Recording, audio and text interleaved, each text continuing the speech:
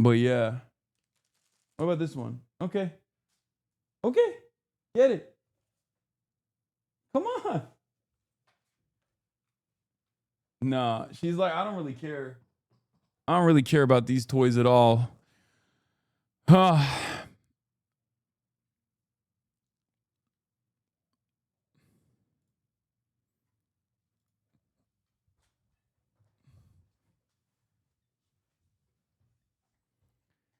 Anyway, I'm new to lifting and up to 35 is on my dumbbell incline bench. I think I can hit 40s next week. Hell yeah. Hit the button, place. Yeah. I'm don't make me move around. Don't make me move around my shoulders while I'm while Kaya is like going back to her fucking cot, dude. I'm about to get clapped again.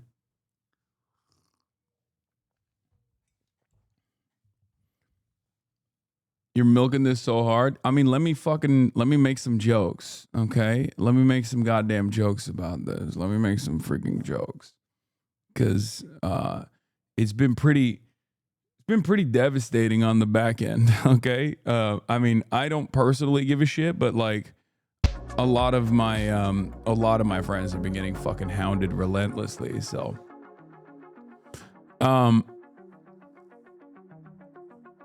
it's been relentless. Laura Loomer farming those lies so much, Lamau. I know. It's not. It's over. Let's look at this style transformation. Bro, I put that shit on. I do need recognition for this. I need broad recognition and broad awareness for this. Okay? I started at a certain point. I started putting that shit on. I went to put that shit on university. And I started putting that shit on. Okay? What's up?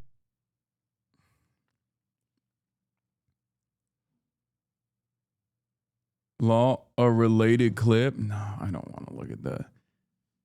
Ridiculously high effort meme. All of America's much more constant. Oh, dude, I saw this. I actually screenshotted this. There's some crazy high effort. There's some crazy high effort memes out there. There's like a Roblox mod and shit too. I've seen this. I mean, and it's getting like a shit ton of likes. All the Zoomers, all the Gen Alpha think I'm the dog murderer.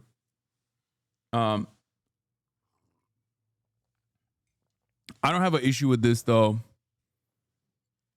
I'll be honest, I don't have an issue with this kind of stuff. It's whatever. This kind of stuff is like funny in general. But the ones that are just like actively harassing like everyone in my orbit, like everyone around me, and just like stalking them and giving them giving them a taste of like the harassment campaigns that I endure with regular frequency, that's unacceptable. I think that's fucking bullshit. Just stick to me, you know? Come after me, assholes. Don't come after my fucking friends. Don't be a fucking piece of shit like that.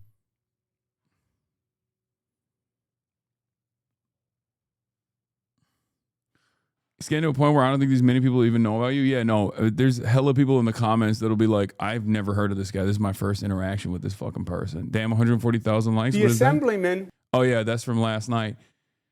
Yeah, but you kept rocking that fuck ass Edgar style. I mean, honestly, I like it. I like the fuck ass Edgar style. I like it.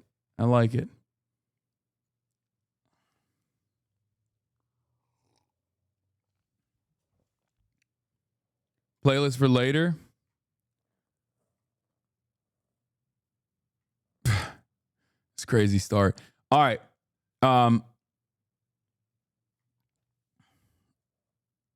Anyway, well, personal news wise, ended the broadcast yesterday. As you guys know, we were live reacting to the New York debate, the New York mayoral debate, where the boy Zohran Kwame Mamdani absolutely put on a clinic. Okay. And then after that, we had Gianmarco. Oh my God. Every time I say Gianmarco, I want to say Giancarlo now. Gianmarco Geo Marker came on the podcast. We did that. Caroline Kwan was filling in for Austin. Okay. And that was dope. That was a great podcast. End of the podcast. Went the fuck to sleep. Woke up this morning early. Hit the weights as always. You already know what it is. Feeling pretty strong. I will say, in spite of the fact that since I came back from France, I've been on my diet shit. Okay, I have been on my diet shit like crazy. I've been actively. Honey. Oh yeah, this is dog abuse. I'm gonna show you guys dog abuse in a second. But I've been on my diet pretty aggressively. I'm on it, and in spite of the deficit that I'm on, I have been absolutely cooking on the weight side, on the weightlifting side. Why do you never do diet breaks? I do diet breaks. It's called traveling and ruining my diet. That's what it's called. Anyway, trigger warning, dog fighting. Documenting the dog fighting and dog abuse ring. That's right, we got him. We got him, folks. It's so funny because this is like, if people saw, like, this is just a brief taste of this, but this is literally what Kaya does every morning for 2.5 hours, okay? And they just run around nonstop and they just fight nonstop, play fight nonstop. And if people saw that shit, I think they would just assume that, like, I'm Michael Vick, especially right now with, like, how people think that anything that I say or do about training Kaya, or like how I have trained Kaya, like is a point of scrutiny in the most like negative framing that advances the the cause of Hasan as a dog abuser. But that's just how dogs are. Okay. How many calories do you consume a day? A lot. People who don't have dogs have no idea how hard dogs play or how rough you can / need to be with them at times. Yeah, I saw another clip of like me and when I brought Kaya to that event at Cutie's house, and like Sandwich's dog was there who passed away, and they duked it out, if you remember. Like they got aggressive over food sharing, like food insecurity, because there was like a piece of rotisserie chicken on the ground, and people were like, going like, look, this guy's a horrible trainer. And even the comments underneath that were like, what are you talking about? He very cool, calm, and collectedly picked up his massive dog and separated them, putting his body in between them. He actually did the right thing there. So like, they just keep presenting, a lot of people that just like don't have dogs keep presenting like normal dog moments that sometimes happen, while simultaneously like anthropomorphizing dogs in general, and they just like don't fucking understand how this stuff works.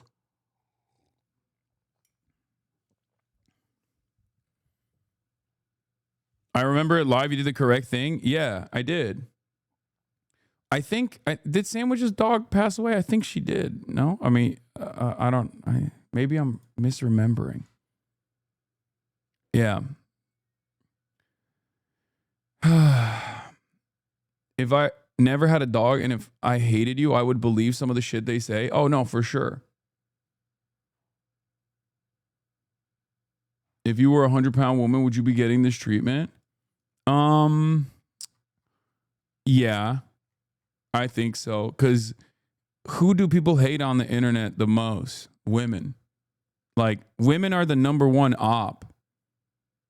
My ops already hate women automatically. Women are the only group of people that get it as hard as I do, if not worse.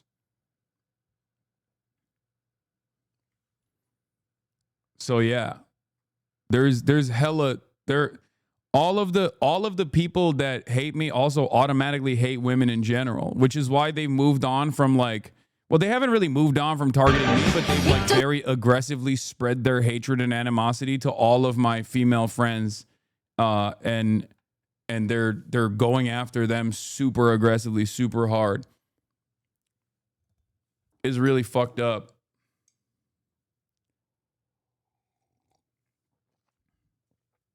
Cause like women get like the automatic misogyny train. Like there are plenty of people like in order to hate on someone like myself, you need to learn exactly why you must hate me. Some people will say, "Oh, I hate him because he's Muslim. Oh, I hate him because he's anti-Israel, and therefore I think he's anti-Semitic. Oh, I hate him because he's a socialist but rich." But for women, there are a fuck ton of people who just go, "Ooh, that's a woman. I hate that." The goal is to isolate you from the rest of the Twitch community, and it's quite likely going to work. The more we discuss this, the worse it can get. No, I don't think it's going to work. I don't think it's going to work ultimately. It's just because the people that are trying to do that have already been isolated from the sphere in general, and it did hit the normie sphere, but it has not fucking worked, bro. It's just, it never, this is a thing that people have been trying to do for the past fucking 7 years, dude. What are you kidding me?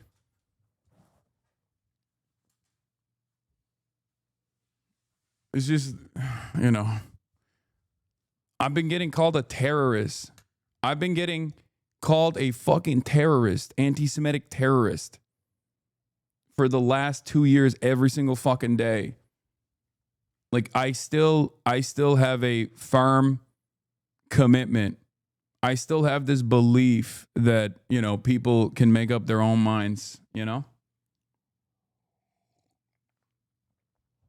Anyway, let's continue. What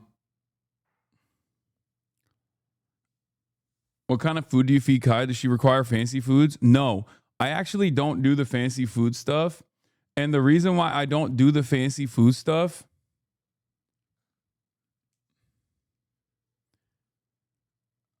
is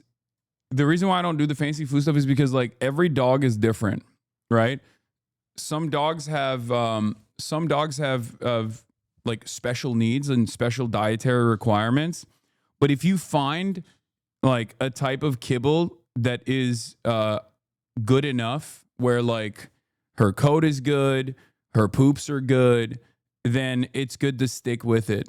And for me, the one I use is Royal Canine, and it's like vet approved. I everything that I do with Kaya, I get approval from my vet.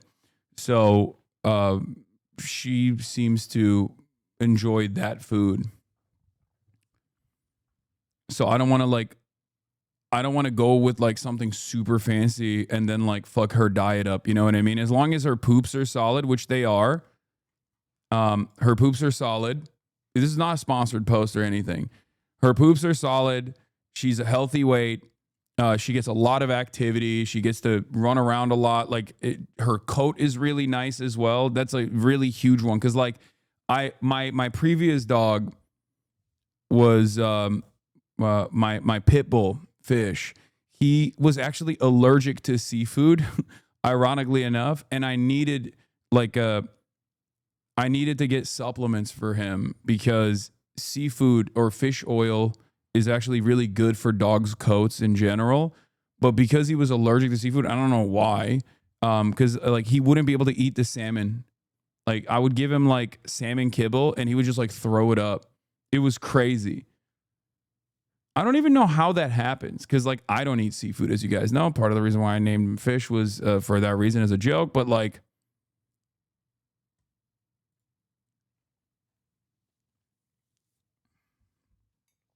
my dog was allergic to chicken. Yeah, it's weird. Royal Canine is sponsored. That's why the vets push it. I mean, if she had issues with it, I wouldn't use it, right? Like I would try something different. But it works Why are we talking about this stuff? Wait, what? This is not just someone just asked me what I feed Kaya. This is not just anytime I talk about my dog doesn't mean that I'm like responding to the controversy chatters. Kaya is a very important part of my life. I'm going to talk about her regardless of what people do.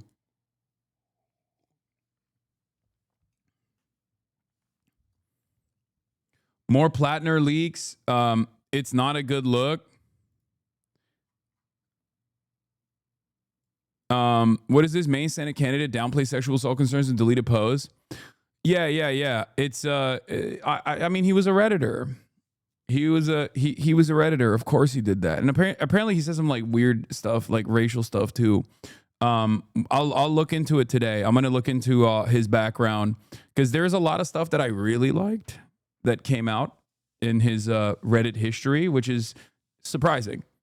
You don't normally find out that someone had a Reddit account and then it's like good shit.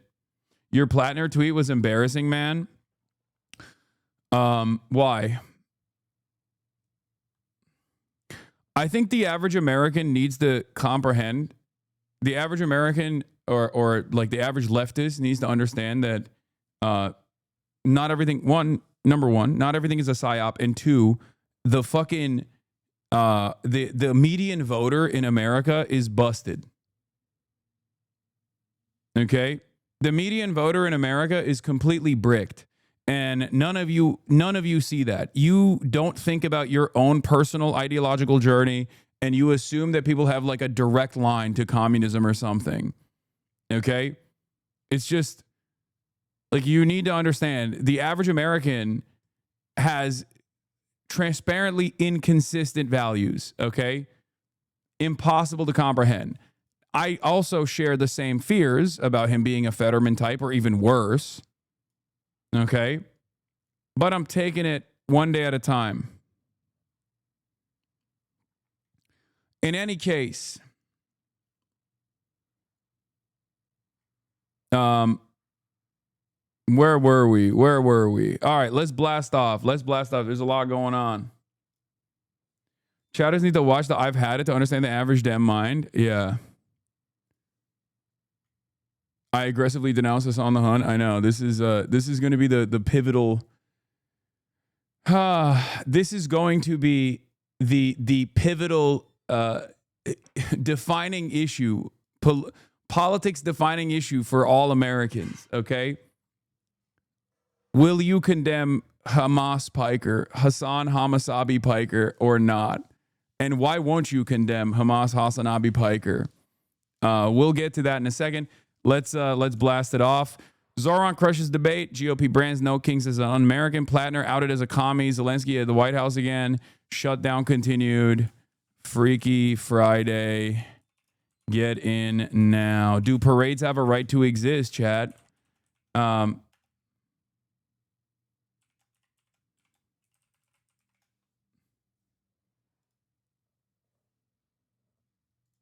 Okay. All right. All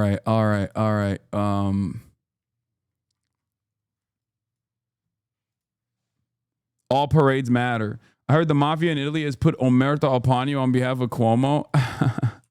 Yeah, he kissed me. He kissed me in the mouth. He gave me the kiss of death. Hey, how you doing? Commie who kills the Rockies for Blackwater. That's the real incoherency you're talking about. I know, brother. I know.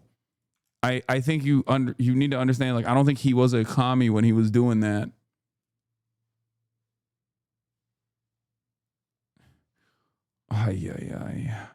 So fucking. I get it, dude. I have the same concerns. Okay, please. I do not think he was a card-carrying socialist when he was doing his military service. Okay. I will, however, say that leftists who immediately cast aside veterans as war criminals across the board, okay? Leftists who cast people aside as war criminals no matter what, and immediately go, oh, you have a military record, And Platner is the most aggressive version of this because Blackwater is a bridge too far, right? Because it is literally like signing on to do War Crime Simulator. Okay? But like, if you think that you can't have comrades who have served in the military, I don't know what the fuck we're doing here. You know, you just can't. Like, we should just pack it up. Pack it up right now. Please stop. Everyone has the capacity to change. It's up to all of us to figure out if it's a genuine change or not. Okay?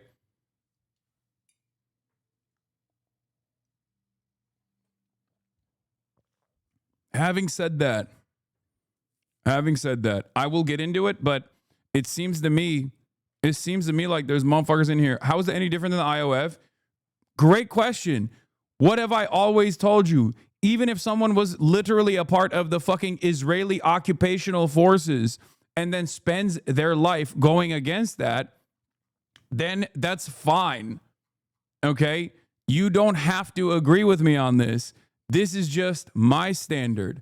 I do not place that much emphasis on what people have done in the past, especially if they have learned from their experiences and have decided that that was wrong and they work to atone. Okay? That's it. That's it. That's my attitude. If you have a difference in opinion on this, then that's fine. Don't come in here and use like extreme idiotic examples like, what about Adolf Hitler or some shit like that? It's just stupid, okay? But like, I believe in rehabilitation across the board. I believe that people's material conditions lead them down different paths in their lives, okay? And what you have done only matters as much as like what you are continuing to do now. Okay? Fuck. This is probably one of the most annoying aspects of the left broadly, and it might be valid. Like, scrutiny in this regard for Grant Platner might even be valid, and I think it probably is to a certain degree. Like, I understand the skepticism. Because, again, Blackwater is like, I'm not doing defense for someone who is a fucking military contractor for Blackwater, right? I'm not doing that at all. But you have to take people, you have to approach people with a broadened understanding.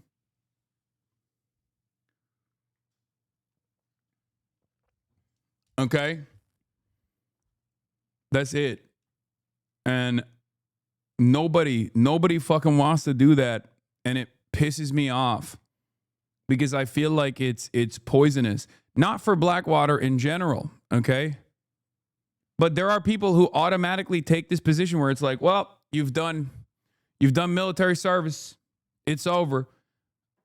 I'm not one of those people, okay? I'm not one of those people. I am not going to automatically cast someone aside because of their background, because of what they've done, because of who they used to be, okay? I am a firm and committed believer in rehabilitation. And as someone who is a firm, committed believer in rehabilitation, I believe that people have the capacity to change. My starting point has always been the broad recognition that people are ultimately going along with their own material conditions. Like, they are still at the mercy of their own material circumstances. And anyone that can overcome that is good in my book. Okay? Rehabilitate the country, bro, and support Janet Mills. Yeah. Which is why I believe Janet Mills is the right choice. We need a 77-year-old or an 80-year-old to run the show over there. Anyway. I joined up due to material conditions. Once I was in my lib ass, saw how absolutely awful the military really is, and I spent my life opposing it. Yeah.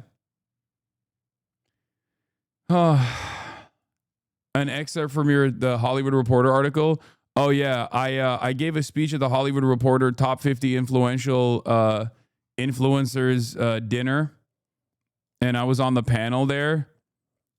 And in that interview, I talked about, after mentioning his experience with cyberstalkers, Piker revealed that he doesn't usually have security, though he tried to secure it for the weekend's Nokings protest because of Charlie Kirk stuff.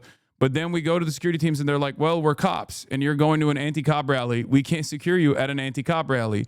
He also commented that with the new designations for what constitutes terrorism on U.S. soil being a checklist of the things he regularly says he expects, I'm going to get it worse than Jimmy Kimmel.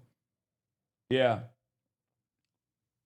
Yeah, we were looking at getting private security detail for the Nokings rally, and many people were like, nope, nope, we'll do it for other shit and not for that. Are you still defending the Blackwater shit? He sure is. Brother, why do I need an active team of cyber stalkers when I have brain broken, busted ass leftists in the chat who refuse to hear my words ever? Okay? We are never going to get anything. We are never going to get anything done. I'm not even saying support Graham Platner. I'm just explaining something that I believe, okay? Are you still defending the Blackwater shit? I just got here. There has never been a moment where I have defended the Blackwater shit. Not even once. Every single time I've talked about Graham Platner, I've not even brought this up. I've not even defended it a little bit, okay? And yet, all of you fucking brain-broken, baby-brained, moronic leftists immediately hit that note, okay?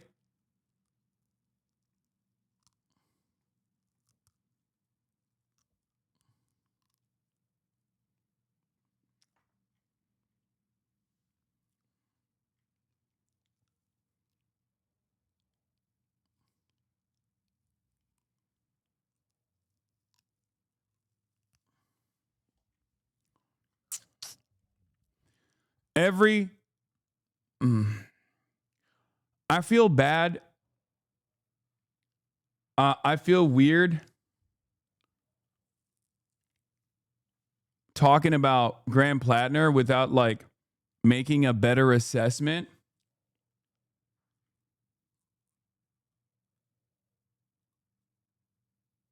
I feel weird making like a firm commitment to Platner in general without like personally meeting him or interacting with him. And I'm holding out on that until I do so. But I do get very annoyed when people jump to that conclusion automatically. Because it's you know, it's important to make a full assessment of what a person is, what their experiences were, regardless. Like, I think a lot of people just immediately go, no, this is a op, this is a psyop. I don't know if there's any need for a COINTELPRO in this day and age. I think we do enough by ourselves to disrupt and destroy. There is no functional working class movement in this goddamn country, and there never will be one. We're absolutely fucking cooked. Everything sucks. And yeah. And fascism is here.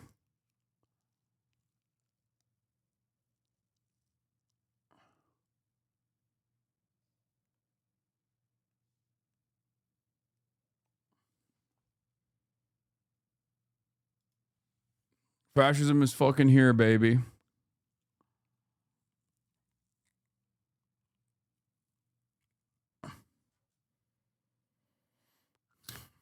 Anyway, lower lip sins is insanity. No, I'm an upper decky boy. All right. We're not gonna do Graham Platner yet, but we'll do Graham Platner in a second. But here is I got interviewed by the Hollywood Reporter. Oof. The collapse of America. That's what the kind of content I'm consuming every day, nonstop. Being a political content creator, what's your reaction to this political moment that we're in, and how do you try to inspire your audience to step towards a brighter future? The most inspirational thing. These are his statements, and this is indefensible. Dude. Ugh.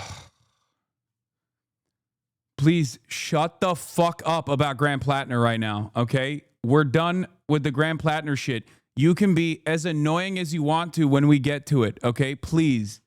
please shut the fuck up about Graham Platner. I want to fucking Brian kill me. I want to Brian kill me. I can't stand any of you dumb fucks in this goddamn chat. Oh my fucking God, I hate the left. I hate liberalism. I hate everything that's going on every single fucking day of the goddamn week. I hate my life. I hate fucking streaming. I hate socialism. I hate every single fucking person who thinks that the peak of activism is just being the most annoying, holier than thou, the most ultimately woke leftist. You did it. You did it. You have unlocked the fucking nihilism within me, okay? I am black-pilled. Nothing will ever get better. We are never going to make it out. We can't even have a normal fucking non-hostile goddamn conversation on any of these issues. Everybody just simply wants to fucking chirp into the wind because they have no power and they recognize their utter powerlessness in the face of unjustifiable constructs that we fucking exist under.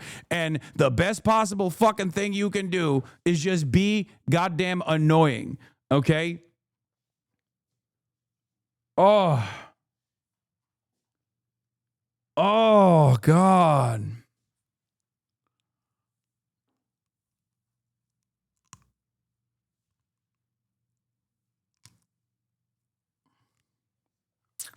Right when the reporter is asking you about optimism, I want to fucking, I want to just shut it off, dude. I want to shut everything off. I just want to go away. If I wasn't so goddamn stubborn, I would have a long time ago. Oh my Lord, dude.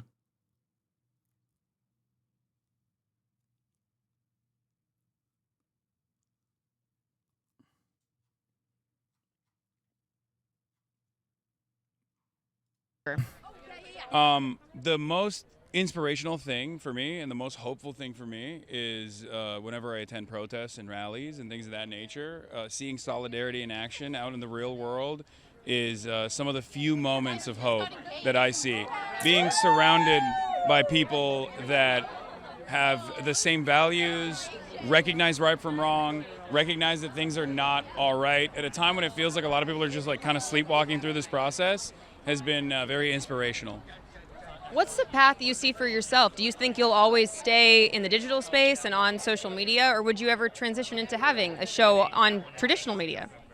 No, I'll be on digital because for me, I have unlimited editorial control, unlimited freedom, as long as I stay within the confines of the terms of service established. Whereas, like, if I was a part of a legacy publisher, I 100% think you should someday go on sub-only mode. What do you mean? The most annoying people are literally like the 40-month subscribers. The person that caused me to fucking spiral just now is Hideo Offliner or whatever. And that is like a routine nuisance and an offliner in this community. Okay? He is a consistent voice of nuisance. Okay? What are you talking about? The people that actually brick me, the people that actually cause me to fucking spiral out of control are always the people that have been in this fucking community for years, who never shut the fuck up. I have banned him before. It's literally just, like, I'm not even singling him out. He's just one example.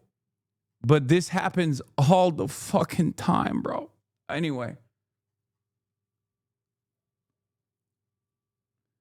One of the worst aspects of like this kind of gathering online is that I think people don't behave like this in the real world. That's unironically what I was talking about. That's why I have so much hope for the future of America when I am out in the fucking streets, right? Because I see grandparents and I see kids and I see regular ass folk that see right from wrong and they say, fuck this. What do you mean? You're just like kidnapping my neighbors. Get the fuck out of here. And they protest. And that gives me confidence. And then when I go back to the internet and I get fucking yelled at by a bunch of screenager iPad babies who are 38 years old, who think that the most like radical socialist position is to constantly chirp in a fucking Twitch streamer's chat and hyper scrutinize everything and then like refuse to understand like broader points. Okay? Refuse to be open-minded. Then I'm black-pilled again. It's virtually impossible not to be black-pilled if you're online all the fucking time. Everything that we do here is so bad. Is so fucking bad. There are people who are professional contrarians. It just comes from the same place of like broad recognition that you don't have any power. Okay? A lot of people wear that shit on their sleeve, like being a constant nuisance, like they got the fucking CIA handbook for disrupting revolutionary organizing. They just like literally are always like picking it apart. Me, non-stop, non-fucking stop.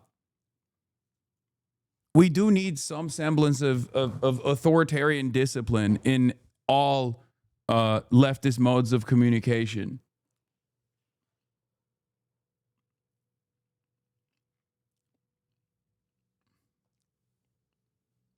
You know?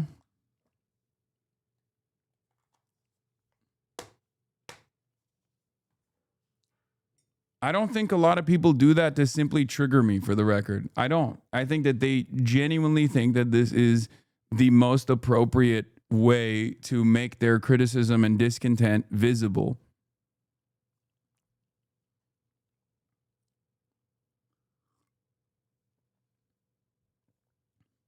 I think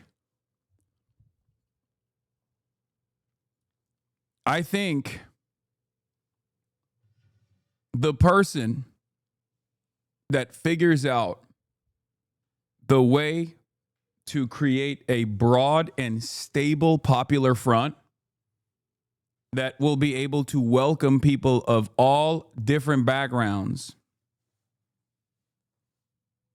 Okay?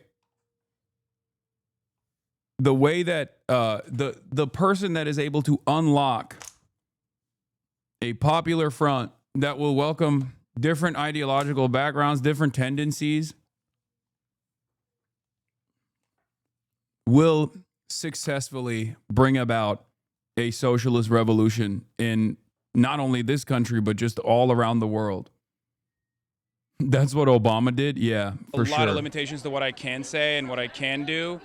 And right now, we're in an unprecedented moment where I, from my living room, from my studio, actually command the attention of a larger audience than many television networks do, especially in the 18 to 35 demographic. So I don't really see any reason to make that transition anymore. There is a move in the direction of digital as opposed to pivoting to legacy media. And it does feel to me like legacy media is falling behind significantly, and that's why there's more outreach to digital content creators nowadays. Like, you got Midas Touch's Adam Mockler, who's on CNN as a panelist, as a regular occurring guest at this point. You have Anna Kasparian from the Young Turks. You have Emma Vigeland from The Majority Report, also going on MSNBC and CNN. So, like, they're coming to us more than ever to also participate in that conversation. Yeah. The president. All right. Trump said to meet with Zelensky as he renews focus on Russia-Ukraine war. You are a little baby. I am a little baby. Everyone's dressed clean and you showed up in pajamas. Yeah, bro. That's just how I roll, big dog. What do you mean? Fuck you mean, big dog? That's just how I roll. All right, we're gonna talk about how do you feel about Anna saying she's beefing with you? I don't care. I don't care. Anyone, guys, remember, I will never care about that shit. I will never talk about that shit, okay? I don't give a shit.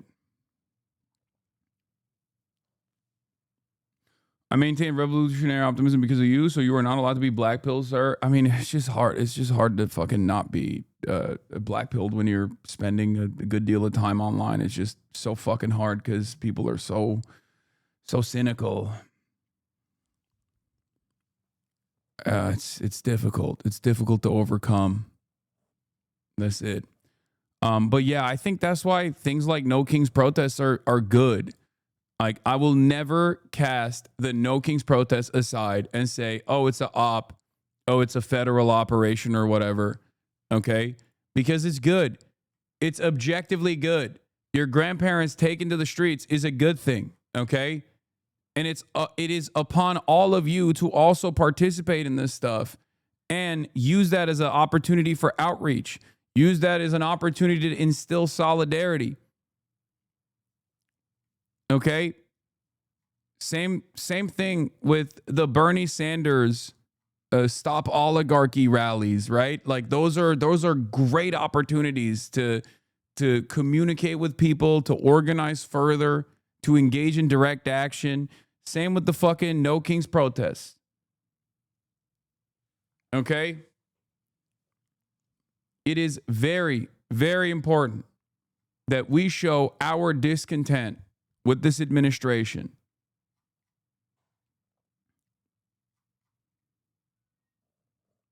I hate that people just think that, these things are cynical and we should just like cast it aside as,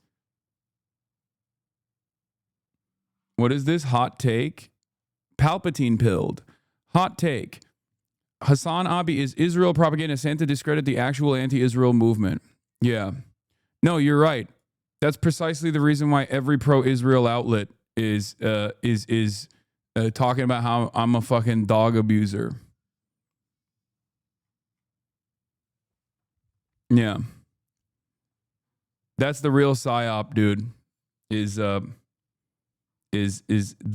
consistent smears and slanders I've received for many, many years now, especially these past 2 years, for being a fucking advocate for Palestinian emancipation,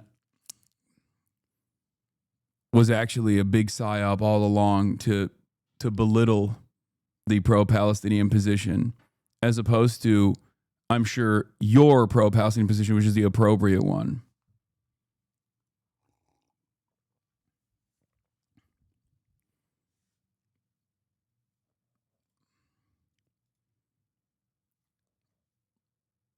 I finally caught a crash out live. Lamau, love it. And you sound ignorant when speaking about anything military.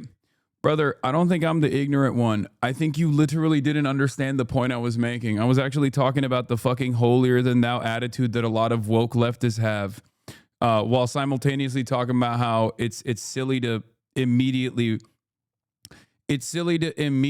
brush aside people who come from veteran backgrounds when they have the capacity to change their minds about their own service. But I think you are so fucking horny to automatically assume that I'm wrong, that you're too stupid to hear the words that are coming out of my mouth or my advocacy in this moment.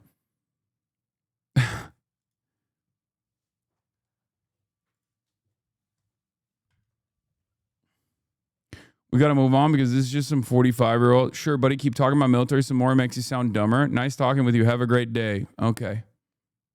Thanks. You too.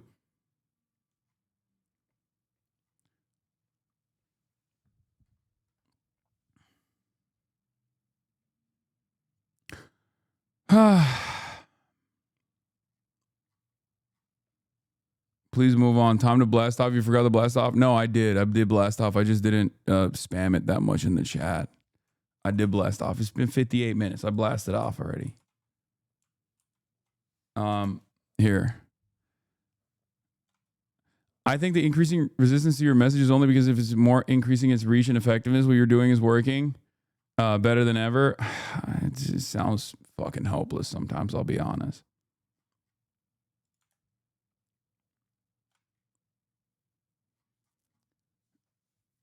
Tyrell MLI, thank you for the 25. Get the subs. I think America being a nation of treatlerites contributes to how we even approach leftist values as well, by purity spirals and voicing minor inconveniences.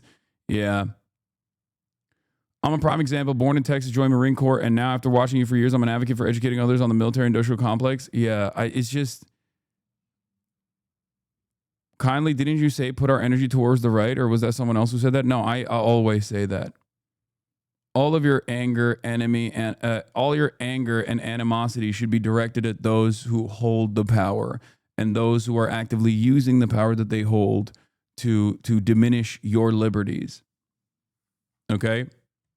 That's it. Meanwhile, a lot of people actually stay focused on some of the pettiest things. A lot of people stay focused on some of the silliest things because it's something that's like much easier. Your chat is unhealthy because of your illogical and irrational behavior. It must be exhausting living such an emotional instability. Or it's because there are multiple different factions here with their own personal perspectives, and leftism historically has had a very tough go trying to organize under one banner, even when it comes down to combating fascism historically. This is definitely my main concerns are your microaggressions. Okay, like, see, this is a clear case of someone jokingly trying to trigger me.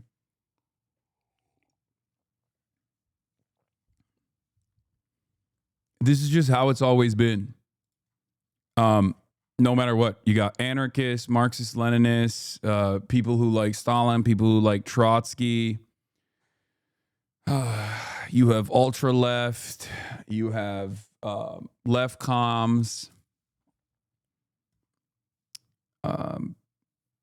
You know, there are just a Maoist third worldists, a million different variants and a million different ideological tendencies. And instead of trying to design a strong, united front, recognizing the moment, recognizing the necessity for a popular front, a lot of people would much rather fight amongst themselves over their marginal differences, making it out to be a much larger problem, much more consequential issue.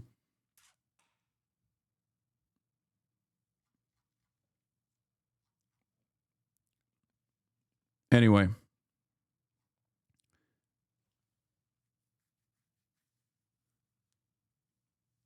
There's that one guy who's into Kropotkin. They're one man spamming every YouTube video you make. I love that. What? Kropotkin, you mean?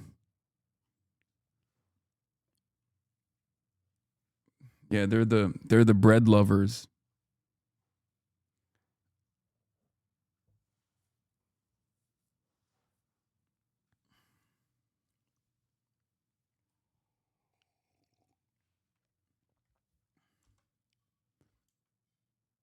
I'm a bread lover too. All right. But isn't this what you wanted? This is the left-wing pipeline in effect? No, what I want is for people to fucking become adults, okay? What I want is for people to understand the severity of the crisis as liberal capitalism is falling apart. What I want for people is to analyze the material conditions that we exist under currently and unite under a singular banner, a singular movement to move this country and every other country in the direction of socialism. That's what I want. And many people, on the other hand, simply think that the best possible way to do this is by, I don't know, chirping in a fucking chat.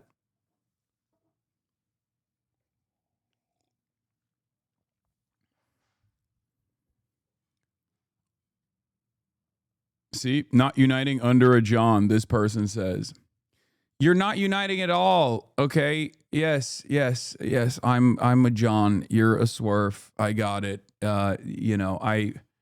You're gonna find the perfect leftist one day, okay? You will.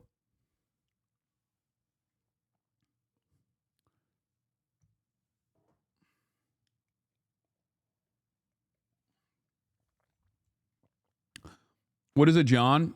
A John is a person that has a John is a person that is like engaged with sex work in any capacity. If you go to a strip club, if you go to a brothel, you're a John. Okay? And I, as an advocate for sex work, have been to a brothel in 2010. I have also dated sex workers. I am pro sex work. It is the endless endless tool of swerves to consistently fucking come in and chirp at me over this instead of just trying to understand where I'm coming from. Swerves are sex work exclusionary radical feminists. Do you view OnlyFans as sex work? Yes, of course OnlyFans is also sex work. Online leftists talk about the revolution like evangelicals talk about the rapture. Kind of, yeah. Really. Yep, there are radlibs who really think you hate women. I saw a TikTok with a lot of likes and everyone was like, tell me more so I can hate him more. I know. It doesn't matter. It literally doesn't matter. It does not. A lot of people are just angry. That's it. They're just mad. And they don't know where to direct their anger. So they just like direct it at whoever is in front of them.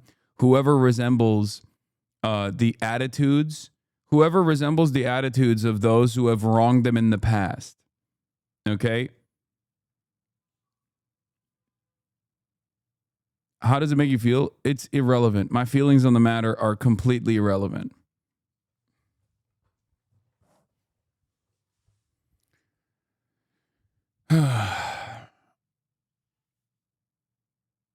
Yeah.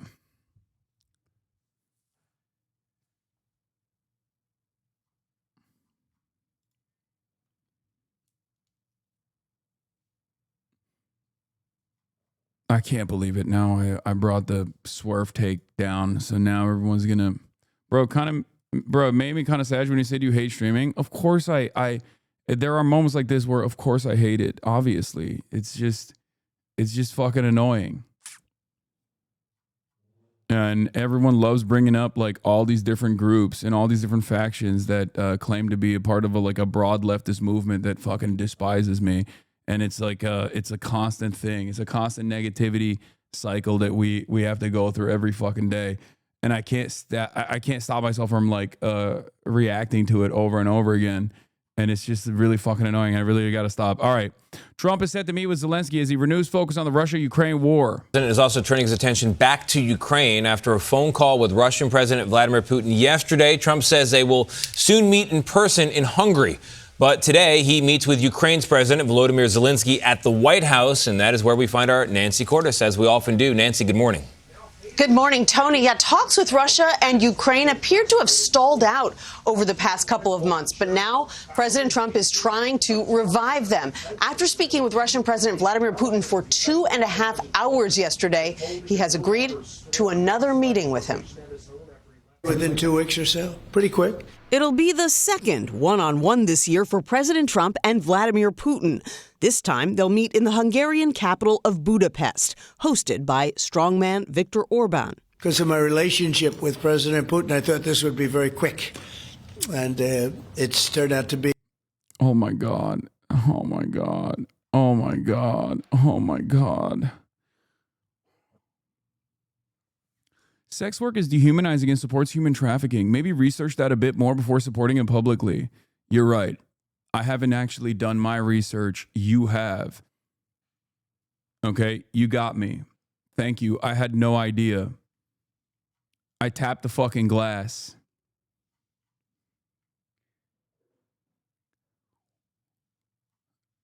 Does this research actually require me to only research anti-sex work advocates? Or is it appropriate to listen to sex workers themselves? Because my attitude on this issue revolves around what sex workers have explained. And time again, the anti-sex work attitude is the one singular thing that they say makes their job, makes their lives far worse, because it pushes them into an unsafe environment when there's no protection for them. Okay?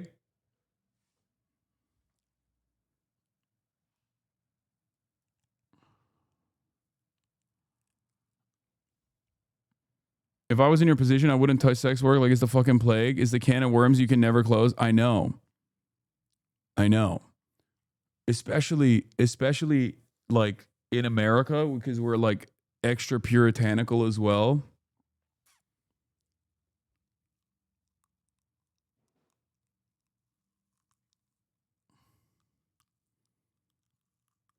Anyway, let's just continue. Who would think I did Middle East before I did this? After the two last met in Alaska in August, Putin rejected Trump's plans for a sit-down that included Ukraine's president.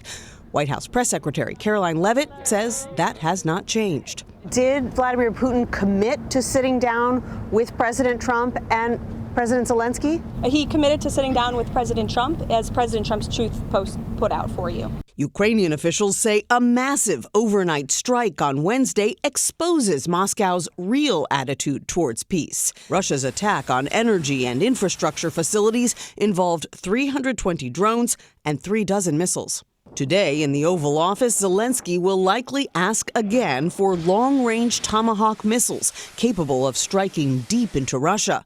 Trump has said repeatedly that he's thinking about it. Look, if this war's not going to get settled, I'm going to send them Tomahawks. I may send that. The Tomahawk is an incredible weapon, very offensive weapon. And honestly, Russia does not need that. Trump says he actually warned Putin on the phone yesterday that he might give Ukraine the Tomahawks. But then he told reporters that the U.S. also needs a major stockpile of them. So it's just not clear, Tony, that Trump is ready to take that step. Nancy, and what can you tell us about this latest military strike on a boat in the Caribbean? Yes, a U.S. official confirms that a new strike has been carried out. That's happened yesterday. And for the first time that we know of, Tony, there were survivors aboard the vessel. Now, this marks the 6th U.S. attack since early September on boats that the administration claims are carrying drugs. At least 27 people have been killed in these strikes, according to the administration. But the number of people on board the boat that was hit yesterday and how many actually survived that hit, that is all still unclear.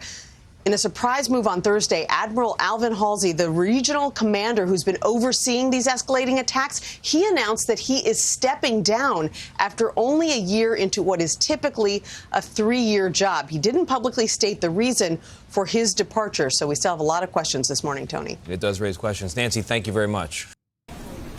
Well, thank you very much. President Trump participates in a bilateral launch with the president of Ukraine. Poor dudes, imagine being a fisherman getting blown to bits just to live and become the face of South American drug trafficking. It is completely unjustifiable.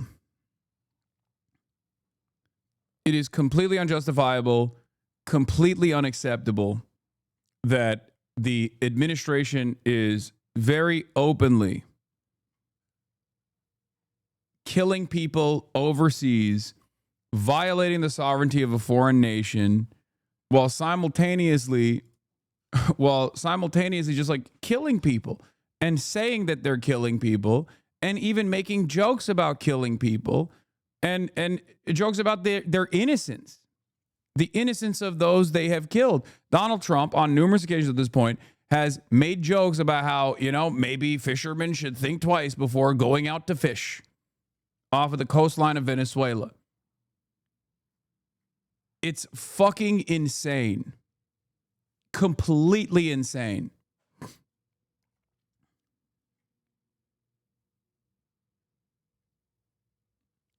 Like, even in the maximalist position of what they're claiming is taking place here, even if these guys are like rugged drug traffickers, okay, straight up, what they're doing here is completely unacceptable. Okay? If they are actual drug traffickers, the thing you're supposed to do is communicate with the sovereign nation in an effort to exhaust all options, to say, hey, these are drug traffickers coming from your shorelines. Please, can you apprehend them? And if they don't do that, you're supposed to track these drug traffickers and then intercept their boats once they get to international waters, for example. There is no world where you just go, I've decided these random fishermen are drug traffickers and we're going to fucking kill them. Okay? That is crazy. Like, and I'm saying even if they were drug traffickers, as the administration is claiming, without any evidence whatsoever. I can't believe it. Like, it's so fucking ridiculous. Aren't these war crimes? Yes, they are.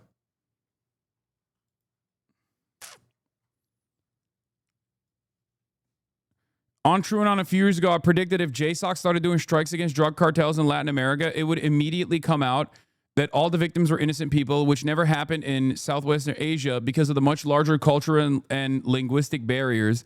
This is correct. Our airstrikes do not hit who we say they will hit, and they do not work strategically. We are going to learn that well as this keeps up.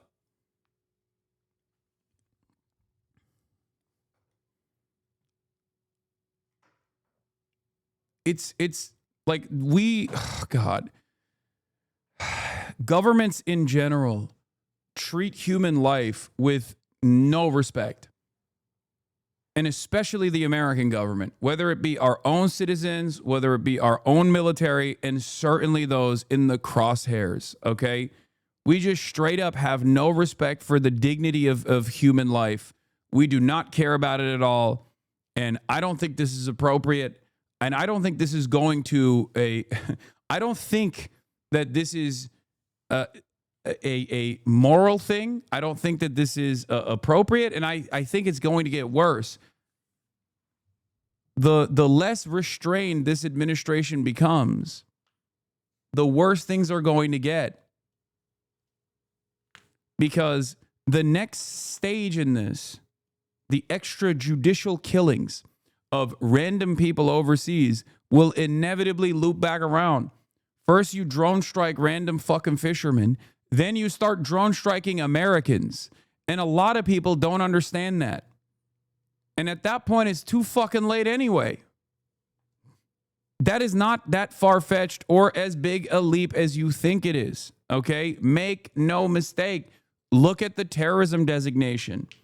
Post 9/11.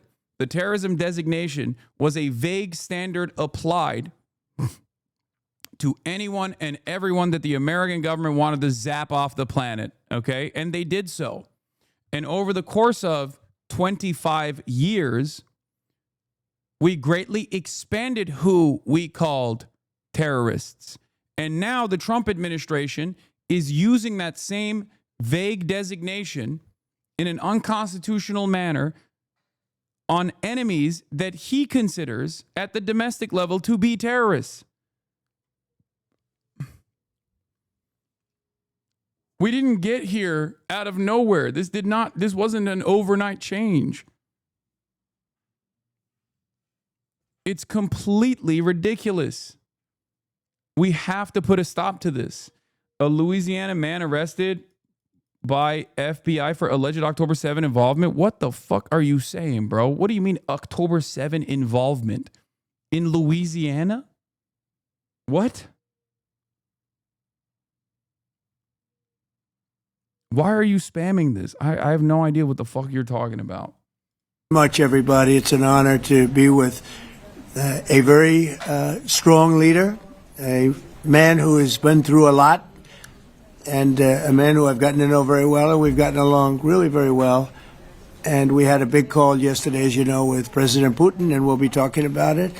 President Zelensky of Ukraine has endured a lot. I mean, he really has. He's endured a lot, and we've endured it with him. To be honest, it's been a long time, and I think we're making great progress. So we're going to be talking about that today. We'll be talking about what took place yesterday with my phone call with President Putin. And I think that things are coming along pretty well. It began with Alaska, where I think certain guidelines were discussed, and we want to see if we can get this done. This was long ago into the Biden administration. I came here and we inherited this, and we'd like to see if we could finish it, end it. We want it ended. Fox News poll of New York City mayoral race Jewish voters. Margin of error is 9%. 42% Cuomo, 38% Mamdani. So many people have died in this war, and we're gonna get it ended. So I just want to thank you all very much. If you have a couple of questions, go ahead, please. In fact, before I do that, let me just ask the President to say a few words. Thank you, President. Pleasure. Glad to meet you again, Mr. President. Thank you very much for the invitation. Again, my congratulations with your successful ceasefire in the Middle East. Thank you. Yeah, and you did it. And I think this is the momentum to finish Russia's war against Ukraine. I think that, yes, we understand that Putin is not ready. I think not ready, but I think that I'm confident that with your help, we can stop this war. And we really need it. We see that they don't have successful steps on the battlefield, and it's good. I think that their army is weak now, but a lot of losses. They have a lot of losses and in economy and people, and I think this is a very important moment. And I wanted to thank you, Mr. President, after our phone calls. Yesterday I had a good opportunity to meet with a big American energy company. You're joking, right? Mamdani hasn't denounced Sharia law, just saying. For your live show, let's not forget Sharia law court judges in 2020 married over 50,000 children to adults in nations like Palestine, Jordan, Africa, and Iran. What the fuck are you saying, bro? What the fuck is happening? It's just... companies, and they're ready to help us. Yes, after all these attacks on our infrastructure, Russian attacks, and etc. And I had also meetings, thanks to your team. We had meetings with a good military companies. We spoke about air defense, and I want to share it after with details where we are. Thank you. Thank you so much. Thank you very much. Mr. Very good. And I think it looks beautiful in his jacket. Yeah? It's beautiful. I hope people notice. It's a good. It's actually very stylish. I like it. President Trump. Yeah, please go ahead. Under the Biden administration, this is the big deal, man. This is the big deal, that he's wearing a fucking jacket. Was fearing of a possible escalation. They were not allowing the Ukrainians to strike into Russia, fearing of this escalation. Yeah. Would your administration allow Ukrainians to strike deep into Russia? We're going to be talking about that. That's something we'll be talking about. You're right. It's an escalation, but we'll be talking about that. Mr. President, Mr. President Zelensky joined you in Hungary to meet President Putin. Because it's a leader that we like. We like Viktor Orban. He likes him. I like him. It's a country that's a safe country. Done a very good job. He's been a very good leader in the sense of running his country. He doesn't have a lot of the problems that other countries have. And so we've decided that we'll be going to be with Viktor Orban, and he will, I think he'll be a very good host. President Trump, President Trump, President Trump, right here. It's President Trump. Hungary, yeah. We're doing Hungary, yeah. With Putin. Trilateral meeting, or is it just you and Putin? To be determined, but I would say most likely it's going to be a double meeting.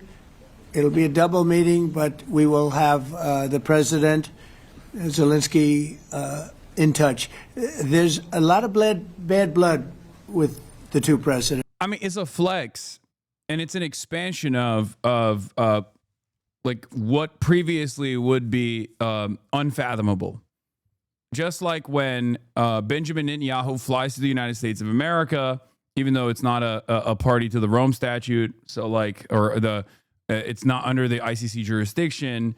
That's an expansion. That's a flex. That's to say, like, yeah, we are able to do war crimes, be branded a war criminal, and still get protection, political protection from the most powerful nation on the planet. And this is working in an identical fashion where, after years and years of valid concerns and posturing, even though it is hypocritical for the Western world to posture against anyone doing war crimes, because they do it themselves as well. But regardless, like war crimes are still war crimes, okay? It is valid for Vladimir Putin to be branded a war criminal, 100%. And this basically is another expansion of what previously was considered unfathomable. He's going on European soil. as someone who is supposed to be branded a war criminal by the ICC to basically have a meeting with the President of the United States of America.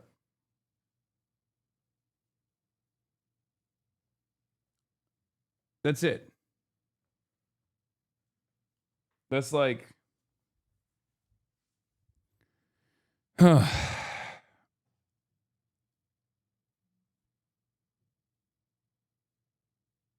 don't know. I just I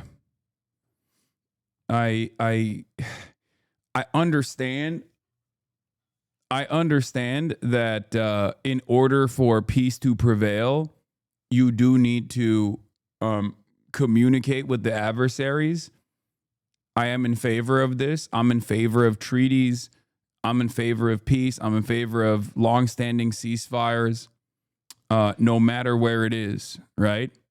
And I've been an advocate since day one, and have been yelled at quite a bit by pro-NATO people for this position, saying that I want Ukraine to fall into the hands of Russian control or some shit like that. But I don't even think that this is actually anything beyond Putin taking advantage of Trump once again by claiming that he will be more receptive to Trump's advances while still continuing his strategy on the ground. And with less power in the hands of the United States of America around the global stage, Putin gets away with this. And in the absence of America bringing China to the table, like bringing all parties involved in this to the table to commit to longstanding peace, offering a favorable deal to all parties without completely eroding Ukrainian sovereignty, I don't believe that there is going to be a just or equitable or any solution whatsoever. But I don't think America's going to do that because they're still playing a different ball game. They're still behaving with the rules of post-World War II. Like, they're still operating on the Cold War boundaries or beyond Cold War boundaries. Like, they're still operating like it's the post-Cold War era of peak neoliberalism from like the 80s and 90s all the way to the early 2000s to 2010s, where there's only one game in town, and that's the United States of America. There's only one player in town that, and when they say jump, everybody says how high. And it's gone. It's over. This is not how it works anymore. That's it. If you are a foreign adversary that is a nuclear superpower, and you want to engage in irredentist behavior against your neighboring nations, as Russia has done, you get to do it.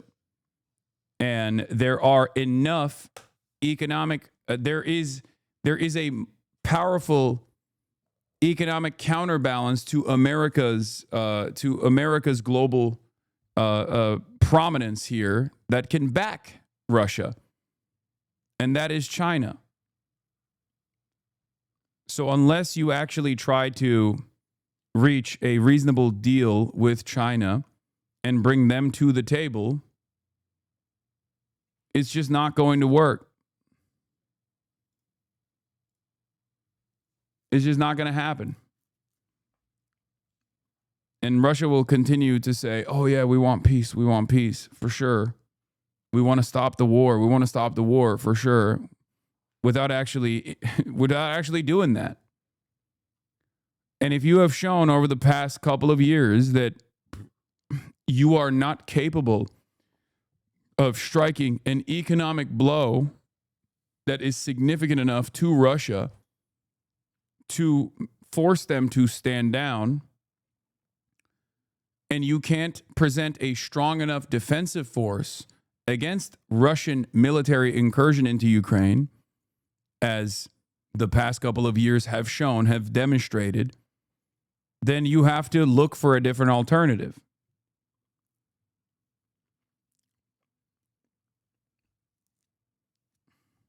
That's it. America is not recognizing that we are no longer living in a world where it is the hegemonic superpower. We are living in a multipolar world, and America and the American government doesn't recognize that and postures as though they are the singular power still. They're not. The faster they recognize this, the easier things will be. But it kind of feels like America's just going to refuse to do that and continue bullying our allies, continue bullying the countries that are vassal states, demanding more tribute from them, with hopes that that kind of reinforcement of power, prominence, and influence will cause others to remember who's really in charge. But I think all that does is ultimately shorten the timeline of American empire, because eventually there are going to be actors in these countries that demand sovereignty and will say, all right, we're done. We're done with this shit. Continue to suffer. HasanAbi, you deserve it. Turkey, the plastic table. I mean, when America suffers, the whole world suffers. As you can see. Because the decisions that we make are consequential for everyone.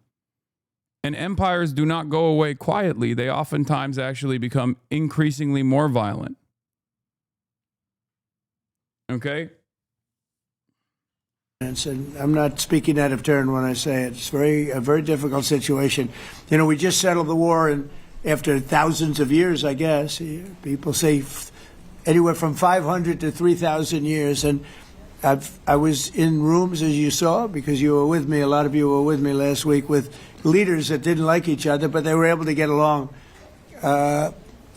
These two leaders do not like each other, and we want to make it comfortable for everybody. So one way or the other we'll be involved in threes, but it may be separated.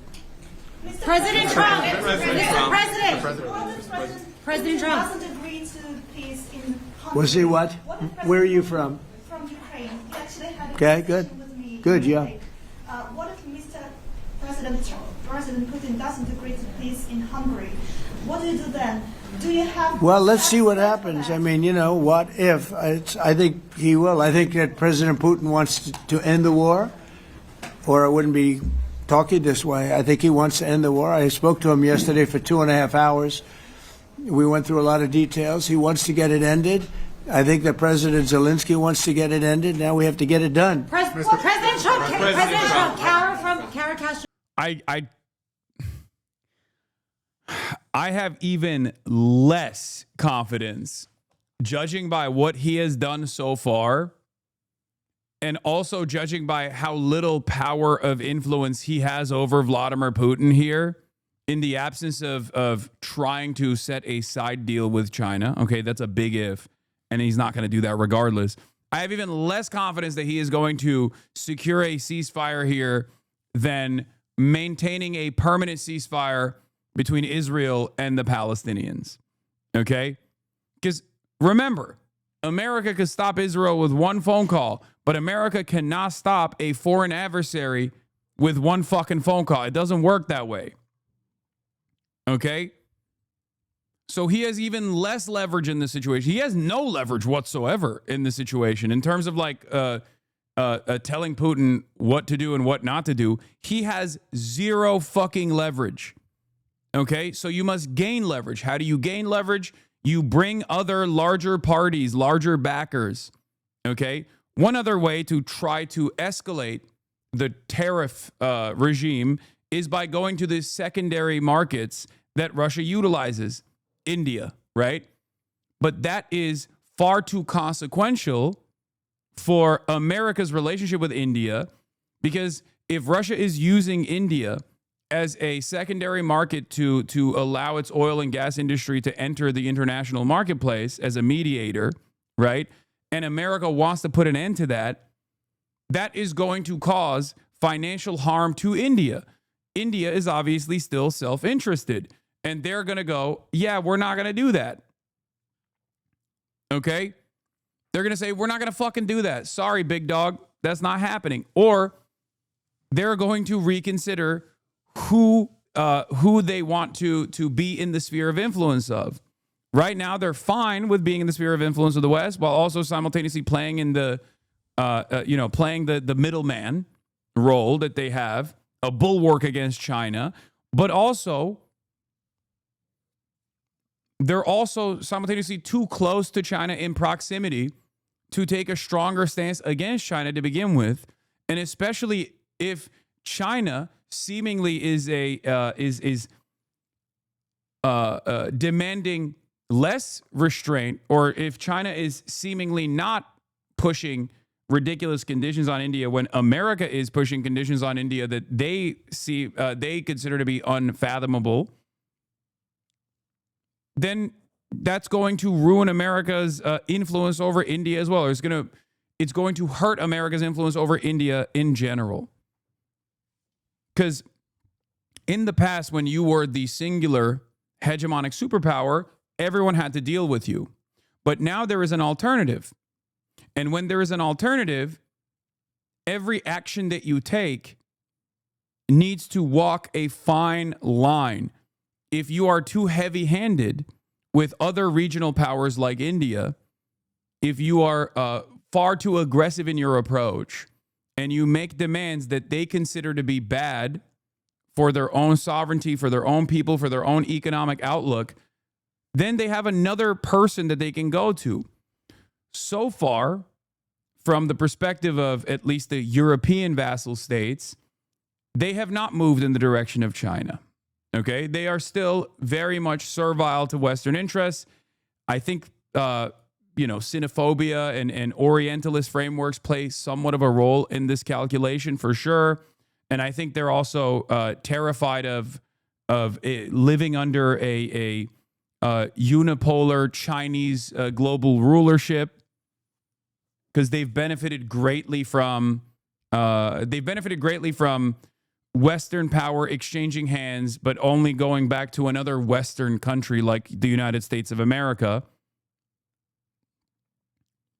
And they are too fearful of having to deal with China, even as an even competitor.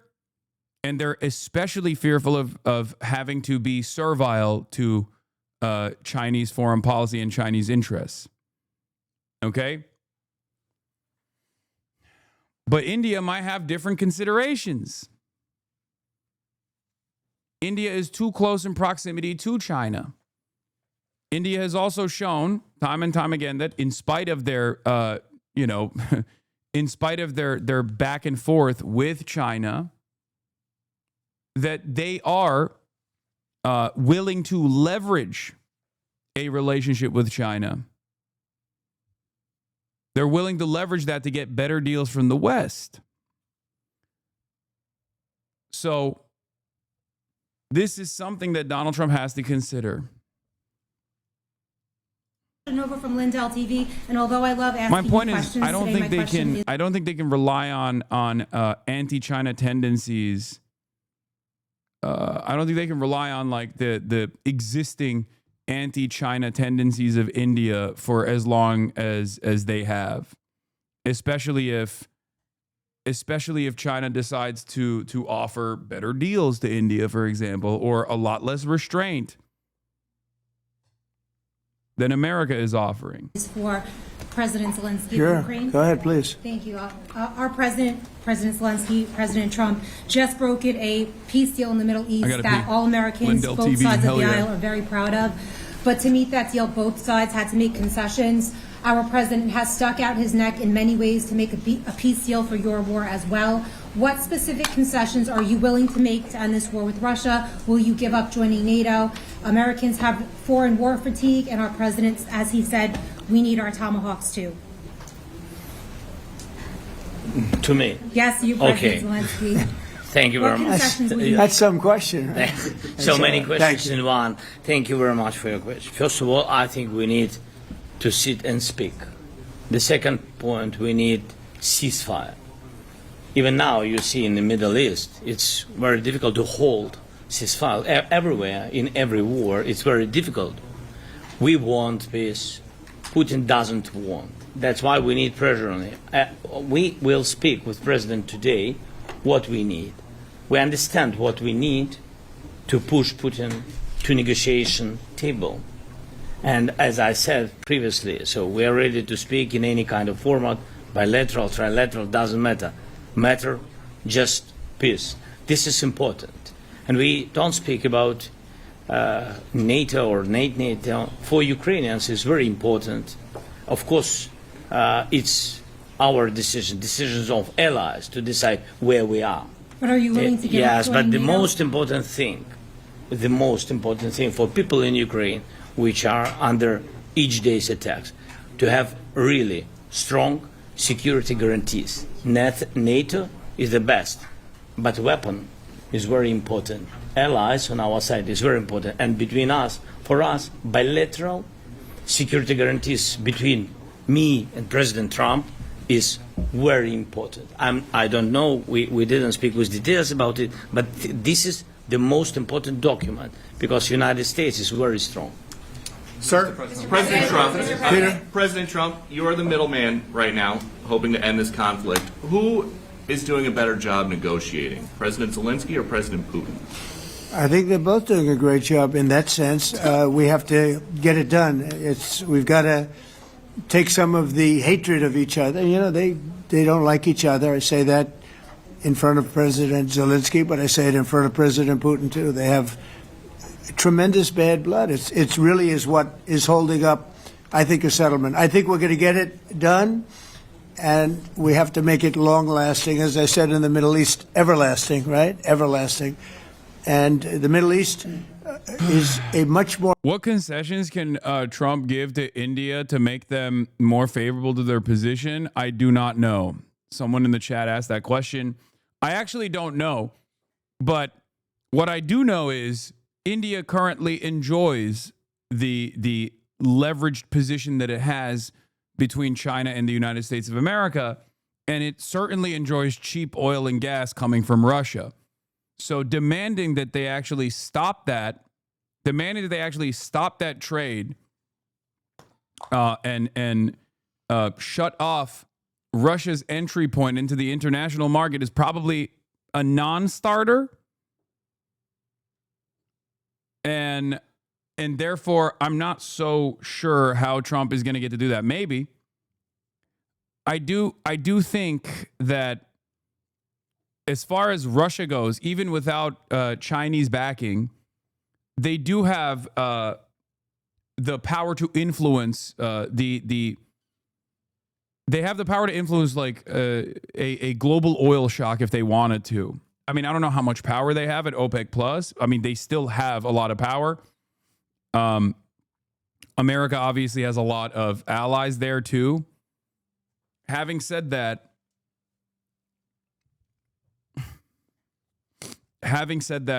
Russia still has the capacity to influence these decisions, and therefore cutting them out from the international market is going to be very difficult. Cutting them out and cutting their oil and gas from the international market is going to be impossible. Okay?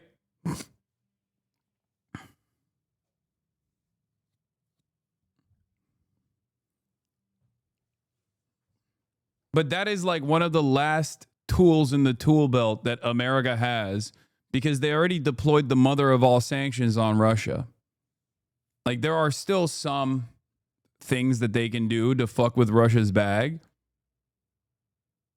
But the mother of all sanctions did not work, seemingly. Right?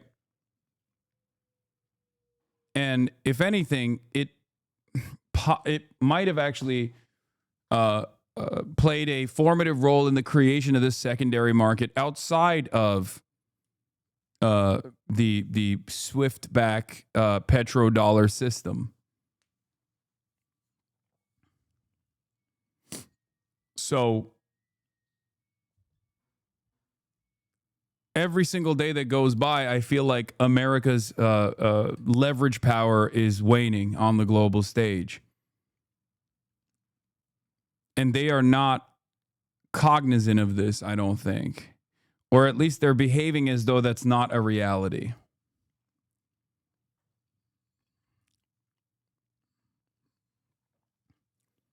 Isn't that kind of good?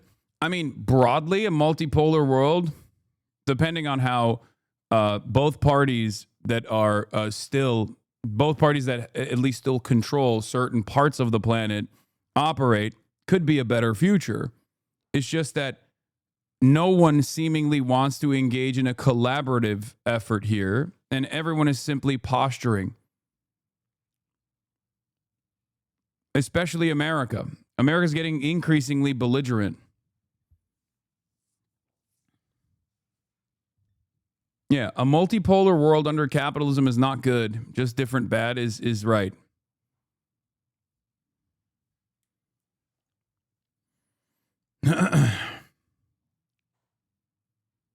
More complicated situation. You know, we had 59 countries Make involved, America and every one of great them again. I know, because I'm American. Islam's got to go back to their country. Make me imagine a religion that allows marrying children allowed to be in America crazy. I agree. It is pretty crazy, which is why we should actually make it illegal for Christians to have child brides. Like, we should make it illegal across the board. Do you agree that we should be prosecuting Christian child brides in this country? You know, if there are Muslim child brides as well, we should prosecute that as well. But I'm pretty sure that if there's one party that actually has any sort of political prominence in this country, outsized political power, it's usually the Christian nationalists that are the ones who are advocating for child brides, not the Muslims, not the Islams, as you said.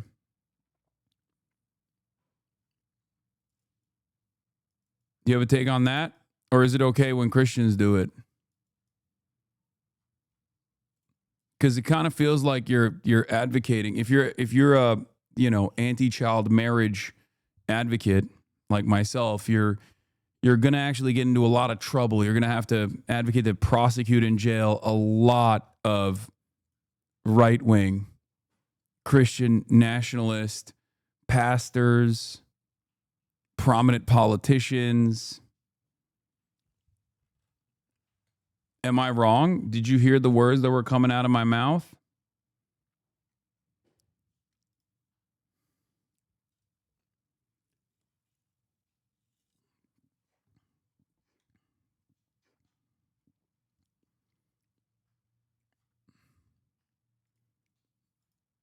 I don't think you have a lot of comprehension skills. agreed. And it's, it's sort of amazing. Most people didn't think that was doable.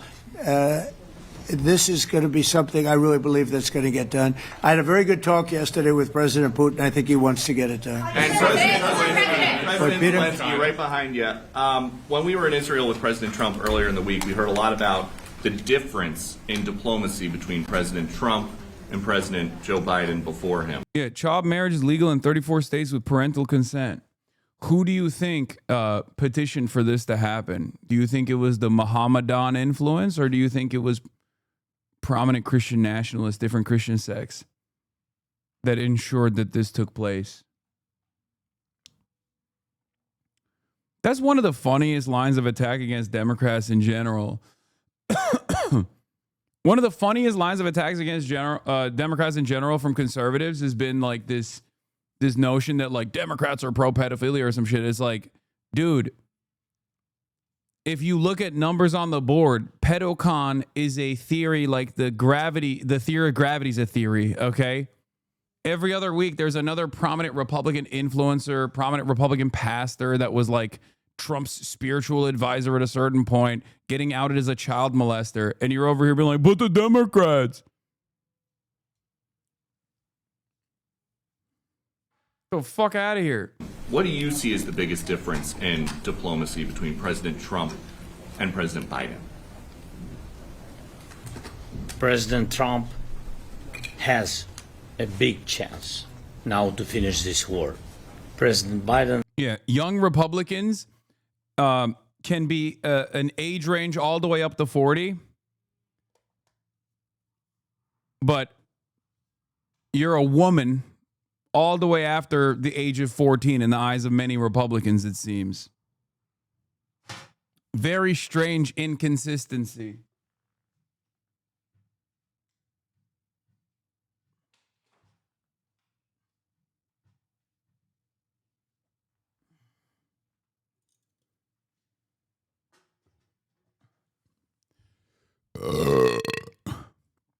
That was a good one.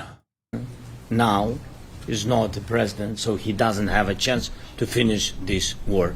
And President Trump is really showed for the world that he can manage ceasefire in Middle East, and that's why I hope that he will do this, and we will also have such big success. For Ukraine, it's a big chance, and I hope that President Trump can manage it. I would say the biggest difference is one is extremely competent and the other one is grossly incompetent. Mr. President. Sir, a few weeks ago in New York when you two met, you said that you think Ukraine could ultimately take back all the territory that it's lost so far. Do you still think that's the case, or do you think there'll have to be some sort of You never swap of know. territories? Look, you know, war is very interesting. You never know, do you? You just never know. With war and peace, but you never know.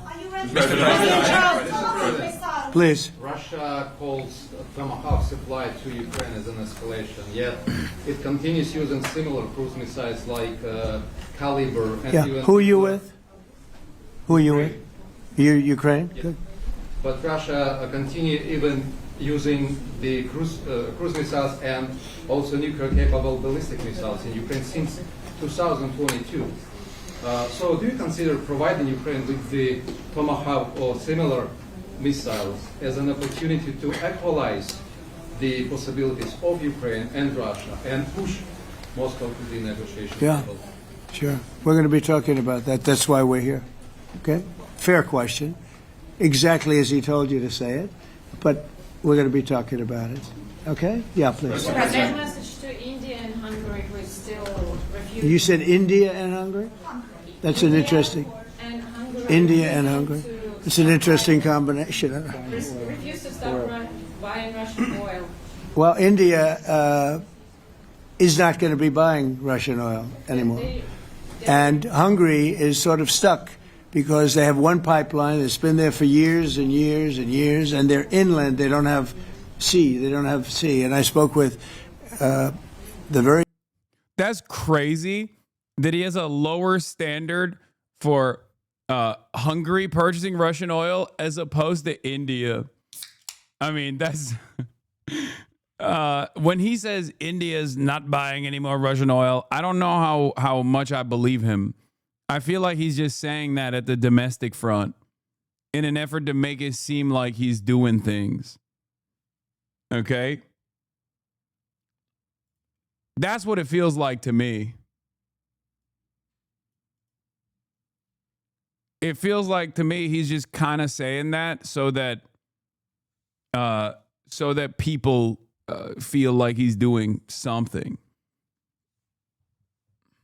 MAGA believes this? I mean, yeah, MAGA believes that Donald Trump is not Jeffrey Epstein's best friend, okay? They're stupid. I don't know. I don't know what else to say about that. Like, there's got to be a certain point where you have been the... There's got to be a certain point when you've been the recipient of so many so many awards where eventually, you know, you've been fooled so many fucking times. Like, at a certain point, I'm gonna start believing that you enjoy it. You enjoy being fooled. Okay, you're kind of a cultist.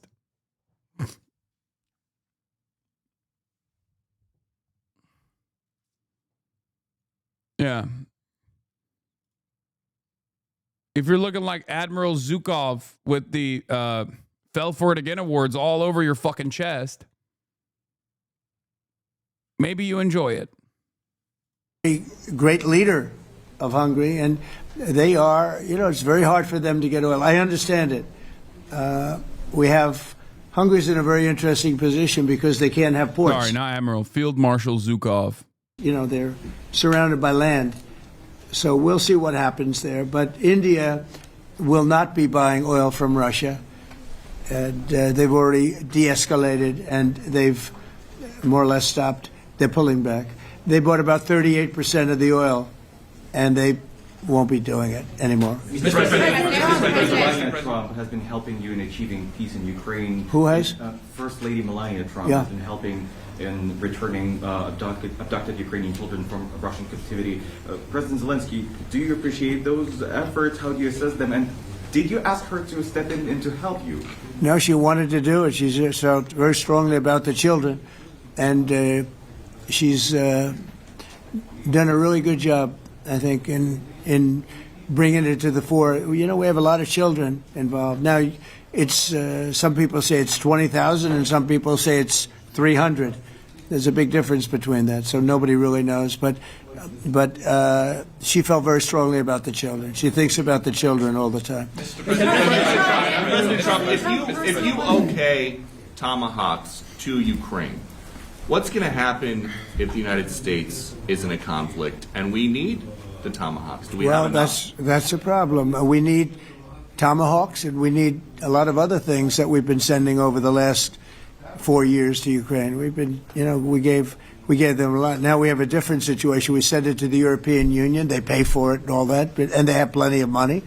But it's beyond the money. You know, we need tomahawks, or we need a lot of other weapons that we're sending to Ukraine. One of the reasons we want to get this war over is exactly that. It's not easy for us to give. You're talking about massive numbers of very powerful weapons. So that's one of the things we'll be talking about. Hopefully they won't need it. Hopefully we'll be able to get the war over with without thinking about tomahawks. I think we're fairly close to that. Yeah, go ahead. Can I say, yeah, please. Just to understand. So for today, of course, we want to finish this war, but the war is another technological war. You don't use just tomahawks. If you want to target a military goal, you need thousands of drones. It goes together with such missiles. Ukraine has such thousands of our production drones, but we don't have tomahawks. That's why we need tomahawks. But United States is a very strong production, and the United States has tomahawks and other missiles, very strong missiles, but they can have our thousands of drones. That's why where we can work together, where we can strengthen American production. And so just so that I understand, so you're suggesting kind of a trade. If President Trump okays Tomahawk missiles to help you launch... Yes, it's about Russia, military goals. It's only about military goals. Right, but then you would authorize some kind of an exchange where... Yes, of course. The US yes, we have proposition. We have big proposition with our drones. President Trump, I don't mean to be brokering an arms deal here, but is that something that you would be interested in, Ukrainian drones? We are, yeah, we would. We have a lot of drones right now. We build our own drones, but we also buy drones from others, and they make a very good drone. I mean, drone warfare has really come to the fore over the last couple of years because of this war.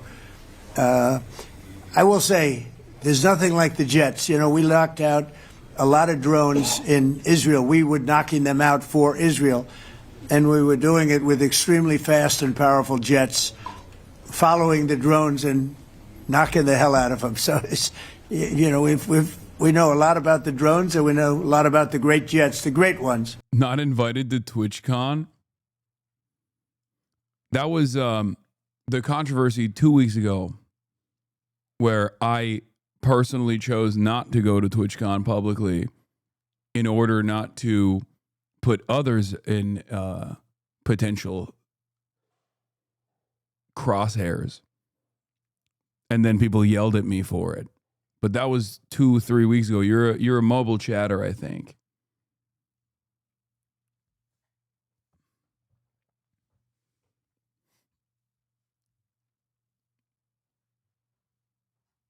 Yeah. Lock in. The new controversy is that I'm torturing this dog. with my zapping powers. Bzzz, like that. Another victim of the rewind. Yeah, he hit the rewind like 20 streams ago.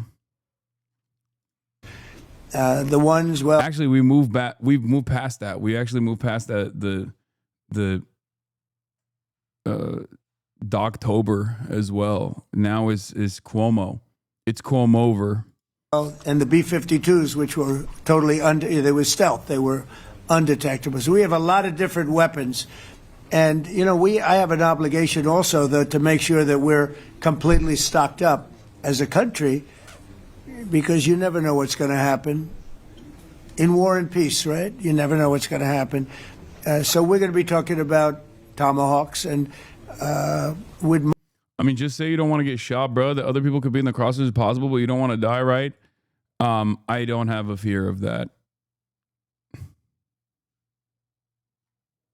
I don't care necessarily. I will continue doing, public shit. Much rather have them not need tomahawks.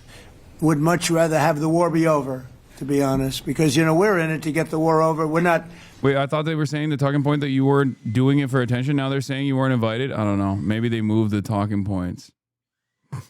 We're selling a lot of different types of weapon, as you know, to the European Union. We're not in it for that. We're in it to get it over. We're losing thousands of people a week, thousands of people. Russian, Ukrainian, mostly soldiers. I mean, mostly soldiers. But we're in it to see that end. And if we can end quickly, and I think we can. I mean, I had a very good talk yesterday. We're going to be talking about it. But I had a very productive talk yesterday with President Putin. We'll see what happens. But the war in the Middle East was far more complicated. We got that one done. And I think we have a good chance. I think President Zelensky wants it done, and I think President Putin wants it done. Now all they have to do is get along a little bit. Yeah, I don't think... I think Zelensky wants to get it done more than Putin. I think Putin wants to take as much territory as he can while extending the timeline over and over again with like these unique gestures of goodwill that Trump takes sincerely every single time. Not to sound like a NATO Andy, but there was an opportunity to do this when Trump became president. And I even gave him credit for at least talking to Vladimir Putin directly, something that I wished the Biden administration did on numerous occasions, because you do have to talk to the opposition here. You have to talk to the belligerent here in order to cut a treaty, in order to have permanent peace. Having said that, given the lack of leverage that America has, especially because they've exhausted almost all of the options, you know, it's just we're kind of cooked. I'm a HasanAbi head, but why is it so hard for you to? Oh my God. I'm a HasanAbi head, but why is it so hard for you to apologize that you did your pet wrong, brother, and you're going to do better in the future? It would help you, and it would strengthen the trust and relationship with your reviewers if you apologize for your mistakes.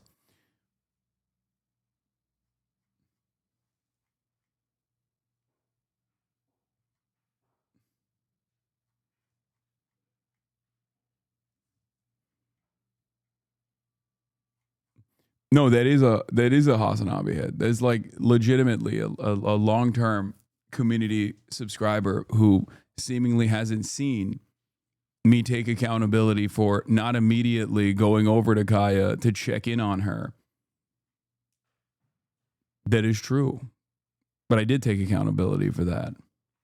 Now, if you want me to take accountability for being a dog abuser, well, then that's not accountability. That's just me agreeing to the insane hallucinations of seemingly that person as well. as well as the rest of the people online.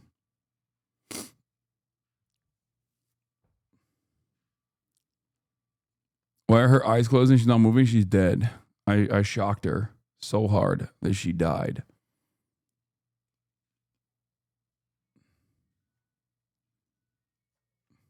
Can you give us an update on the trade negotiations with China, or perhaps Secretary Bessent? Yeah, I will, and I'm going to let Scott do that. But I think we're doing very well. I think we're getting along with China.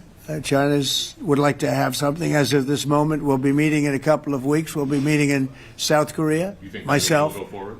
I think so. It looks like it's going forward. I think so. They want to meet. We like to meet. I have a very good relationship with President Xi, and we're going to see what happens. But, you know, for years we were taken advantage of by China very badly. We were losing hundreds of billions of dollars a year to China. We really built their military, if you think about it. The kind of money that presidents allowed to be lost to China was just insane.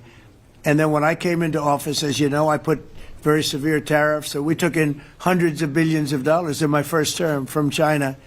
Biden let that go because it was so much. He let it continue, but he gave all sorts of exceptions. And by the time you looked at it, Scott, I would say it wasn't the same thing. He would give an exception for anything. If you got up and went out to dinner, he'd give you an exception. So it wasn't the same thing. But I put on very serious tariffs. So we took in hundreds of billions of dollars, and then I left office. The election was rigged. I left office, and that was the story.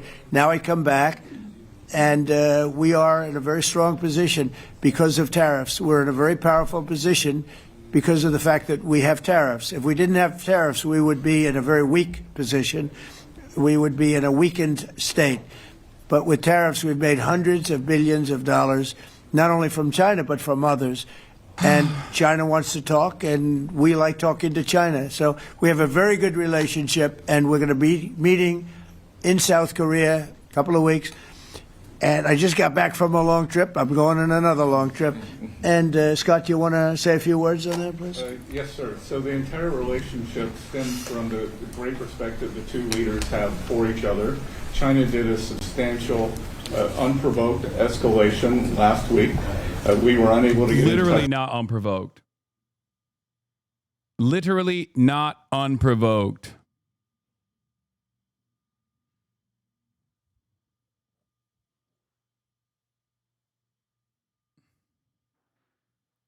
And also in line with exactly our trade posture against China for decades. For them since then, it's been IMF World Bank Week. They have had working level people here who there have been meetings. Yeah, this is the same as Israel always does a preemptive first strike, a defensive first strike, and anyone that retaliates against the United States of America is always retaliating, but it's unfair that they're doing so. Okay?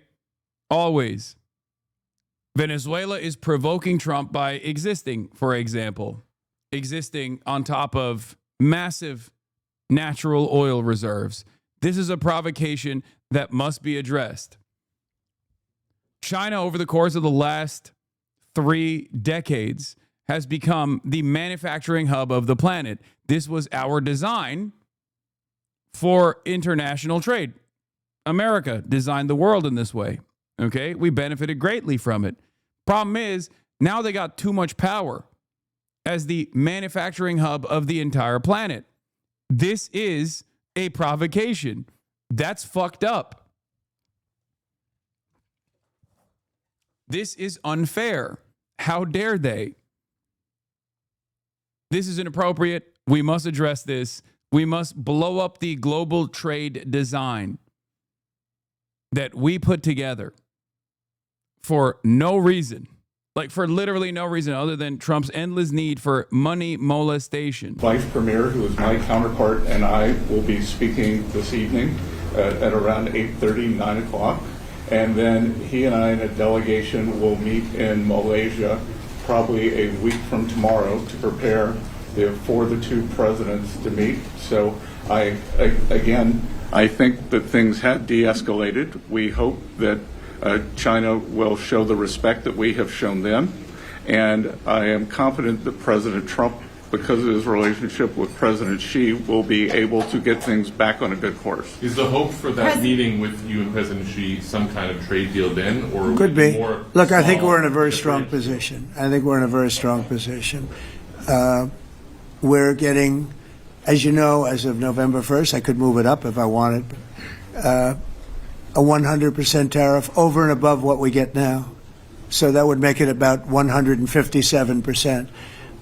And China doesn't want that, and they want to talk. And we're talking. And I think we'll make a deal that will be good for both. I think we will do something. But you have to understand, we never got anything from China. It was a one-way street. For many years, for decades, it was a one-way street. And they became rich because of the United States. And frankly, presidents that, let's be nice, they didn't know. They just didn't know. They didn't understand what was happening to them.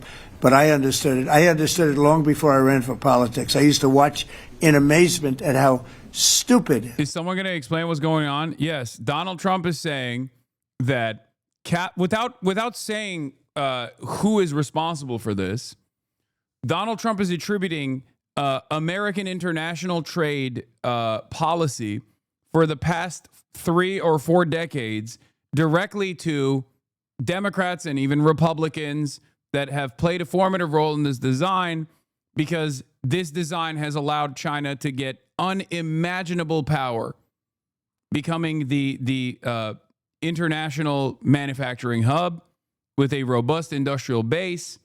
And instead of Donald Trump getting mad at the capital owners that played a major role in seeking out a cheaper labor market and completely restructuring the global economy to be reliant on China as the manufacturing hub, instead of getting mad at the forces of capital that have played a role in this grand design, he's just saying, oh, these guys just made they made tremendous mistakes in international trade policy. And the reason why he's saying that is because obviously as a billionaire, he himself is also one of those people who benefited from this relationship. That's why the Donald Trump ties or any number of different like Donald Trump products were also being manufactured in China. And they still are. That's why half of his merch is coming from China. Okay? The problem with China from the American perspective is that they weren't kept servile.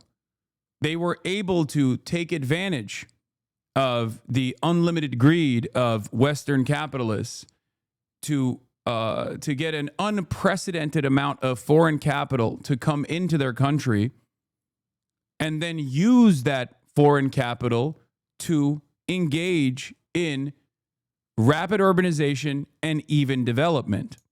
If China had stayed unstable, if China had the same internal issues that India has, for example, that made it much easier for there to be a capitalist oligarchy style structure, then I don't think we'd be talking about China at all. Or at least we wouldn't be considering China a foreign adversary at all. We would be looking at China just like we look at India. The problem is China took that foreign capital and distributed it. China took that foreign capital and developed. Not developed at the behest of their own national capital owners, but at the behest of all of China and all of the Chinese workers, uplifting the material conditions of the Chinese working class across the board. That's the real issue. And now that centralized structure of governance is tremendously advantageous especially when there is global political competition, because China gets to make decisions at the top that are, one, beneficial for its own working class, and two, China can dramatically restructure their economy almost overnight if they choose to do so. This is not something that the decentralized system of capitalists, the decentralized system of governance that Western liberal capitalist nations have. They work at the behest of capital. Where in China, capital is still a servant of the government. Now, this is still problematic in some sorts, especially if the government no longer wants to operate in the direction of uplifting the material conditions of the working class. If overnight China decided, no, we're going to also be, we're going to operate in the same way that like a fascist government would work, they could do so. I'm sure that there would be rebellion if that were to take place, but so far they have not done so. But that is the problem with at least the American position here. It's a problem when it comes to manufacturing, because while Western liberal capitalist countries also have a system of subsidies, what corporate overlords do with said subsidies is very different than what the Chinese state forces companies to do. Okay? Or I mean, it's not an enforcement necessarily, but because they control the flows of capital internally inside of the country, they can change the incentive structure to get people to move into other sectors in a way that is much faster than the ways that this would work in a Western liberal democracy. They can move the money around. And when they move the money around, they can get people to focus on building up different sectors that are necessary for whatever goals that the government has. Our country was, how stupid they were. And we're not stupid anymore. And that includes with the European Union, that includes with Japan and South Korea. All we want to do is be treated fairly. But the fairly is hundreds of billions and even trillions of dollars coming into the United States. And it's our national security is secure because of tariffs. If we didn't have tariffs, we would have no national security. So it's very important. Will you seek China's help in ending the war in Ukraine? Do you need them to put pressure on Russia? I'll be discussing that, but I'd love to see it ended before that. I think we have a chance of ending the war quickly. I think another advantage of central planning and the system of governance that China has is that it has allowed them to set in motion 15-year plans and now 5-year plans. Okay? Whereas Western liberal capitalist countries do not have that same structure. They do not have that same mechanism of control, or even if they did, because at the end of the day, states are incredibly powerful entities, right? The American government, if it chooses to do so, could actually, maybe not overnight, but and with a series of capital strikes and capital revolts, would be able to create a centrally planned economy as well. It would take a lot. It would require a lot of effort. It would require tremendous labor militancy, for example. But they could do that. It's not impossible. Every Western liberal capitalist nation could technically become a command economy, could have central planning if they chose to do so. We have a version of central planning in this country. Look at our agri sector. Look at the agribusiness, for example, right? It's just that we demand nothing in return for the subsidies, the taxpayer-funded subsidies, from the capital owners, because that's not the way this is supposed to be designed. The system is designed for capital owners to do whatever the fuck they want. And over time, we have increasingly financialized our economy. and worry about fake improvements in the stock prices, because everything still goes back to improving shareholder value, increasing shareholder value. This forces the American government and the powerful, the class of capital owners in America to focus on short-term profits. This makes it impossible for the United States of America to have like a 10-year plan or a 15-year project. There's a reason why China could just like prop up the world's tallest fucking, the world's tallest bridge virtually overnight for pennies on the dollar, or develop thousands of miles of high-speed rail since the year 2000, whereas in the United States of America, high-speed rail projects take decades and get nothing accomplished. It's not that the government has no power. It's that the government, the purpose of the government in Western nations is not to make these sorts of projects happen. It's to keep funneling money into unnecessary and increasingly costly middlemen. What is this?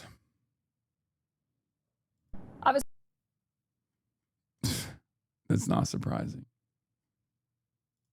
Flexibility is shown on behalf, and again, we're not losing people.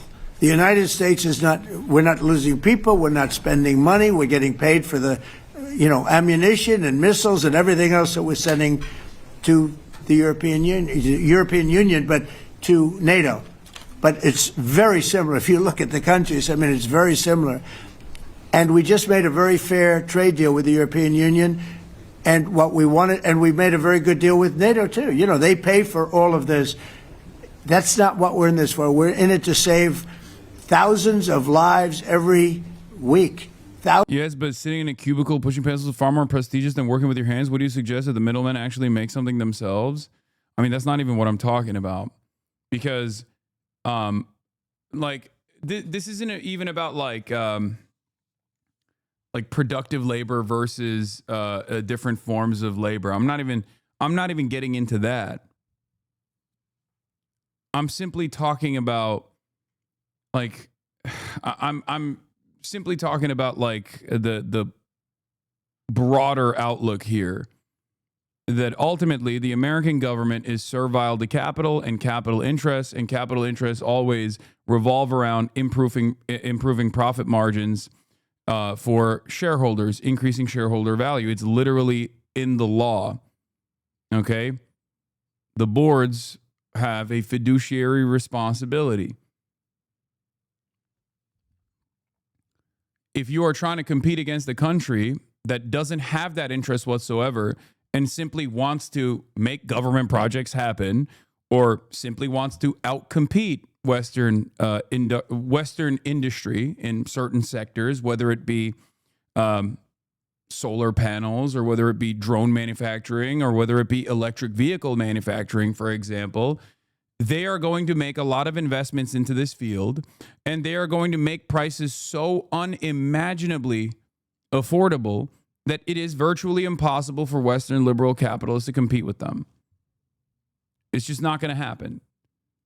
Unless Western capitalists either do one of two things. One, they can try to make new rules around global trade, which is what they are trying to do right now. Make it illegal, right? Make it illegal for Chinese goods to enter the European markets, for example, or the American markets, which is, once again, a nuisance for Western capital owners because of the way that they have designed global trade, right? The other thing they could potentially do is take a hard look at the way that they have approached manufacturing and the way that they have organized their system of governance under a capitalist organization of the economy, and restructure it. Restructure it so that they have they have an opportunity to actually outcompete China. Now, that's going to be very difficult because China has a 30-year decades and decades of building a robust industrial base in their country. They have a 30-year head start. So it's most likely not going to happen. Thousands and thousands of lives. That's why we're in it. And I think we have a very good chance of bringing this war to a conclusion. You're a peace president, and your cabinet has done honestly an excellent job. I think that a lot of people could agree to that. Thank you. I'm speaking as someone who lost my father in a war, so I know the human cost. What would your advice be to American leaders, to world leaders, to neocons, to TV hosts who often speak about conflict in abstract or strategic terms rather than the human cost and the human terms? Look, my only statement is we have to get together. It's a very small group of people. It's the president, and the president. Okay, 3 presidents. And I'm the mediator president. And I'm mediating not an easy situation. It should be easy, but it's a lot easier when people understand each other and when they get together and when they like each other. We don't necessarily have that situation as far as like is concerned. Maybe it can turn around. Maybe it can. But in the meantime, we'll have them keep a little bit of distance, and we're going to see if we can get it done. This is number 9, okay? This will be number 9 for me. I've solved 8, including the Middle East. I've solved 8. This, I thought, would have been among the easiest. We solved, President Putin mentioned yesterday Armenia, all of the different wars. He said it was amazing but the big one that he was surprised that we were able to settle was the Middle East. He thought it was incredible. He was very generous in that sense. This should be something we're able to settle, and I think we will be able to settle. Yes, sir. On that note, you will go down as the peacemaker, no doubt, and you will resolve this war. Well, we resolved 8 others. It's funny how people say that. If you get this one, every time I do one, they forget about that one. I solved 8 wars. Go to Rwanda and the Congo, talk about India and Pakistan, look at Thailand, look at all of the wars that we solved. And every time I solve one, they say, if you solve the next one, you're going to get the Nobel Prize. I didn't get a Nobel Prize. Somebody got it who's a very nice woman, very nice. I don't know who she is, but she was very generous. So I don't care about all that stuff. I just care about saving lives. But this will be number 9. But every time I solve one, they said, sir, if you solve one more, you're going to be known as a peacekeeper. So to the best of my knowledge, we've never had a president that solved one war. Not one war. Bush started a war. A lot of them start wars, but they don't solve the wars. They don't. I think one of the craziest parts about this, as he angles himself as the peace president, is that there is a former president who did stop a war. His name was Joseph Robinette Brandon. That's not even a joke. Like, he did do that.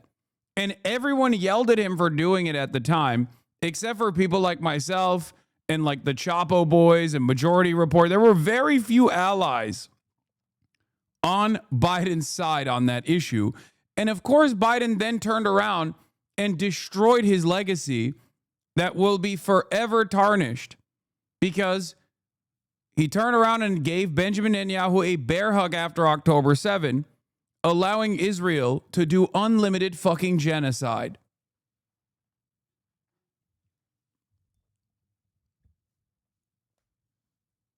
When Donald Trump says he's the peace president, what's so crazy about it is that, like, Joe Biden could have been definitionally the peace president if he demanded restraint from Israel, okay? If he had, the Afghan withdrawal was one, but then on top of that, if he actually immediately insta-locked Israel into a restrained position, he could have been seen as a fucking peace president. And I don't even think Donald Trump would be president right now if he had done that. Of course, for that to also happen, he would have to not be an ultra-Zionist. Of course, for that to happen, he would also have to not be incredibly old. But, such is the nature of politics, I guess. But it is funny when Donald Trump tries to claim he's the peace president, when not only is he trying to wage war, not only is he trying to wage war in Venezuela, not only did he continue Israel's genocide for 9 extra months when he had every opportunity to stop Israel dead in his tracks as soon as he came into office, which he did entertain for a brief moment. But he's also doing war on U.S. soil. The only reason why it hasn't completely fucking turned into a full-blown war is that he's posturing and he's aggressively trying to get some kind of retaliation from the public, and the public is just not giving it to him. That's it. Because there is no other reason to send in the fucking military to all of these blue cities other than try to get the people riled up enough that like someone ends up getting fucking shot. That's it. There is nothing peaceful about, like, Donald Trump is unironically doing the domestic version of what he's doing in Venezuela, which is obviously supposed to be a little bit more restrained in democratic cities right now. That's what he's doing. He's like circling around and deploying the military to blue cities in an effort to foment some sort of civil unrest. It is fucking insane. And we're supposed to sit here and be like, that's my peace president, dude. Settle them. And especially when they have nothing to do with us. I sell almost, I guess, just about all of these wars had nothing to do with us. But I saved tens of millions of lives. The Prime Minister of Pakistan said, I saved millions of lives in interceding on Pakistan. And you look at Pakistan and India as an example. That would have been a... Yeah, you know what's funny about that? India denies this.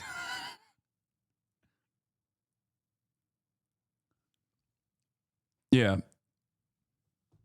India denies that, which is funny. I retweeted Armand, the #1 China glazer, yesterday on this issue, where he actually brought this down. Arnaud Bertrand, #1 China glazer. Cambodia and Thailand, it was a border conflict that ended thanks to mediation by Malaysia. All Trump did was a phone call threatening tariffs. Kosovo and Serbia, there was no war. DRC and Rwanda, war did not end. Violence continues. Pakistan and India. India is adamant there was no U.S. mediation. Israel and Iran. The U.S. was literally a belligerent, obviously. Remember the U.S. strikes on Iranian nuclear facilities. Egypt and Ethiopia, there was no war. Armenia and Azerbaijan, the peace deal hasn't actually been signed. Israel and Hamas, beyond obscene for the U.S. to take credit for ending a genocide that it was a key enabler of.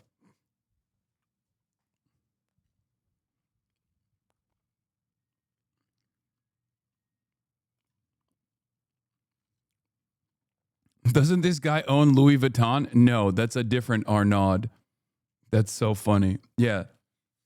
Yeah, one of the world's wealthiest billionaires who happens to sit on top of the throne of Louis Vuitton also seems to be a prolific Twitter poster who defends China all the time. Bed with 2 nuclear nations, right? So I say this. This is pretty much the last one, although I do understand that Pakistan attacked, or there is an attack going on with Afghanistan. That's an easy one for me to solve if I have to solve it. In the meantime, I have to run the USA, but I love solving wars. You know why? I like stopping people from being killed, and I've saved millions and millions of lives, and I think we're going to have success with this war. Wait, please. This, President Zelensky, this is your third time over here. Oh. And by the way, you look excellent. Thank you, sir. Thank you. For you, by the way. This is your third time here. How different sitting across from the president is this time versus the 2 previous times here at the White House, and how confident are you hearing the success rate? Okay, I can't listen to this any further. I'm sorry. I'm done. Let's get to the New York City mayoral race. Okay. Yesterday, I live reacted to the first New York City mayoral debate. Okay. Now, coming into this race, Zohran already had a significant advantage, seemingly the approval of the majority in recent polls that were conducted right before the debate. And I suspect that after the debate, his approval even went up higher. I do think that Andrew Cuomo's performance was so spectacularly bad that he will probably lose support after this debate. But who knows? People are very stupid sometimes.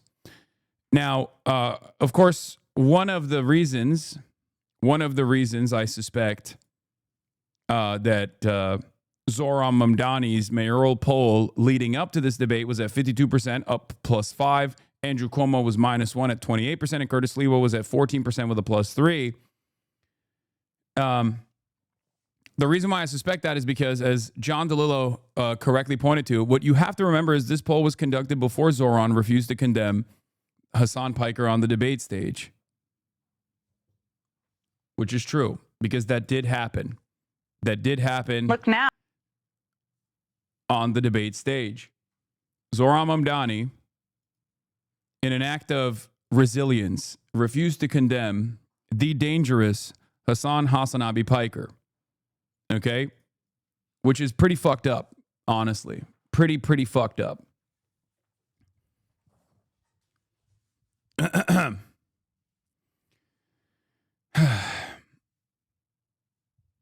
You're going down, pretty boy? Yeah, any moment now. Now, of course, there were some other more relevant positions, not like cost of living crisis that New Yorkers are facing. Obviously, that was irrelevant because it took 50 minutes for the debate moderators to finally get to that issue on the New York City mayoral race debate, and only like 10 minutes to get to the important issue that actually matters. Israel fears that Jewish people have that Muslim man is scary, and Israel, will you actually defend Israel? Will you send the New York Police Department to defend Israel against other October 7th style incidents? Okay, after all, that's the only thing that matters, obviously. Will you do parades in Israel? Will you do Israel-style parades? Will you actually do fast and free buses if Israel doesn't want you to do fast and free buses? You know, things like that. Very cool. Very cool and very important issues such as that. Now, the level of discourse right now for a New York City mayoral candidate and former governor bringing up a streamer like in an official debate, and then the White House press secretary responding to a legit question with your mom. I know, it's fucking insane.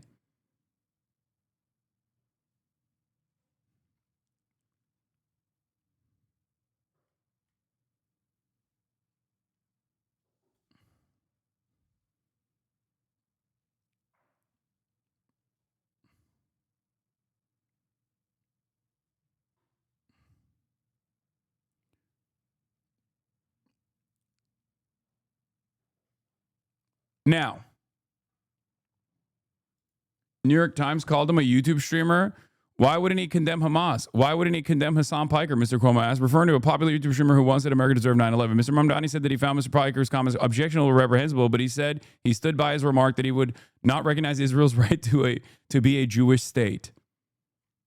It's crazy that they call me a YouTube streamer. I'm a Twitch streamer. Okay? Anyway, getting insulted as a YouTube streamer, getting double insulted. All right. Do you think Cuomo had an ADL handler telling him to bring you up, or does he just have Hasan derangement syndrome?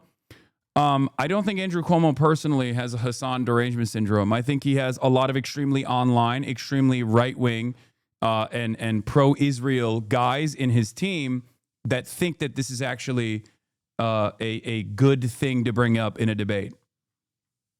There's no way that he personally knew who the fuck I was, and it was most likely people in his team that he's listening to, and he's very desperate, and he thinks that this would actually cause chaos or controversy, but I don't think he himself is actually I don't think he himself is actually fucking aware of who I am or anything like that.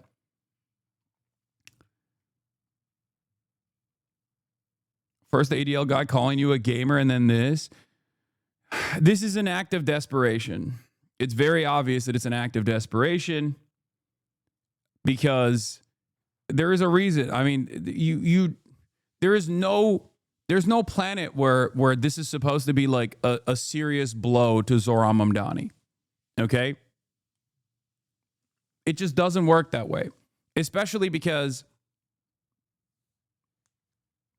the overwhelming majority of people that will go through the task of trying to figure out who the fuck I am are going to be met with like a barrage of positive mainstream media coverage. Because we're talking about normies who care about what the New York Times is saying. They're not going to fucking go on TikTok to be like, oh my God, this guy is shocking his dog or whatever the fuck that people are saying on TikTok. They're going to look at what the New York Times has written, what the New York Post has written.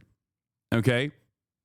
And depending on which outlet they consider to be more reputable, they're going to see a New York Times op-ed piece. They're going to see my debate with Ross Douthat or something.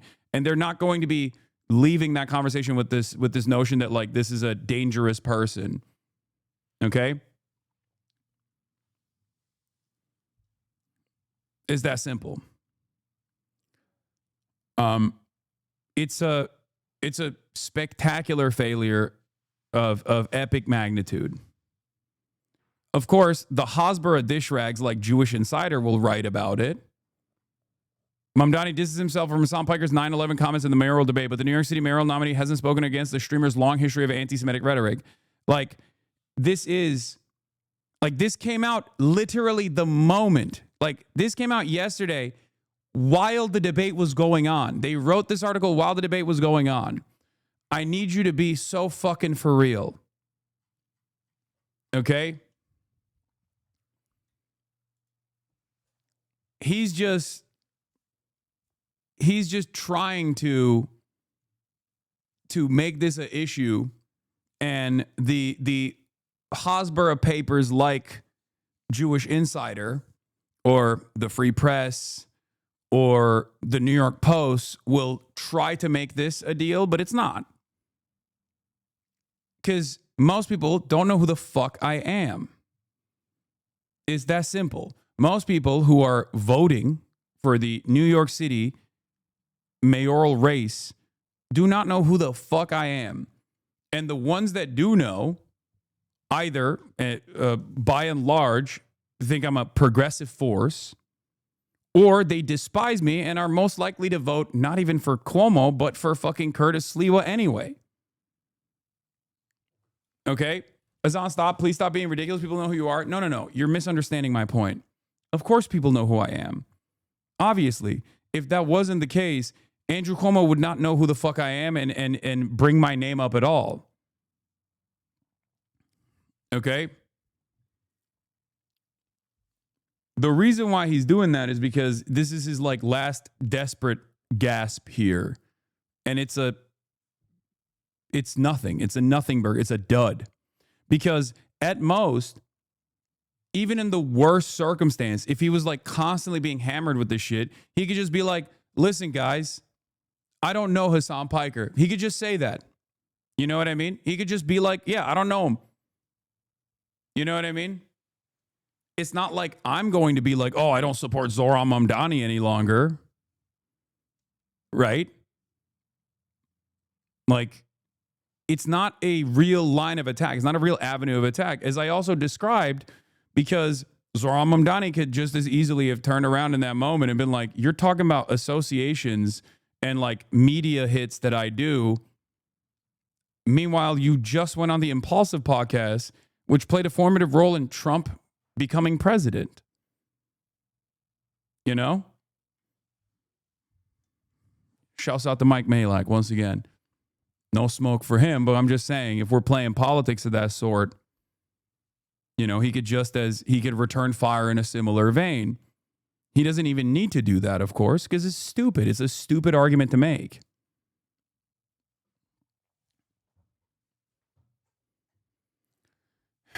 And that's it. It's that simple.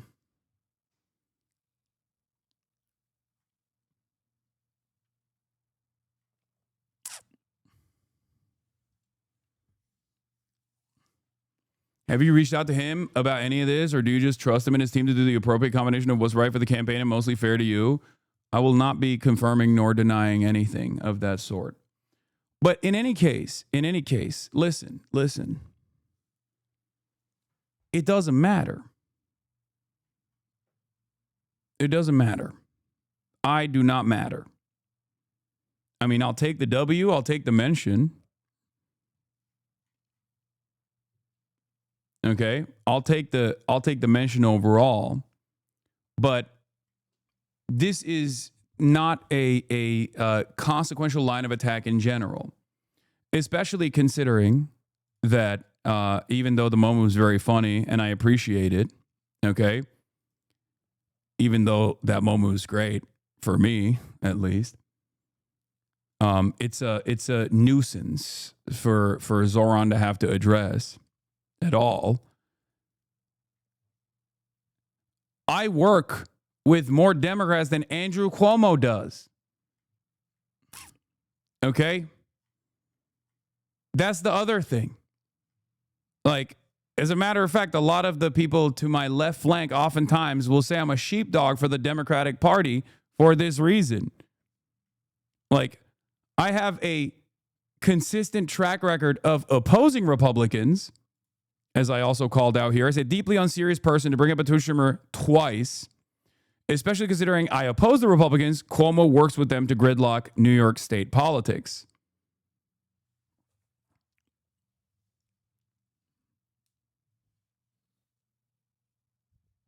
That's it.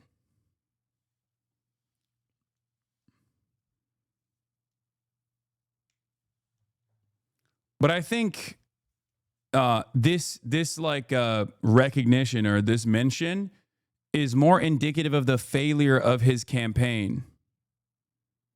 You had to apologize for the 9/11 comments before Zohran was even a state assemblyman, so it's extra dumb. Yeah, but that was precisely what Andrew Cuomo was doing. His only line of attack was the annoying, oh, you said this in 2020, you said that in 2020, you flipped off the Christopher Columbus statue, things like that. And that's not a significant line of attack. You're not talking about anything serious. And the only reason why this line of attack also doesn't work at all is because Zohran's on that stage talking about what he wants to do for New Yorkers, and Andrew Cuomo looks like a weak, flailing, aggressive, demented old man with a horrible track record, crying about old tweets and Twitch streamers, deeply insecure, deeply unserious. Do you understand? If Zohran didn't have policies that you could define him by, this line of attack would probably be more successful. Okay? That's it.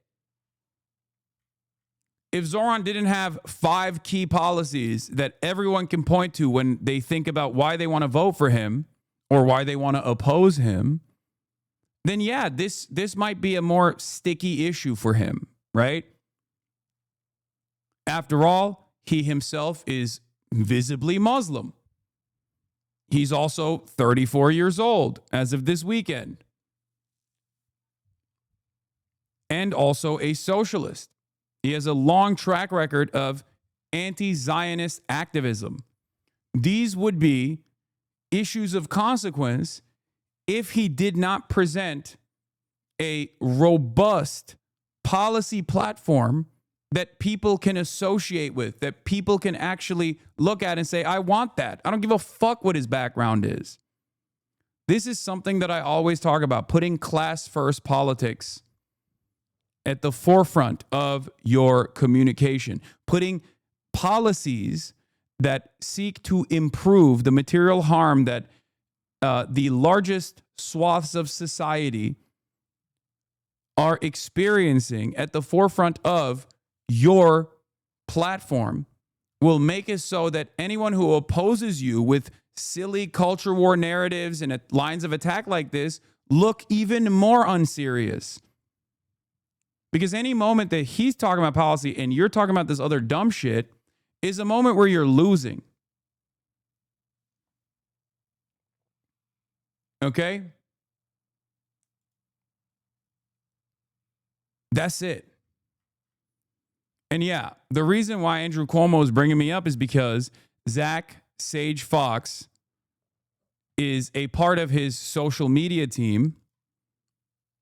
And Zach Sage Fox is a major Israel dick rider and a deeply unserious person. Okay? And also has been pictured next to Benjamin Netanyahu. Like, this is the guy. That's him. That's his social media team. If you want to know where this like Hasan Piker mention is coming from, that's it. If Andrew Cuomo was smart, he wouldn't be doing this shit.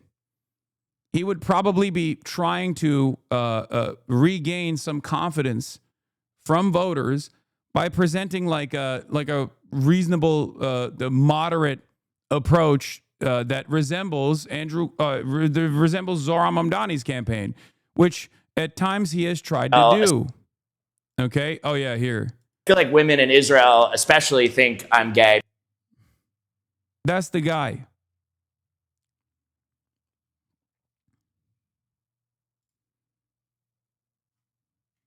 You shouldn't help them. It's too late.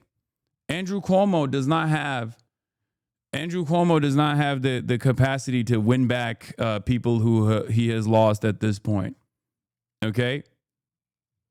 But that's it. You have bad instincts and you have a bad team. You're a bad person as well, and people can see it.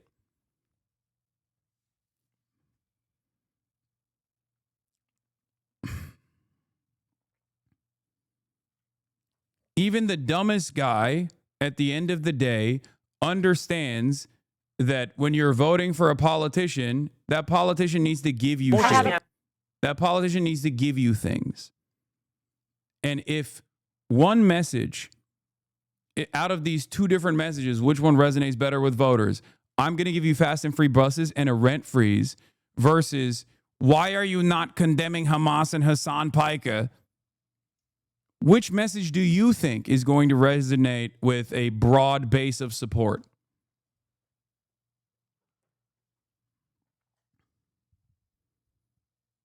That's it. Anyway, here's the moment. Protected, but they will belong. Mr. Sliwa, we will get to you. First, I'm going to ask a question of Mr. Cuomo. While you are a strong supporter of Israel, you have also been slow to develop a relationship with the city's Muslim community. Thank you, Universal Power user, for this one. You get the a subs. terrorist sympathizer. How do Bros, 2025, and you still think policy matters? Zohran has proven that policy matters. His success in the crowded primaries is proof of concept. Okay? That is literally objective proof. Because although there are although there were plenty of people who, for example, disagree with Zohran on his opinions on Israel, amongst like New York Jews, for example, that voted in the Democratic Party's primaries, they still ended up voting for Zohran over Cuomo and all of the other candidates in ranked choice voting. Why is that the case? New York Jews were recently polled. 60% of them still either strongly or somewhat support Israel over Palestinians, as opposed to only 30% of New York Jews that either somewhat or strongly support Palestinians over Israelis. That means that the majority of New York Jews still have sympathies towards Israel and not a lot of sympathy towards Palestinians. That means that, they're pro-Israel. Okay? And yet, there was still plenty of New York Jews that voted for Zohran over anybody else, in spite of Zohran's clear-cut advocacy against Israel. Why is that the case? Perhaps there were other policies that they liked from Zohran Mamdani. Because if you simply look at the aesthetics of it, no one who is pro-Israel after 2 years of fucking genocide is going to vote for the Muslim anti-Zionist in this race. If you look at the aesthetics of it, there has to be something else that caused them to vote for Zohran in spite of their support for Israel. And that is the policies. That is the material improvements that Zohran is promising. It's that simple. Okay? That's it. That's it.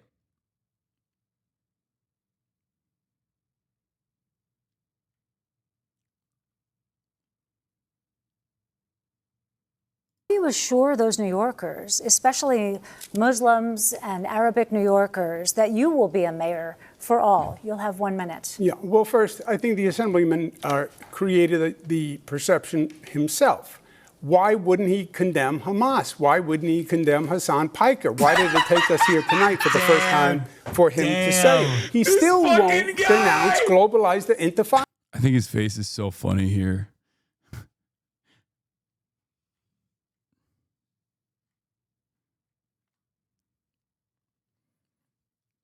It's just like what a spectacle this is. It's just, you might as well throw in the towel at that point.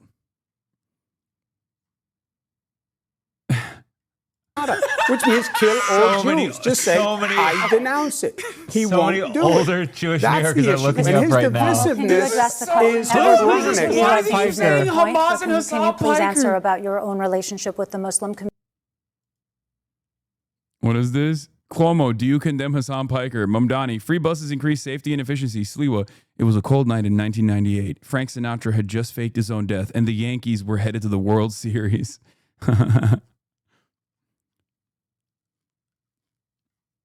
Yeah. And even though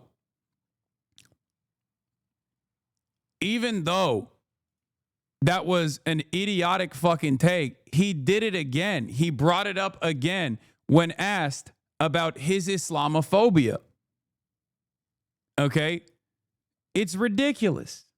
But anyway, I digress. Let's get to some other shit. Let's get to the issues that really matter for the New York mayoral debate. You got the Yahoo article? Yahoo. Oh, from Mediaite. Mamdani condemns Hasan Piker for reprehensible 9/11 comment in heated battle with Cuomo during debate.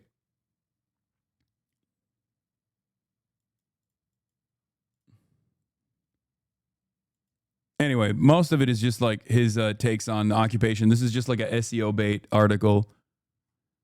But in any case, your heart must have sunk into your stomach when you heard your name like that. No, I knew that it was happening. I knew that it was going to happen. How else would I have been able to predict it ahead of time?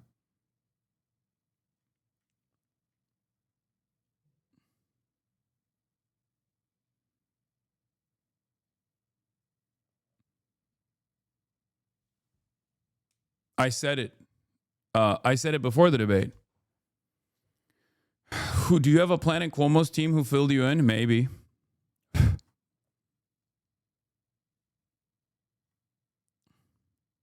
Yeah, here is me saying it before the debate.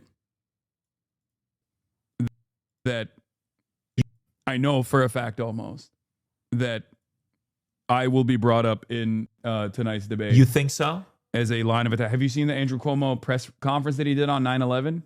Oh, yeah. That quote. That's going to be on your tombstone, brother. He's going to bring it up, I think, to be like... You really think so? Oh, 100%. He's so desperate. He has nothing. The Assemblyman will not denounce Hasan Piker, who said America deserved 9/11. The Assemblyman just said in his response, well, it depends on occupation. That is code, meaning that Israel does not have a right to exist as a Jewish state, which he has never acknowledged. That is from the river to the sea. That's why he won't denounce globalized Intifada, which means kill. Why wouldn't he condemn Hamas? Why wouldn't he condemn Hasan Piker? Pre-watch Piker. Why did it take us here tonight for the first time for him to say it? He still won't denounce globalize the Intifada, which means kill all Jews. Just say, I denounce it. He won't do it. Older Jewish Americans are looking up right now. And his divisiveness is horrific.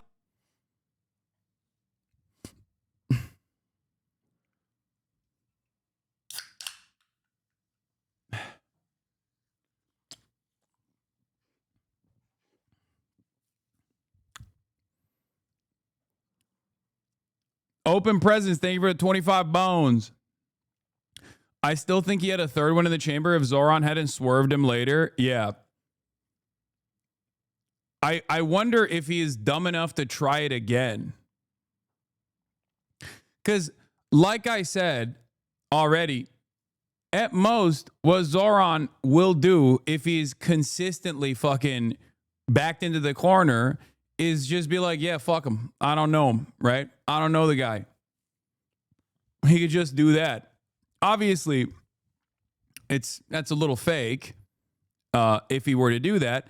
But regardless, like at most, if he kept pushing it over and over again, that's what he could easily say. So it just doesn't make any fucking sense for him to keep pressing this because, like, you're trying to win. If you're Andrew Cuomo, you're trying to win, right? You're trying to win the mayoral race. Your higher priority here isn't to disparage me, because at most, if he fucking threw me under the bus, then all that does is just fuck me over. You know what I mean? For a little bit. Like, are you running? Are you running to be the next mayor of New York? Or are you running to, I guess, attack Israel's critics? You know?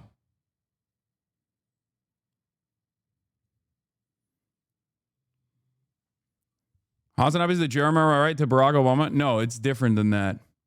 Especially because, remember, I platformed Zohran in the primaries.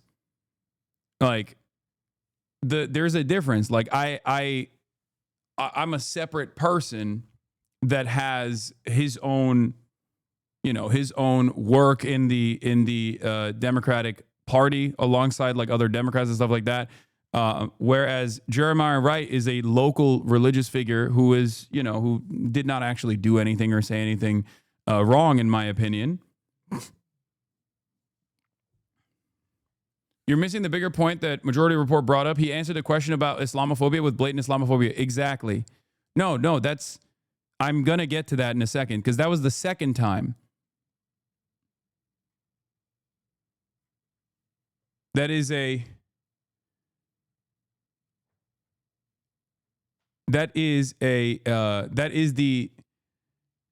second time he brought me up.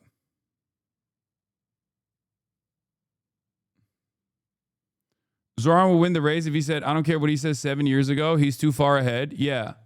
Oh, yeah, for sure. At this point, it's not like, at least this line of attack is not going to work.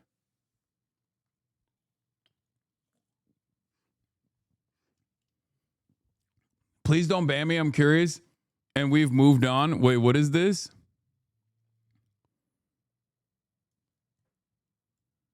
But do you think in the wake of Collargate, Mamdani saying he condemns your comments looks bad? I've seen weirdos try to interview this into the smear campaign. No. This is you have to be unimaginably online to think that that is an issue of consequence here. Please. Please, chatter. Yeah, ultimately, the second mention was basically this. What will you do to make the Muslim community feel safe? Cuomo, here's another brown fella I hate. Like, this guy, Hasan Piker, you won't condemn him. He loves 9/11. He wants to do 9/11. You want to do 9/11. Like, that's what this is. The association of not only one, but two Muslim dudes with 9/11 is exactly what he's trying to do there. And he ain't slick. And I think that's the reason why the second time when he responded to the moderators who asked, when they asked, like, well, don't you think it's appropriate for Zohran to call into question, like, what you've done for Muslim New Yorkers, considering that you couldn't even name a mosque? He still turned around and was like, name a mosque? How about name Hamas and HasanAbi Piker, who he refuses to condemn?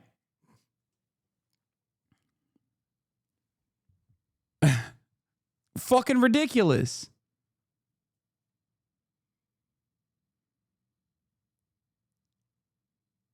Yeah, both of the Muslims that Cuomo mentioned, by the way, were 8 years old during 9/11. 8.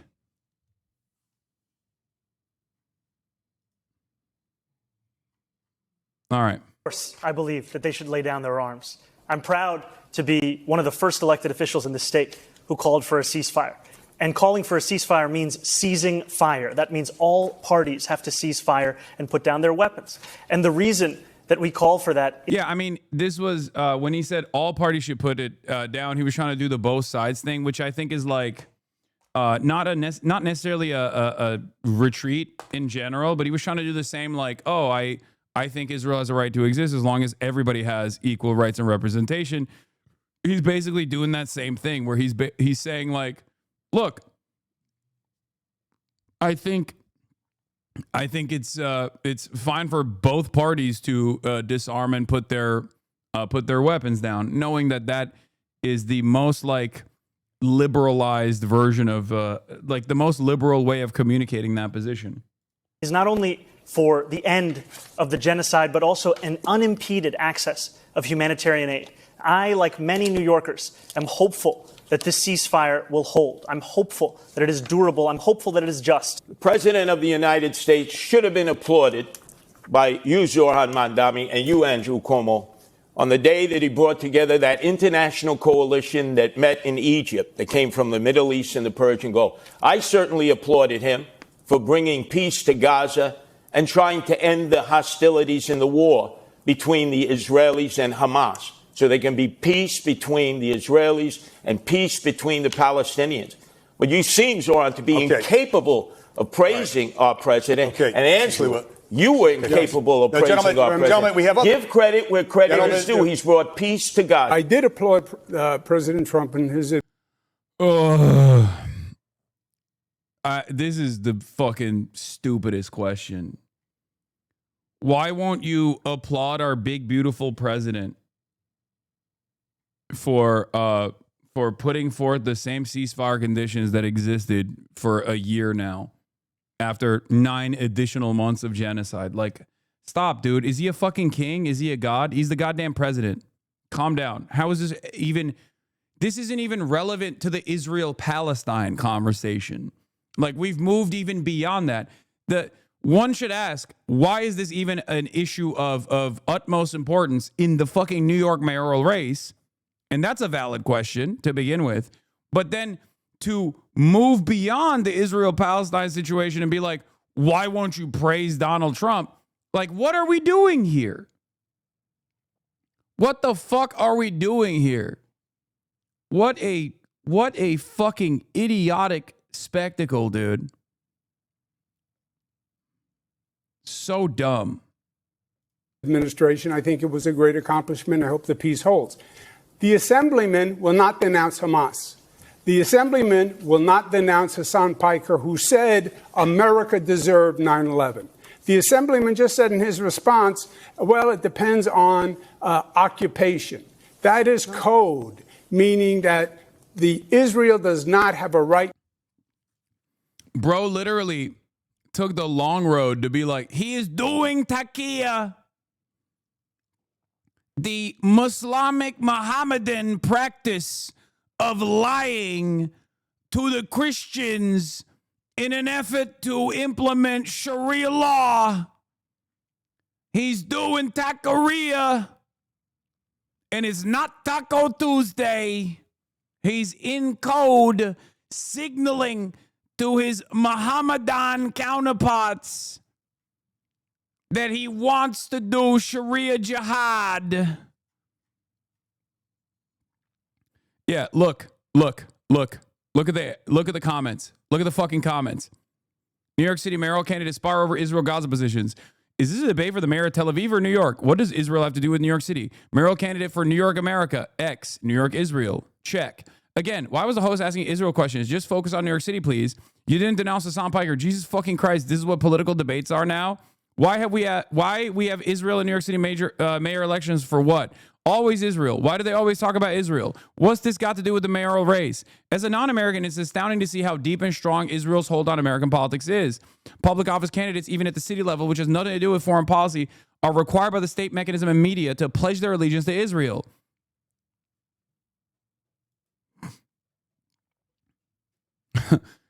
Haaretz reporter, New York correspondent for Haaretz, Etan Nechin says, I didn't know Israel and Gaza were boroughs of New York.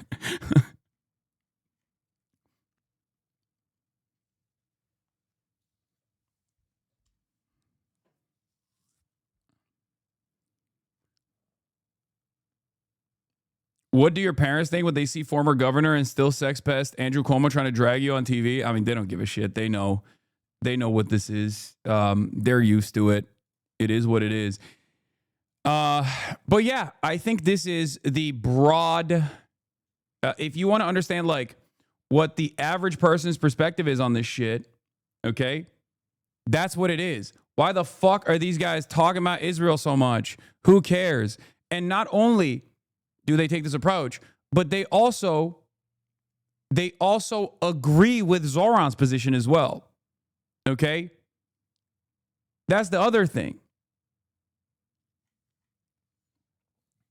They don't. This is not an issue that's important in this debate. And even if it is, even if people are thinking about Israel, they are not siding with Andrew Cuomo's position. They're siding with Zohran Mamdani's position.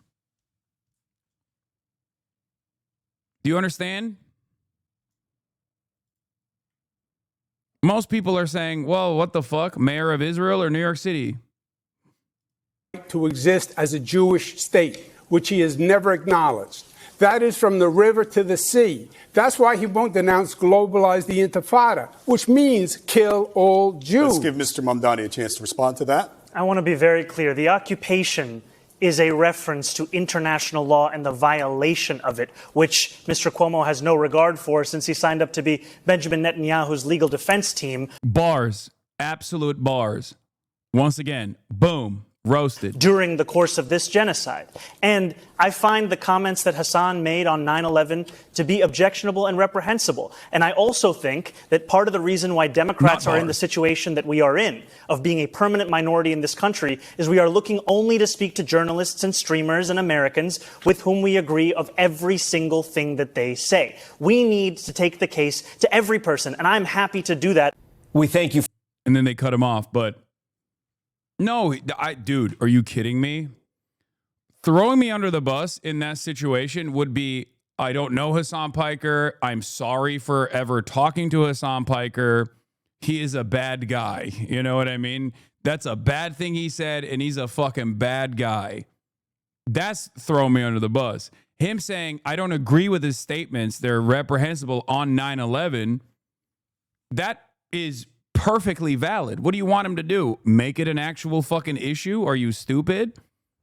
Because if he were to turn around and try to defend this, okay, and be like, well, what Hasan was talking about is actually America's adventurism in the region leading to 9/11, and he misspoke in 2019, then all of a sudden, that's going to be the major issue here. That's so stupid. You have to tactically retreat in situations like that.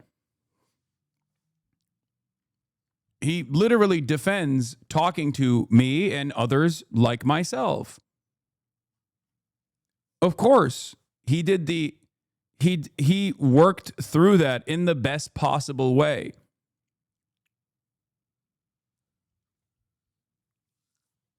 He has, 15 seconds to respond to a packaged smear. Obviously, he has a finite amount of time there, very limited amount of time to respond appropriately, and he did it perfectly well, as he has done time and time again. I guess the strongest way to approach it, if we're going to talk about like the worst possible way to approach it, is like throwing me under the bus, saying like, yeah, I shouldn't have talked to him or whatever, which would have been horrible, by the way, because that would make him look weak.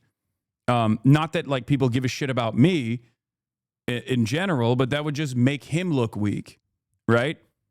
Like it's not that like my fans are so important or so consequential, or I'm so important or anything like that. I'm not saying that at all. But that would literally look like he's folding for no fucking reason on an issue that he doesn't have to fold on at all.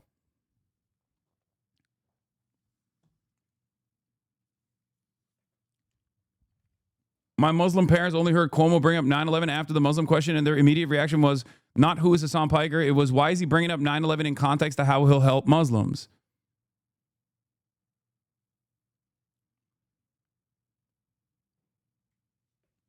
And yeah, my position on the 9/11 statement is also identical to Zohran's. I should have worded my position more carefully, because a lot of people bastardize the quote understandably and maliciously. But having said that, he made the most of that. He made the most of that situation.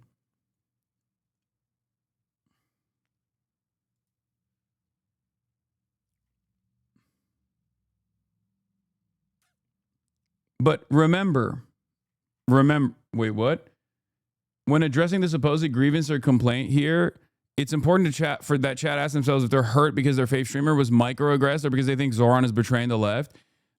Yeah, but I don't even think most people in here think that that happened anyway. I think most people understand exactly what that looks like. You know what I mean? I do not condemn Hasan Piker.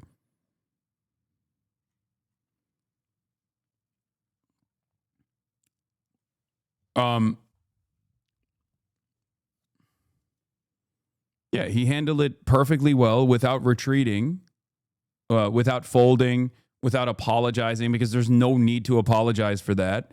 And he tackled it.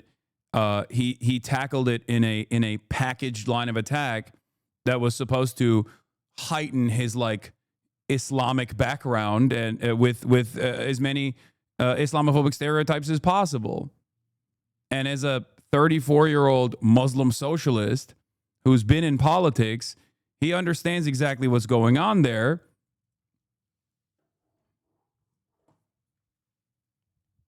He understands exactly what's going on there, especially because like he's in a double bind. He's in a double bind in my situation because any line of attack that he concedes against me could very easily also imply him as well.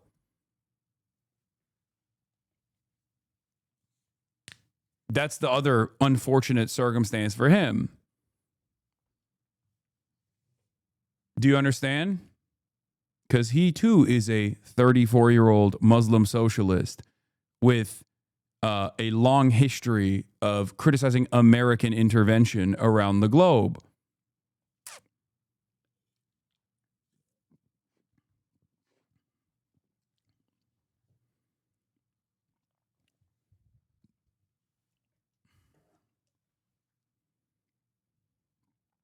I found you from your 9/11 clip. Initially, I was outraged as much as I was much younger and had very different views. Staying and listening to you explain your position was my opening point to leftist ideologies in general. My hope is that this guy can pull more people into the same pipeline, if you will, that I went through, realizing in time that the narratives I had heard about you were simply not true. Yeah. I don't know. That one is political. This is an abject smear, but it's one that I think most people don't. It's one that most people don't understand, especially if they don't have dogs. Like if you have a dog, or especially if you've like trained a dog, you already know what responsible dog parenting looks like.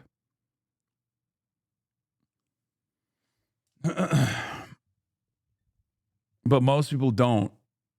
Most people either don't have dogs and they don't know that, like, you know, dogs will move around weirdly sometimes. Sometimes they yelp. Sometimes they try to get your attention. And also, what do you call it? Dogs are, they need to like constant supervision and training as well.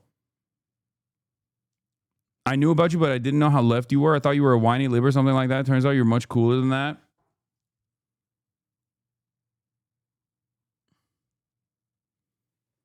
I have dogs. Like, this shit is the most manufactured outrage ever. Kaya is an amazingly trained dog. I knew you were a good owner as soon as you said the cooked bone thing with Jason the Ween's Hot Ones bit. Yeah. Anyway, let's get back to the let's get back to the real shit. Democrat. You're a Democratic All right, socialist. candidates, we have you didn't other vote grounds. for Kamala Harris, right? We have other ground to cover. We have other ground. Said leave it blank in the presidential primary, because primaries are a place to air dissent. And like many Americans, I was horrified by the Israeli genocide of Palestinians. Okay. And if you want to look for me on the ballot, you'll find me as the Democrat. Mr. Mamdani, thank you. The assemblyman will not denounce Hamas. The assemblyman will not denounce Hasan Piker, who said, God damn, how many clips did this get featured in? America deserved 9/11. The occupation is a reference to international law and the violation of it, which Mr. Cuomo has no regard for since he signed up to be Benjamin Netanyahu's legal defense team during the course of this genocide. You know, it took Andrew Cuomo being beaten by a Muslim candidate in the Democratic primary for him to set foot in a mosque. He had more than 10 years, and he couldn't name a single mosque at the last debate we had that he visited. Zohran Mandami, the president has already... Yeah. It would, first of all, demonstrate very poor political instincts and somewhat poor on him as a human being. You're also right about your multiple overlapping significant categories and not showing solidarity, which shine a poor light on his abilities as an activist too. No. Throwing me under the bus if they kept up the pressure would have been appropriate to do. It's just that the only thing that would make him look bad on is that he's like folding on something that he doesn't need to fold on. But I don't even think that it would be all that consequential in the grand scheme of things, regardless. Because this is not an issue of consequence. It's not. At the end of the day, people fucking go on and appear on a million different outlets when they're trying to promote their policies, right? They do that. That's normal. I mean, he fucking went on Fox News. You know what I mean?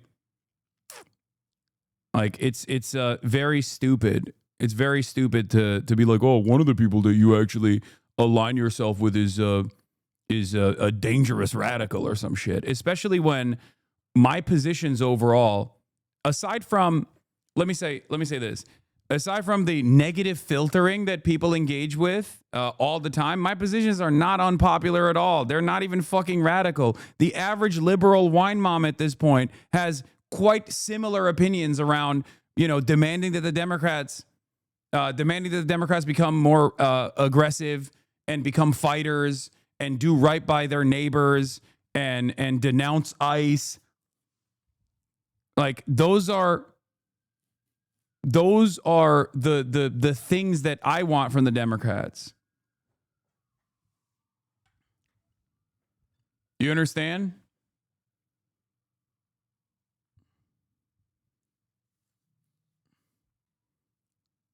And many in the base, if we had like an objective reflection of my worldview, many in the base, if they were asked, do you agree with Hakeem Jeffries or this random person, that random person being me, and they just presented our perspective, our political perspectives side by side, who do you think they would agree with? 9 times out of 10. Do you think it would be with Hakeem Jeffries, who has a very low approval rating, or do you think they would agree with the positions that I'm fucking pointing to. That's it.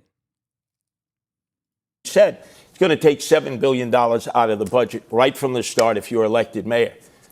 People are going to suffer in this city. People who need those federal funds. What I would do is sit and negotiate. You know, Mr. Trump is already suspending infrastructure grants to this city, and he's doing it in a blatant act of political retribution. I went through this with him. He sent the National Guard to 20 cities when I was governor. You know what city he didn't send them to? New York. Why? Because I said to him, don't you dare, we don't need it, and he backed down, and he will again. You know, I agree with Police Commissioner Tisch in that we do not need the National Guard here in New York City. We do not need them for the purpose of safety, because if it was safety that President Trump was so concerned about, he would send them to the 8 out of 10 states that have the highest levels of crime in this country, but he won't because they're all run by Republicans. You know, I'd be proud to be the first immigrant mayor of this city in generations, and it's at 26 Federal Plaza that I've seen what used to be moments when New Yorkers would be getting their citizenship turn into moments of tragedy. Andrew Cuomo thinks it's all right to spend $60 million to fund his legal defense from accusations of more than a dozen women of sexual harassment. But if I say we should spend the same amount of money on delivering cheaper groceries in this city through a pilot program, that is unfathomable. You've heard it from Andrew Cuomo that the number one crisis in this city, the housing crisis, the answer is to evict my wife and I. He thinks you address this crisis by unleashing my landlord's ability to raise my rent. If you think that the problem in this city is that my rent is too low, vote for him. If you know the problem in this city, this is the best line in the entire debate, is that your rent is too high, vote for me. I was the HUD secretary. I built affordable. That was such a fucking bar, dude. That was such a goddamn bar. Housing all across this nation. I built affordable housing in this city when I was in my 20s. I know how to get it done. Well, Zohran, boy, your fantasies are never going to come about in terms of funding everything you want that's going to be free. It's a fantasy. Let's deal with the reality. Are you crashing out about what? In other words, what the Assemblyman said is he has no experience. What I don't have in experience, I make up for in integrity. And what you don't have in integrity, you could never make up for in experience. Yeah. That's another fucking bar. That was the other really good moment as well. Basically, total and utter defeat for Cuomo. It's Cuomo-over, and absolute victory for Zohran, and maybe even the Republican protectorate of Curtis Sliwa. Just say yes and move on. Stop feeding the trolls, King. What, like about crashing out? Yes, I'm crashing out. I'm crashing out extra hard. By the end of this debate, if you were a Zohran fan, you left a bigger Zohran fan. If you were a Sliwa fan, you left a bigger Sliwa fan. If you're a Cuomo fan, you left a Sliwa fan. I don't know. Maybe even if you were a Cuomo fan, maybe you became a Zohran fan as well, potentially. It's really cooked. He cooked himself. He was so unnecessarily combative. He was just so bad. He was unironically crashing out half the fucking debate. It was horrible showing, horrible performance. He has no experience. What I don't have in experience, I make up for in integrity. And what you don't have in integrity, you could never make up for in experience. Yes. We have the architect and we have the apprentice of no cash bail, which has been a disaster. Just some of the fiery moments from the New York City mayoral debate last night. Andrew Cuomo, Zohran Mamdani, and Curtis Sliwa touched on topics from crime and affordability to who would be most likely to stand up to Donald Trump. With less than 3 weeks until Election Day, voters are thinking critically on who they want to lead the city. And joining us now is Nick Reisman, Politico reporter. And Nick, what's your reaction to last night's debate? Who would you say came out on top? Well, really what happened was you had Zohran Mamdani going into this as the clear front runner in nearly every poll that we have seen since his upset Democratic primary win back in June. And quite frankly, he left this debate as the clear front runner. Mamdani did not have really any major mistakes that he made. Andrew Cuomo tried to trip him up on a few key issues that have been really kind of difficult for Mamdani during this campaign, like Israel and public safety. And Mamdani, for the most part, was able to parry a lot of those attacks, and he got through on his message about affordability and the cost of living, something that has been really kind of dominating this campaign throughout. It's one of the top tier issues for nearly every single voter in New York City, and it's something that Mamdani is likely going to be carrying into this general election. So he had a pretty good night going forward. Andrew Cuomo did not land that knockout punch, however. So affordability, safety, the major topics, and you said that the candidates, how well did they do addressing them? Well, you know, when Andrew Cuomo had his strongest moment of the evening, that was likely when he was attacking Mamdani over his criticism of Israel, especially the war in Gaza, the way that Mamdani has declined to fully condemn Hamas, the way that Mamdani appeared with streamer Hasan Piker, who has said that America deserved the 9/11 attacks. That was ultimately the strongest moment for Andrew Cuomo in this debate. It's the this guy speaking wrote this hit piece, yeah. The guy who's writing that wrote this: Mamdani passes on condemning the Holocaust. Just so you understand what his background is, okay? If you think that he's if you think that he is behaving here in a consistent manner, this is one of the fastest ways to sniff out someone who is being insincere. If they spend any fucking time on that line of attack as though it's like a solid one, you know that these people are 100%, 1000% deeply uninterested in the actual race itself, but are simply attacking Zohran Mamdani because they are pro-Israel. Okay? That's it.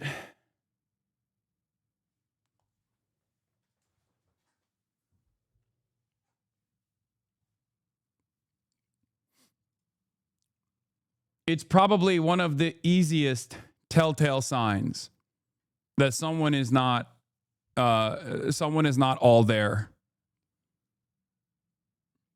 Obviously, there are even clearer markers, such as this one.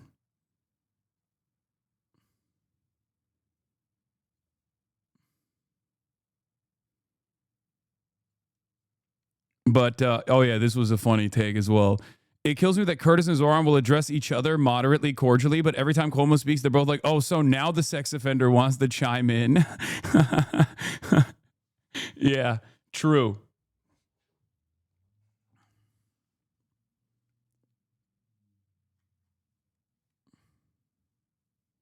The part of the debate where he seemed the most Do you regret the 9/11 quote? I don't really give a shit one way or another. Confident, but a lot of the forum was really dominated by the discussions that Mamdani has excelled in during this campaign, which has been, focusing on that. To be honest, I bet you wish you never said that. Nope, I don't care one way or another, 100%. Because there are a million, there are so many famous people that have said much worse shit throughout their career. Bill Maher, literally after 9/11, Bill Maher famously, immediately, a week after 9/11 said, you want to talk about bravery? Those guys flew the planes directly into the towers. That's bravery. You want to talk about being cowardly? We lob Tomahawk missiles from thousands of miles away. That's cowardice. Okay? That right there, that is a million times more consequential and a million times more direct than my attitude around blowback, for which there is academic consensus on. Okay? This type of stuff only matters as much as you place emphasis on it. Do you understand?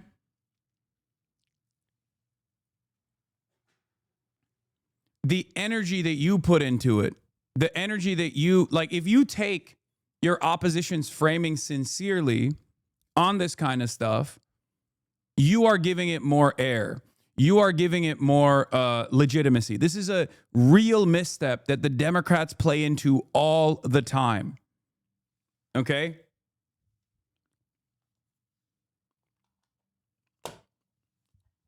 Democrats do that all the time. It's a major issue for them. They constantly concede on the cynical framing of their opposition. That's why I really appreciated the way Zohran dealt with it, which is like, yeah, those comments are reprehensible. I don't agree with it, but I'm going to continue talking to people like Hasan. Like, what the fuck do you mean? And as a matter of fact, it's bad not to talk to people who we sometimes might disagree with, because he's right.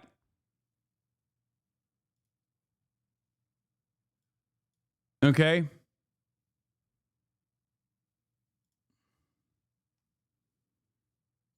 He's right.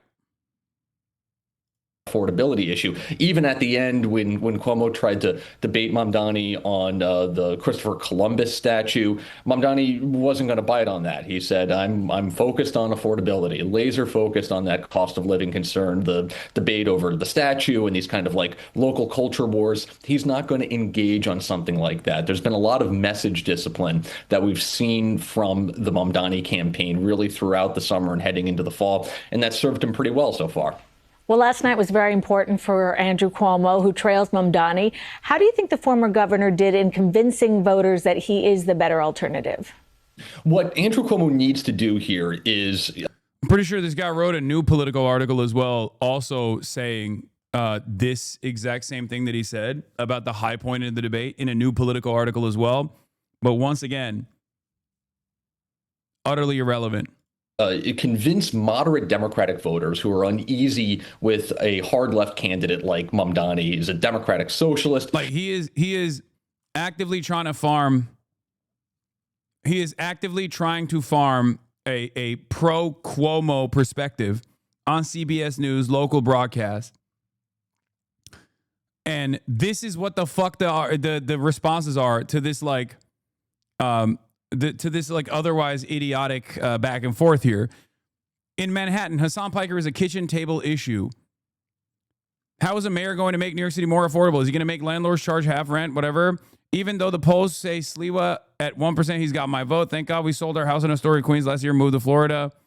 Why do they talk about the Middle East rather than New York? Why even debate? We all know who New York City is going to choose. Cuomo's a joke.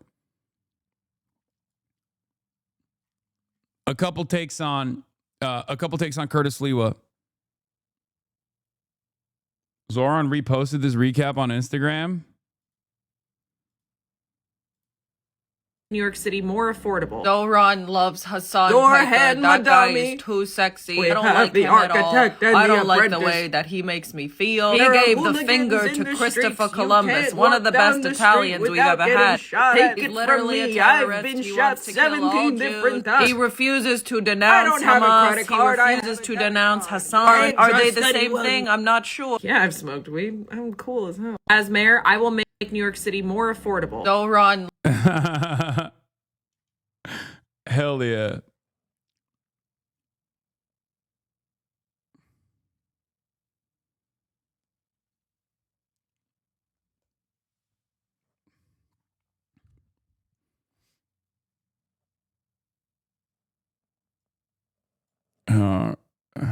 I like that.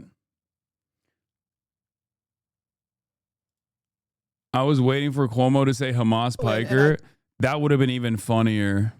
That would have been even funnier, and it would have basically proven that he's completely fucking brain broken by his extremely online team. He also doesn't have really any experience in managing a government. Andrew Cuomo does. He was governor for a decade. He was attorney general, housing secretary for President Bill Clinton. And he has a track record of managing big, complex bureaucracies that you really kind of want in a mayor. So he tried to hit him also on the experience factor. Of course, on the other side of that is the fact that Andrew Cuomo resigned 4 years ago in scandal. He's denied any wrongdoing, but he's been accused of mishandling the COVID pandemic and, of course, was accused of sexual harassment, which he's denied. So the experience argument can really only take Andrew Cuomo so far. Again, he did not land that knockout punch that's really going to make up that double-digit polling deficit that he has against Mamdani at this point. And finally, Republican Curtis Sliwa, the middleman in the debate. We all know his biggest issue is safety. How effective was Curtis, and is this still just an uphill battle for him? Well, if you were watching X or any social media during the debate, Curtis Sliwa was clearly the favorite candidate of social media. He is a longtime anti-crime activist, kind of a fixture in New York, something of an eccentric character. He really went into this debate, though, trying to appear mayoral. He wanted to seem like a steady hand at the wheel, not the usual eccentric Curtis. Very cool. This guy is basically... Everyone is good by my book except for Zohran, it seems. Okay? It seems like everyone did a great job. Everyone did a great job except for Zohran. He was really bad. Have you guys thought about how much he criticized Israel? That was pretty bad. Please, let's not do that. That we often see in New York City over the last several decades. He didn't even have the red beret, which he usually wears as the Guardian Angels founder. But ultimately, Curtis Sliwa did have some interesting and fun moments.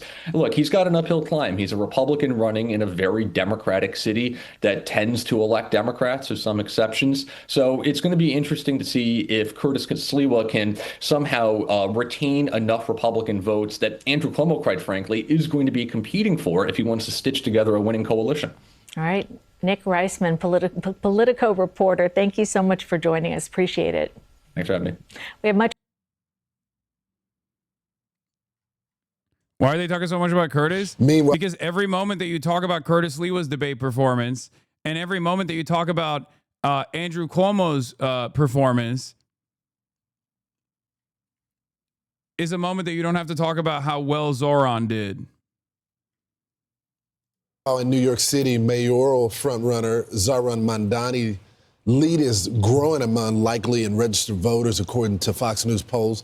52% of likely voters backing Mamdani, with independent candidate Andrew Cuomo trailing behind at 28%. GOP candidate Curtis Sliwa polling at just 14% before the candidates met to debate their policies last night. And there'll be another debate, but last night was a big one. Mamdani faced a lot of pushback on how he plans to pay for his costly agenda that includes rent control, universal child care, and free and fast buses. Tell New Yorkers tonight how you're going to pay for all of this in 1 minute, if you can. Look, a lot of people have called even my campaign a non-starter when we first began. And now I stand before you proud to be the Democratic nominee who got the most votes in city primary history. And I believe we will see the same thing with our push to ensure that we are taxing the wealthiest and the most profitable corporations the fair amount that they should pay. But again, Mr. Mamdani, I know Governor Hochul indicated this week there may be some open windows, but more or less income tax on millionaires is off the table, according to the governor. Look, I've said very clearly, making buses fast and free costs about $700 million a year. Making universal child care a reality costs about $5 or $6 billion a year.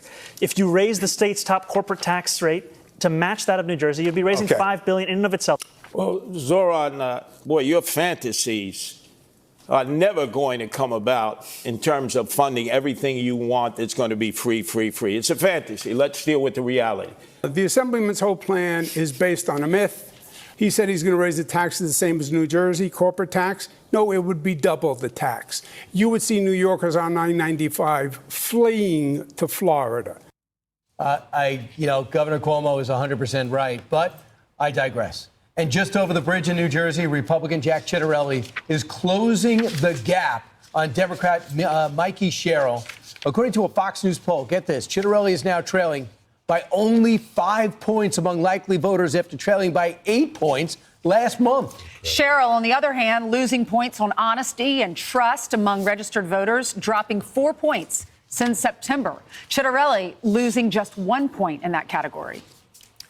All right, so you said Hochul is a clown and will get primaried. It's actually really interesting because I think she recognizes that as well. Except for that reason, she knows which way the winds are blowing and has been kind of glazing Zohran. If you notice, I expect her to literally say that she would abide by a potential tax increase if it meant paying for all of these like wonderful things that make New York City more affordable for all New Yorkers. And she is, for all of her faults, even though she stood in opposition initially of congestion pricing, she bent the knee on that and actually saw that it was impactful in a positive way. So I think she knows. She knows what's up. Hochul wants Zohran's endorsement, and once Zohran wins the election, she'll say she supports his agenda if it gets her his endorsement. She doesn't care at all about principles. She's a machine politician. Yeah. We have a lot to go over now. Let's begin, of course, let's go in New York City. So in New York City, Mamdani needed a knockout. Cuomo needed a knockout. Yeah, showing that. And basically, they say he didn't answer any questions, Mamdani. And look, he was smooth, but he didn't really come to define any policies.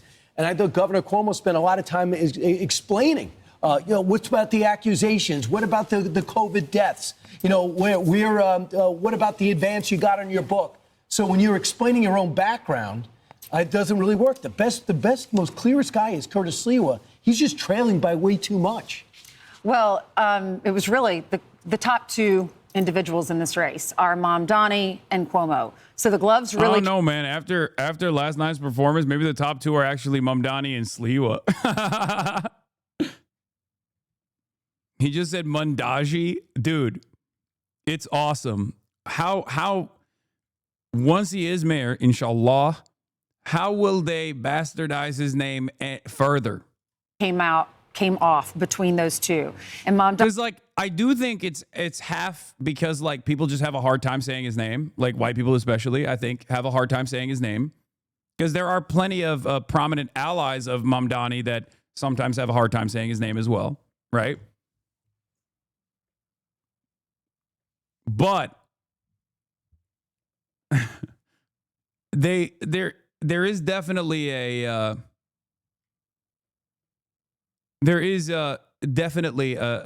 air of racism associated with it too. Mamdani said he would not denounce global. Yeah, the Mamdaji is like dodging. It's a pun. I thought the chatter was talking about the hosts. Mamdaji is a pun on his name, saying he was dodging the questions.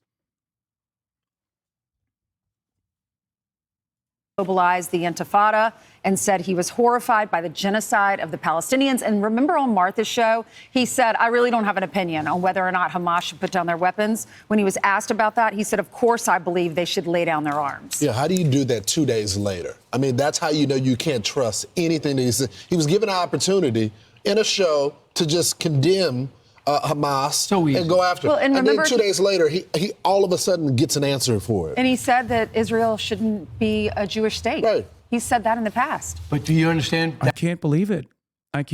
He says Israel shouldn't be a Jewish state. He's against ethno-states. Can you believe it? We here at the Fox News broadcast obviously want Israel to be a Jewish ethno-state and want America to be a white ethno-state. That's what we like. We like ethno-states here at Fox News. Can you believe it? That's how we feel. But do you know the next generation of Americans, even Republicans, are not pro-Israel. Oh. So he's worried about, doing the thing that would help him with mainstream. But he didn't get a bulk of mainstream. He got new voters. So how do you not alienate them? Plus, he probably agrees with them. Right. And go ahead and try to win the general population. Well, in a Fox News poll, voters were asked, what's the number one problem facing New York City? And the most said crime, 25%. 20% said the cost of living. 16% lack of affordable housing. And 8% homelessness and mental health.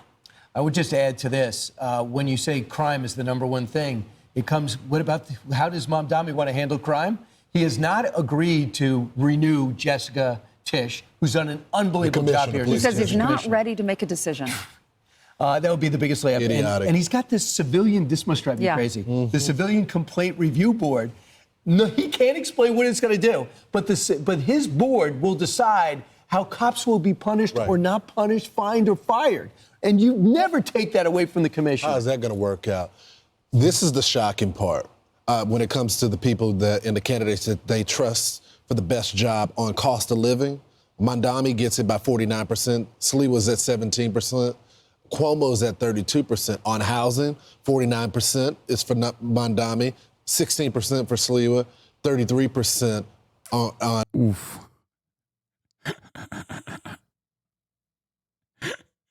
Mamdani's beating them on crime. Oh, it's so over. Oh, smoke them. Oh my God. Come on, brother.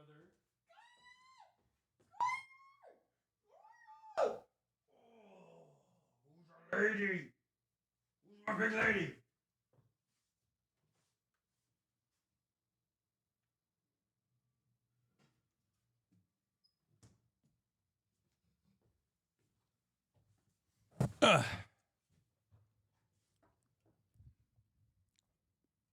Yalandan köpeği sevme orospu çocuğu.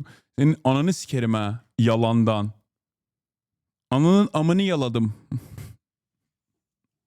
Hayvan. For Cuomo and Ainsley when it comes to taxes. Yeah, Mamdani's winning. Look at that. He gets That's 47% on taxes.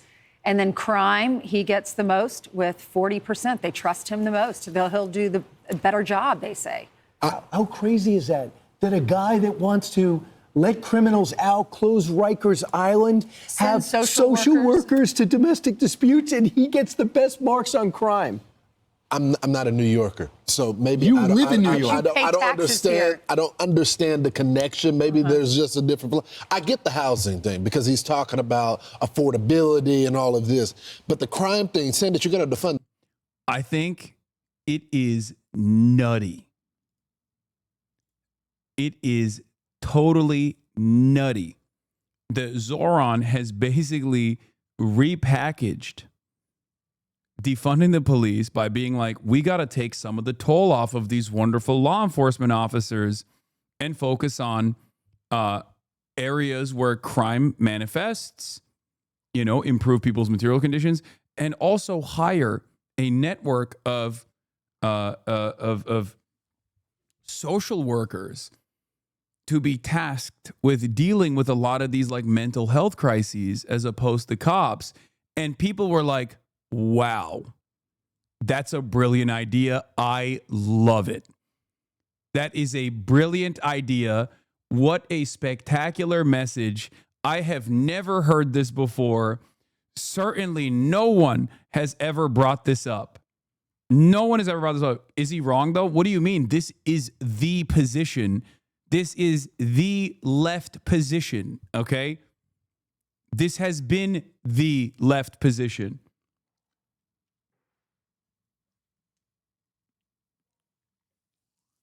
It turns out just describing the process was so much better. And I will say a big part of the reason why he has been able to do this is because he just says it how it is. Okay? And also, Democrats are too weak to launch a significant opposition against one of the only figures in the party right now that is actually motivating people, that is actually making people excited. Takia. Yeah, I mean, this person is probably joking when he says it's Takia. I don't think they're being like actually Islamophobic.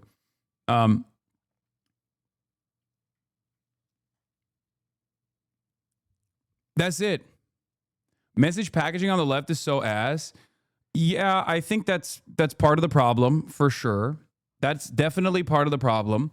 But make no mistake, Republicans make their messages stick because they have a unified front. The Democrats and their left flank are constantly at odds with one another. They are constantly opposing one another. You see what I mean?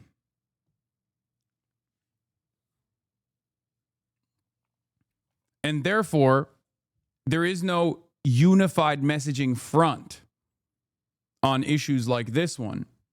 Because if Democrats were like, hey, guys, we don't mean like literally fire the police or abolish the police. We mean that like cops are busy tackling crimes as they're supposed to be. But unfortunately, they can't tackle all the crimes when they're doing like when they're handling domestic disputes, things of that nature. If like establishment Democrats actually described what defund the police meant, I think that there would be a very different approach to it. Now, it's because Democrats at the national level did not want to do any of those things regardless. That's precisely the reason why they were acting scared. They were operating from a scared position. Scared money don't make no money. This was my advocacy throughout the entire duration when we were talking about defund the police during Black Lives Matter. I was so frustrated. I was so goddamn frustrated with the way that Democrats actually instantly locked in on their left flank and were like, we're not like them. We're not like them. They did this with fucking October 7, post-October 7 protesters. They did this with like anti-Semitism on college campuses. They did this with immigration. They do this with everything.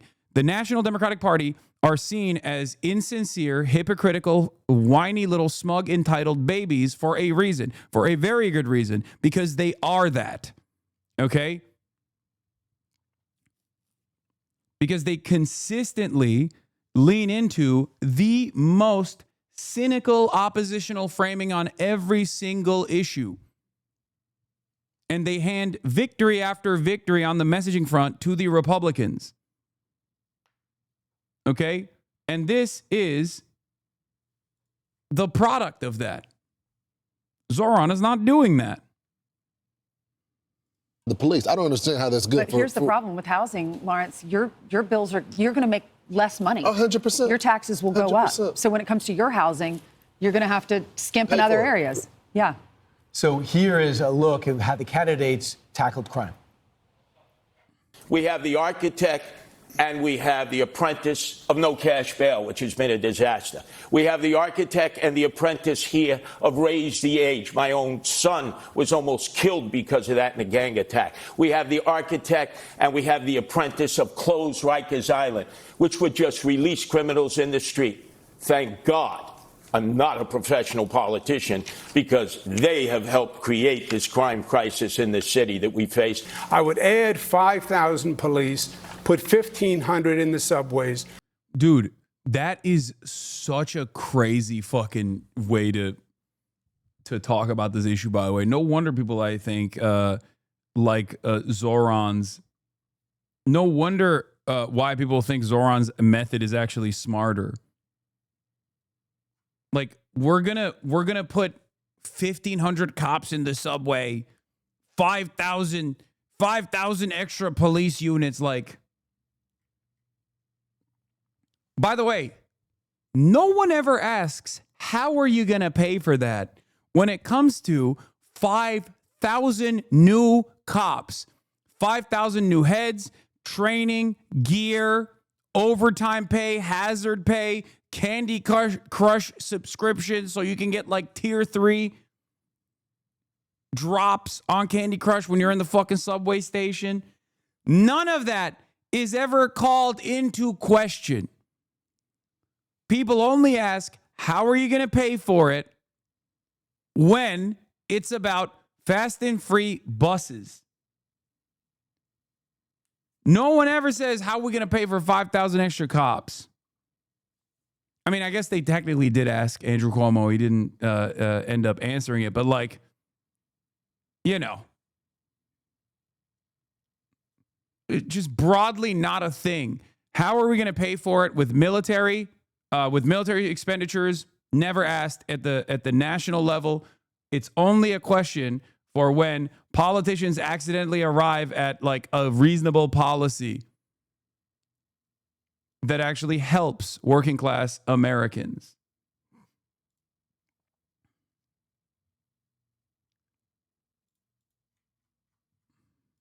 Raise the starting salary because you can't hire them. Part of that is going to be saying to the NYPD, I respect you.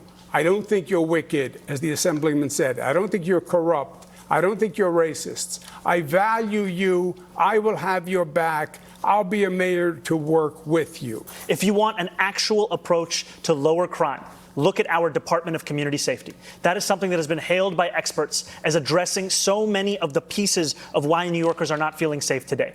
We will ensure that no longer are police officers asked to do the job of both policing and responding to the mental health crisis. This is evidence-based. It's been successful elsewhere in the country. It's time we deliver it right here in New York City. He's delusional. You're going to have mental health experts, counselors, social workers show up to the most dangerous call a cop can get, which is a domestic violence call. So you're going to have people that didn't sign up for that profession have violent attacks against them. Wait, what? That is the most. What are you going to put bulletproof? Dude. Every fucking EMT, first of all, every EMT unironically signs up for that profession. And it's completely unacceptable when violence does take place at times. But like the notion that healthcare professionals and social workers do not realize that there is also potentially a violent altercation that could take place in these calls is ridiculous. It is literally an unfortunate but foreseeable part of this job. Okay? It's crazy. It's crazy. Also, an altercation of that sort becoming violent is infinitely more likely if it's a fucking cop that's coming in. Social workers and emergency room nurses oftentimes deal with people experiencing mental health crises with regular, they do it all the time. They do it daily. This is their job. And they are able to deal with those incidents without that incident turning into a seriously violent altercation, also with regular fucking frequency, as opposed to the success measure of cops who don't have any tools to deal with someone experiencing a mental health episode and will just take their gun out and shoot people.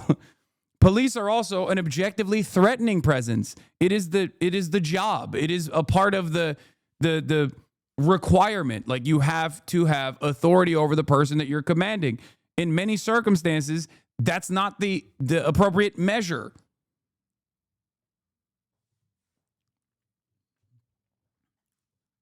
Saying that social workers and mental health professionals are not trained to deal with these sorts of incidents is like saying firefighters are not tasked with combating fire. It is exactly what they're tasked with dealing with. That is their fucking job.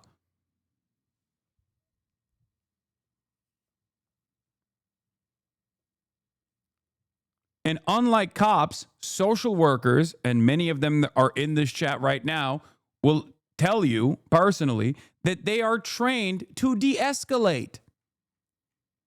They are trained to de-escalate. Cops, on the other hand, only can escalate. There's no de-escalation.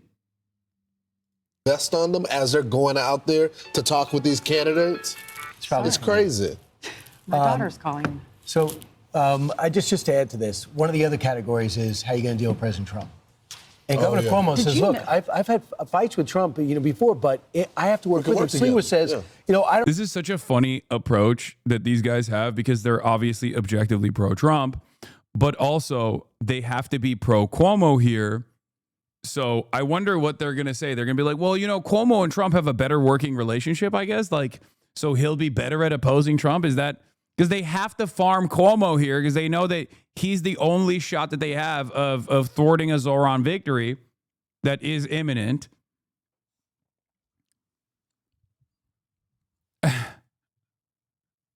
It's just, let's see. I don't have a great relationship with President Trump, but I'm going to work with him. I think that Mamdani is going to be Pritzker 2.0. What is this? Look at the New York moms discovering you. Who the fuck is Hasan Piker? What? Oh. Oh. Oh.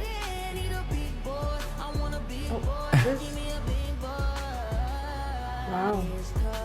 Oh. They found the meat pig. New York moms. New York moms found the meat pig. Oh no.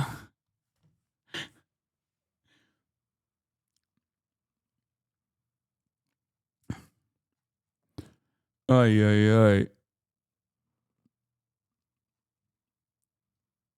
Enemy of my enemy ass Fox News segment. Yes. Everything. He's pro-sanctuary city. He's pro-illegal immigrants. There is going to be, and we know they use the National Guard in the subways to make us feel better, thousands of them. So when President Trump, if he wins, and when President Trump goes to crack down on crime, because this guy's going to let open the floodgates to Rikers and not arrest anybody, there's going to be solid. Those are the writer memes. The SEO is not depicting you in a good light right now, bro. Potentially. But also, your expectation is that all of the fucking moms are on TikTok. Or the spaces where that's like pumped out through the SEO are TikTok, Reddit, and Twitter. I know for a fact that no mom is on TikTok or fucking or Reddit. At most, they'll see it on, or I know for a fact that no mom is on Twitter or Reddit. And there are moms that are on Twitter. Everybody's on Twitter, but it ultimately still doesn't matter.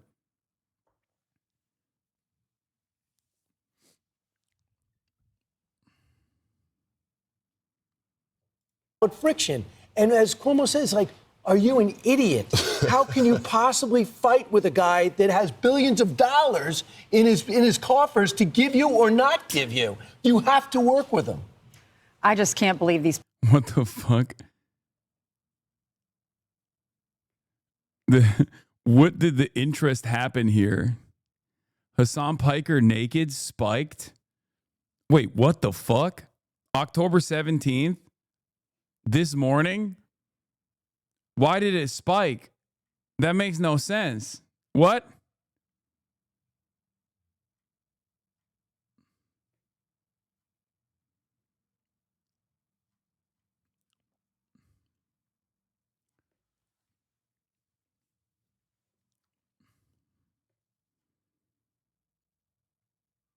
Oh, Trump commutes George Santos's sentence? Oh, my goat. My God, he's a prison abolitionist. I can't believe so many people in New York are falling for this guy based on his policies. But I guess they hear in an area, New York's expensive. And I guess they hear, oh, this guy's going to lower my costs. But every politician has said he should have done that when he was an assemblyman. He had the ability to do all of these things. But we had Eric Adams on our couch, and he said, trust me, I'm the mayor. He doesn't have the ability to change all of these policies. Okay, enough. Don't look now, but it's getting cooler in the air, and we are 19 days out from Election Day. And there is one local race. Oh, yeah, this was also a good take from Sturgeon's Law. New York City is 28% Latino, 20% black, and there were no questions about plans to help either of those communities, but the debate for who will be their next mayor spent 13 minutes on Israel, Gaza, and New York City.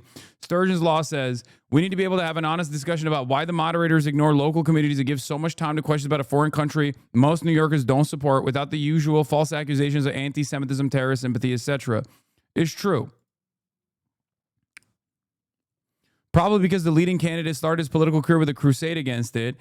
I love these guys. I love the Georgists on Twitter, the rapid urbanist Twitter that weirdly enough hate this guy, even though he's Mr. Urbanist himself. Okay. And also seemingly find themselves constantly feeling maybe a little ashamed about their position on Israel, but constantly fucking attacking critics of Israel, weirdly enough. I wonder how that works. I wonder why. I mean, it's literally, he has Mossad in his fucking username. I know. I know the answer.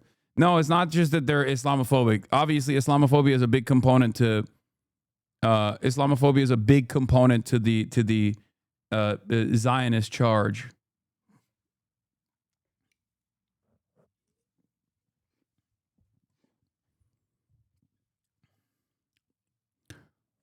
Fucking Hasbara bots everywhere. Anyway, in spite of the Hasbara bots and all this other shit that's going on, obviously people are not as oblivious.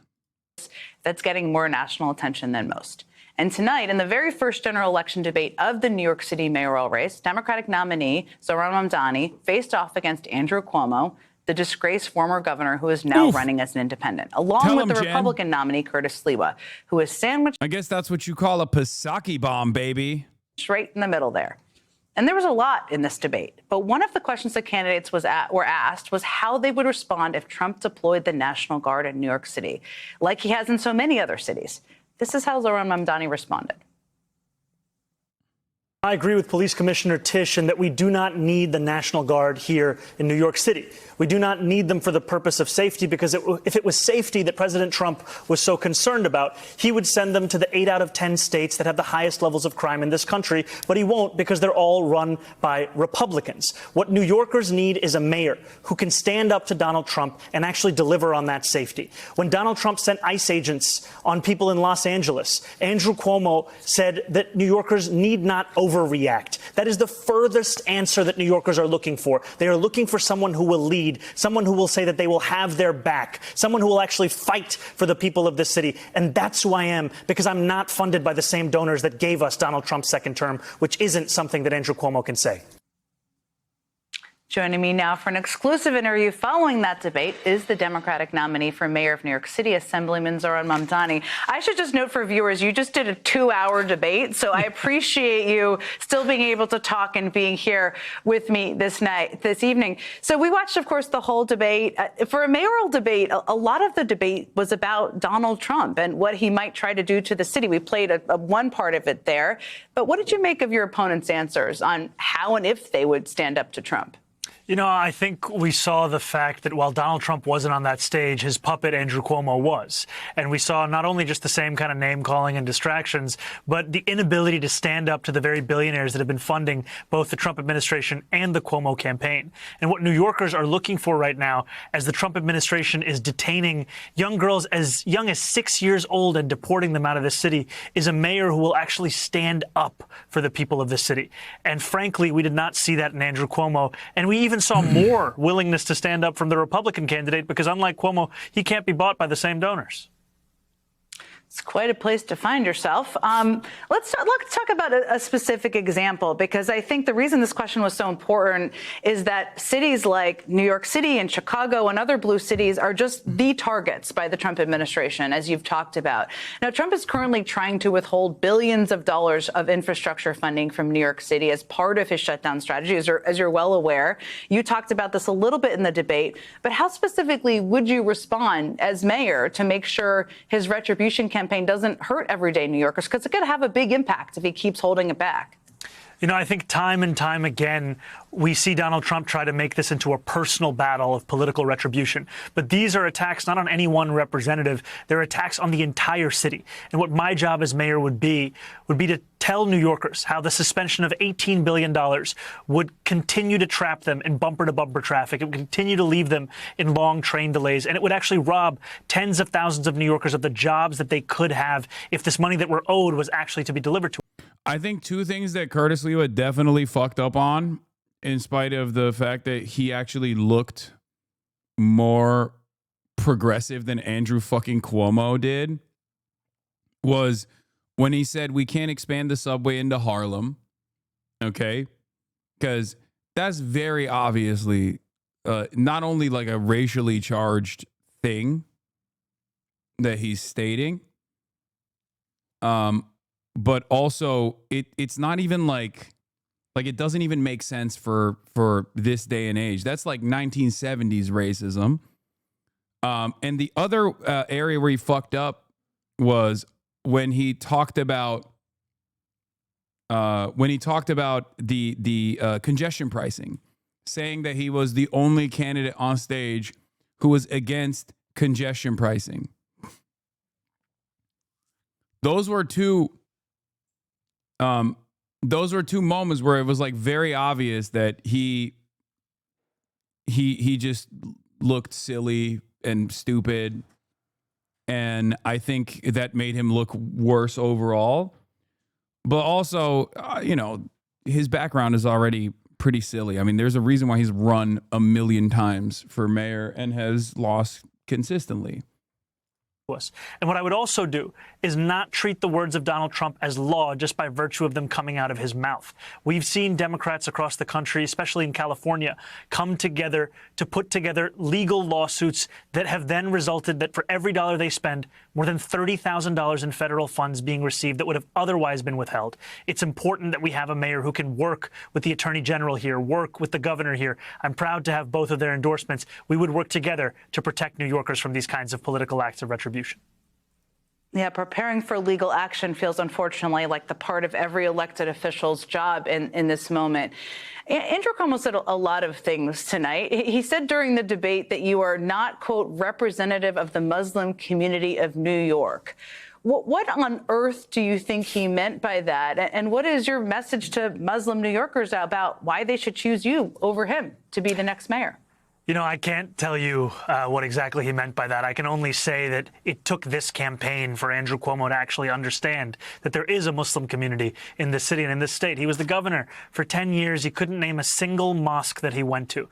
I'm proud to be the first Muslim candidate on the verge of becoming the mayor of this city. And I know that what Muslim New Yorkers want is what every New Yorker wants: respect and dignity. And too often it's been denied on the basis of bigotry. And we saw some of that bigotry right here on this stage today. And we've seen it from Andrew Cuomo's campaign that has sent out mailers artificially lengthening my beard, where he's smeared me as a terrorist sympathizer. He has used the very kind of language that has pushed Muslim New Yorkers to the margins of our society, when in fact what we should do is treat each and every New Yorker as the same. And that's what I would do as the next mayor of this city. Your relationship with New York's Jewish community. Speaking of which, by the way, Elise Stefanik apparently came out and did that horrible Islamophobic shit again. Representative Elise Stefanik calls Zohran Mamdani definition of a jihadist. I hate this stuff so much. It makes me so mad because it's like it's doubly fucked. Because on the one hand, it's like very transparently a racist thing. Okay? It's a transparently racist thing to say. But on the other hand, every single Muslim living in the United States of America knows, regardless of how they practice the faith or not, it doesn't fucking matter. Okay? Regardless of that, they know that broadly, no one looks at that shit and goes, that's racist as fuck.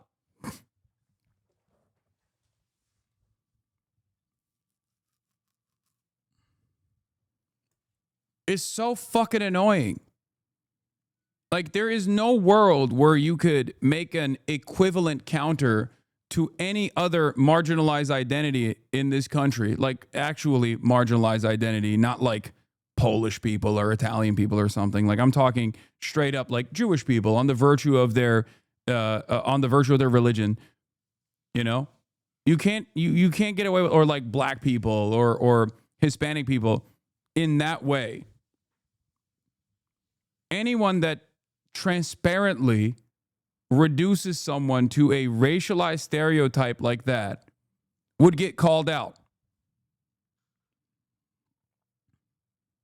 And yet when you do it to Muslims, it's fine. You just get to do it. You just get to do whatever the fuck you want. It's so fucking annoying. I hate it.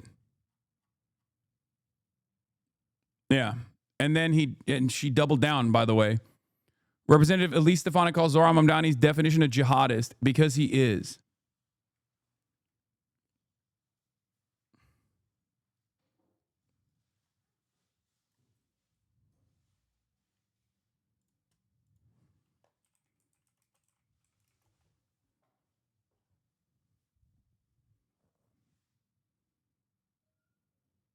Community also came up in tonight's debate. I know that you recently have been reaching out to rabbis and community leaders. There's been some reporting about this too, who you disagree with and who disagree with you on your positions on Israel. And I think you're trying to build bridges. You can talk about this. But we've also seen some polling, which is quite interesting for people who aren't embedded in all the New York City politics like we all are, that shows there's this growing generational divide within the Jewish community when it comes to Israel. This is in other parts of the country too, where many younger Jewish people have moved moved away from the positions their parents had when it comes to Israel, and maybe still have. If you're elected mayor of the city with the world's largest Jewish population, what will you do to make sure that you're healing those generational divisions and really trying to continue to build bridges or better build bridges with people who have concerns about you and feel fearful? I think the first thing is to make clear that I'm looking to lead this entire city, not just the New Yorkers who vote for me, whether in the primary or the general election, but all 8.5 million people who call the city home. And that means a number of Jewish New Yorkers who I've had the pleasure of meeting with over these last few months and even before that during the primary. And what I have said time and time again is that no matter what a New Yorker feels about Israel and Palestine and whether they disagree with me, I'm looking to be their mayor as well. And I know that a number of Jewish New Yorkers are seeing a rising anti-Semitism in this city, and they want a mayor who can actually address it directly. And I'm committed to doing that, increasing funding for hate crime prevention programs, ensuring that police continue to have a presence outside of synagogues and temples during the high holy days, and that we are actually implementing a curriculum that celebrates the breadth and the beauty of Jewish New Yorkers right here in New York City. Because too often, frankly, the language is... Oh, yeah, by the way, look, I hope Schumer and Jeffries take a moment to think about how Stefanik cites their refusal to endorse Mamdani here as a justification for her insanely bigoted defamation of him. Hi, New York Times. Hack Emma GF, Emma G. Fitzsimmons. You asked us for a comment at 5:28 p.m. for a lengthy story published at 5:43 p.m. Epitome of New York Times hackdom. Here's my statement in full. I call Zohran Mamdani a jihadist because he is. Zohran Mamdani is a raging anti-Semite. Mamdani is the definition of a jihadist as he supports Hamas terrorists, which he did as recently as yesterday when he refused to call for Hamas terrorists to put down their arms. The same Hamas terrorist group that slaughtered civilians, including New Yorkers, on October 7, 2023. He is Kathy Hochul's endorsed jihadist communist who she has empowered to destroy New York City. It's why the New York State Democrat Party chair refuses to support him. It's why multiple Democrat members of Congress refuse to support him. It's why Chuck Schumer and Hakeem Jeffries have still not endorsed him, because Zohran is a jihadist who will destroy New York.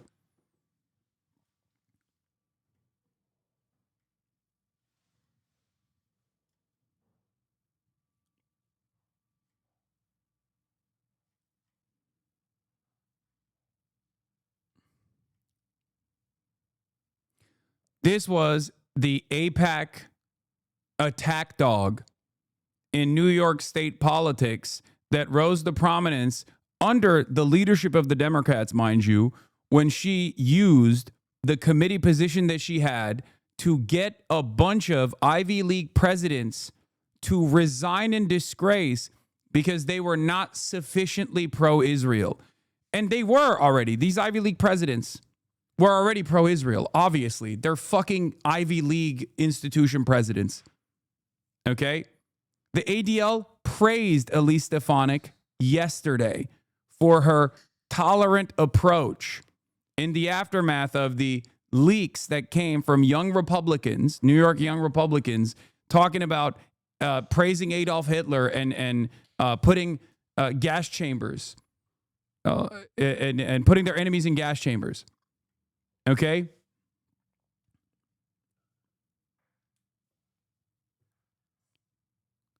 It is so fucking frustrating to have to deal with this shit with regular frequency. You are expected to be perfect at all moments. I think people from different marginalized backgrounds know this, whether they are trans, black, brown, they know that they are the singular sole representative of all trans people or all black people or all brown people in every single moment. And they have to be perfect all the time. And the knives are out all the time. And there is this like very clear cynical framework that you need to operate within, where you have to choose your words carefully all the fucking time. And the moment that you even seemingly overstep, the moment that you seemingly can come across as like, saying something that you don't mean, they pounce on you, while the opposition can fucking say whatever they want. The opposition can call you whatever the fuck they want. They could be like, oh, Zohran is going to strap himself with TNT and blow up the One World Trade Center. It's just such a clearly... It's such a transparently asymmetrical approach to communication, and it's one that you just have to eat every single fucking day. It makes me so goddamn mad. Yeah, here's another way that Mehdi Hasan is calling here. Here's another fucking way that the New York Times also plays a role in this. Did you change your headline and change Islamophobic attacks on Mamdani to just attacks because Elise Stefanik and the GOP bullied you into it? Really? Why are they no longer Islamophobic attacks, as your headline originally incorrectly stated? Mamdani faces attacks after comments about Hamas. Mamdani faces Islamophobic attacks after comments about Hamas. That was the original title. They changed it to Mamdani faces attacks after comments about Hamas. Zohran Mamdani, the frontrunner in the race for mayor of New York City, was attacked by lawmakers from both parties over comments he made in a Fox News interview.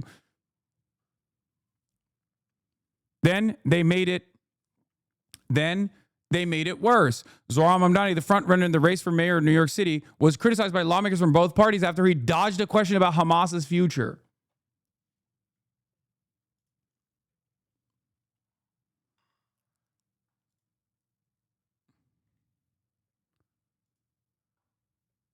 It's so fucking stupid, man.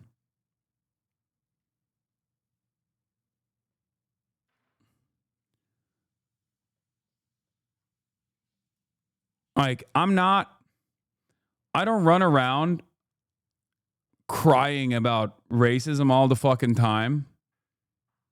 But goddamn, dude, there's a level where it's just like, please be fucking normal. Bro, please stop sending me this shit, okay? Stop, Corso, stop spamming it. I'm not going to click on your link. Please.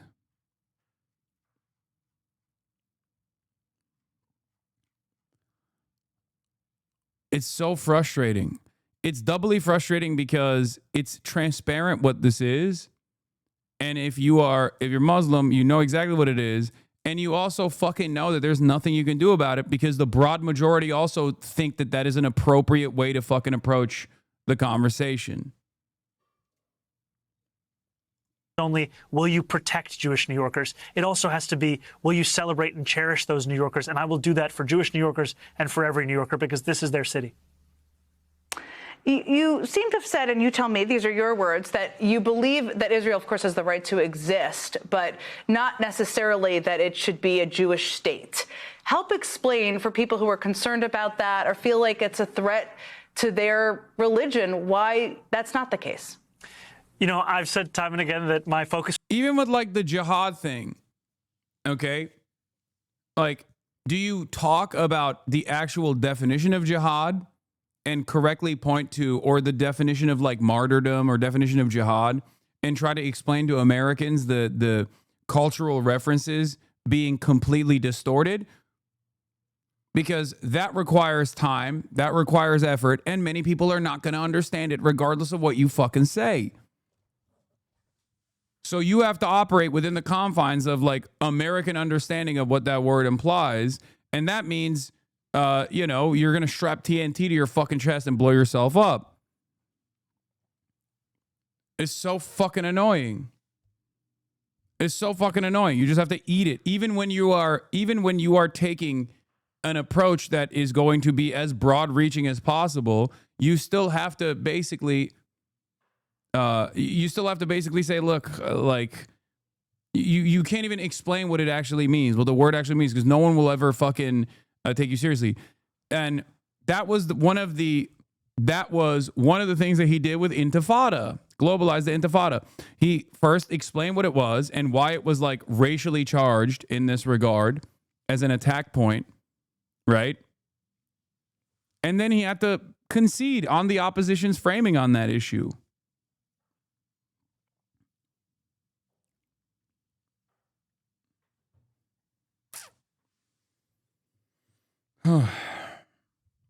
I don't think he should have, by the way, on globalize the Intifada regardless, but will be here on New York City. But when I've been asked about what's happening in Israel and Palestine, I have shared that I have a reticence of recognizing any state's right to exist as a state with a hierarchy of citizenship, be it based on religion or on race. And that would be the case if we're speaking about Israel or if we're speaking about Saudi Arabia. And part of that is being an American and learning the importance of equal rights being enshrined in the Constitution of this country, and believing that every country should be one where every single person there has the equal rights, no matter their race, no matter their religion. There is less than 3 weeks. I'm sure you're counting down to go until Election Day. We know because it's sweater weather for all of us. And there are some New York leaders like Chuck Schumer and Hakeem Jeffries who still have not endorsed you, which frankly I don't understand, and I've said many times. But if you're elected mayor without their endorsements, which you are on track to do, how does that affect your working relationship with them? I mean, how will you approach it? You know, I don't see it as affecting our working relationship at all, because in all the conversations we've had. Why is she being normal? Because MSNBC has, especially many of the anchors on MSNBC, have taken a much more pro-Zohran slant. They're doing a better job reading the fucking room and the expectations that their base of support has for the Democrats. Then please watch Nephew skydive. Is Nephew actually skydiving into fucking TwitchCon? Because that is insane. Oh my God.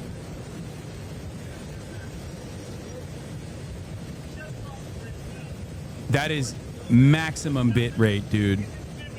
That is maximum bit rate. The fact that he has bit rate up there in the air, my Lord.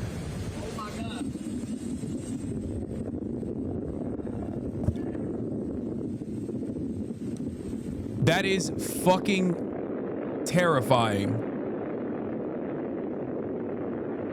Yes, I know Trump is commuting. George Santos' fucking sentence. We're going to get to it. God damn.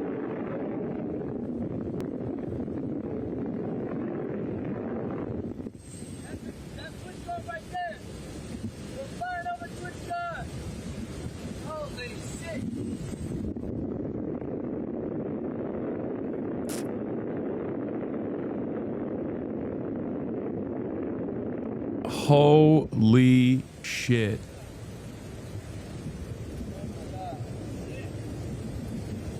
I would not do that. I can't do that.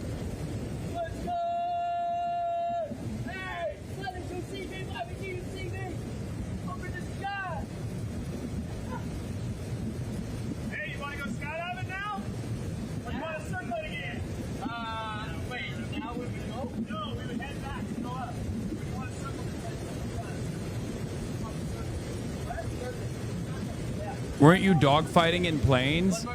Yes, but that's different. I can't jump out of a plane. I can fly a plane. Well, not well. It's an entirely different thing to be able to jump out of a fucking plane. I would never be able to skydive. Oh my God. Y'all seen it? I don't know what it looks like for y'all. Bro's reading chat. What do you mean this is staged? This is fake? It is not fake. It is not fake. Yeah, this is pre-recorded, y'all. You can show them the time. At 3:34. You can show them your phone if you like. Hey. I can't land a plane. I can't. It is real. This is real. All right, you can put it in your pocket. All right. I'm mostly good. We're good. All right.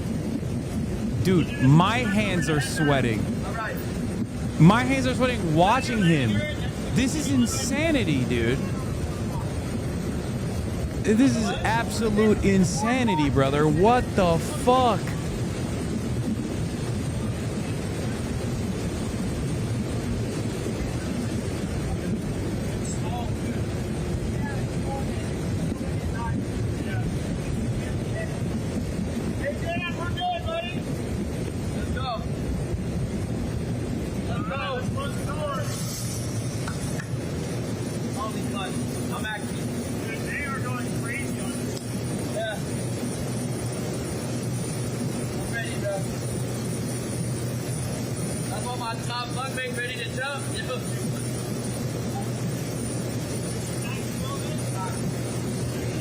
Is the camera guy going too? I suspect, yes. I suspect that the Red Bull guy's camera. Bro's reading chat on the plane.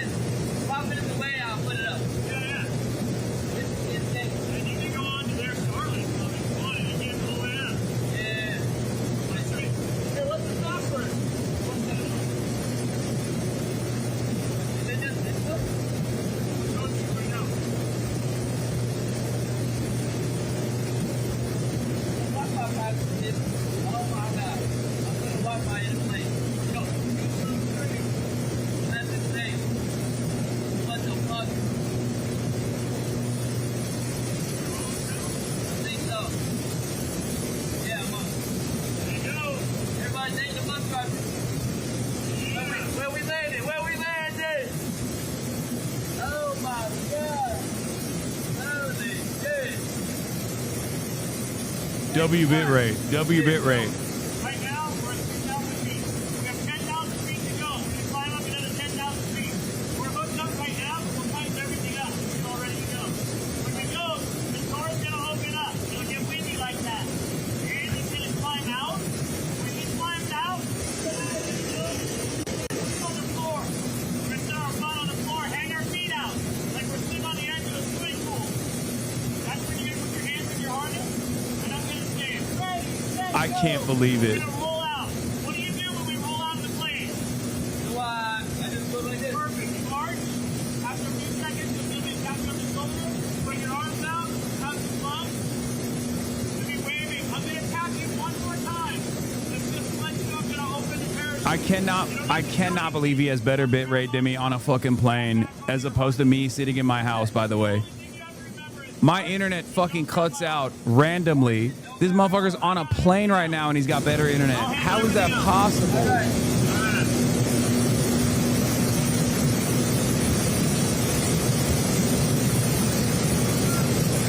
He's on Starlink. I know he's on Starlink. He has a professional literally attached to him. It don't matter, brother. What are you talking about? Would you jump out of a fucking plane? I have to pee so bad. I don't want to miss this though.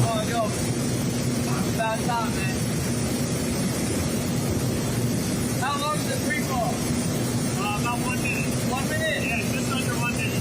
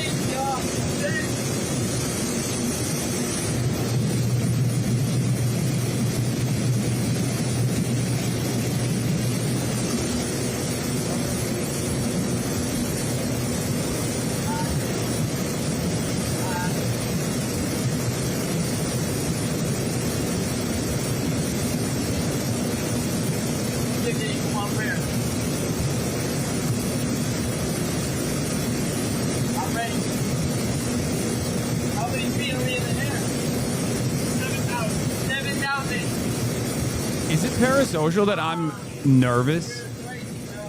Or is that normal? You missed it? What did I miss?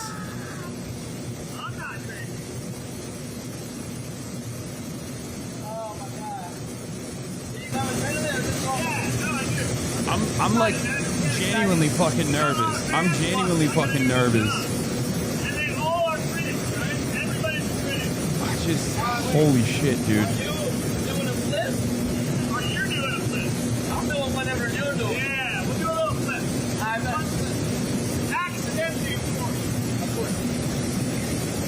It's like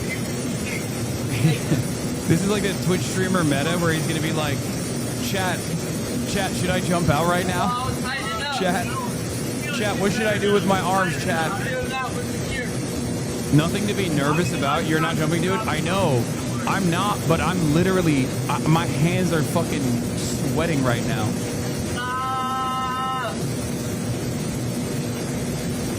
Chat, spam W's in the chat if you think I should do it.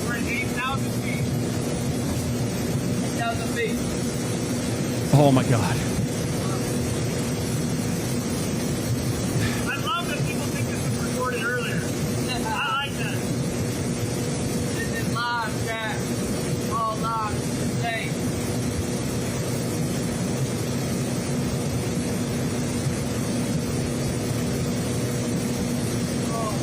Now you.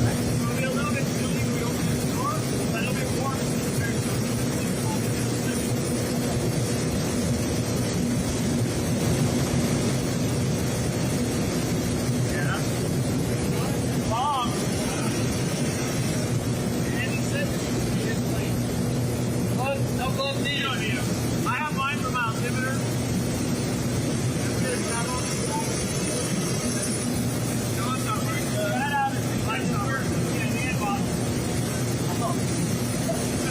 Yeah, it's got a strong,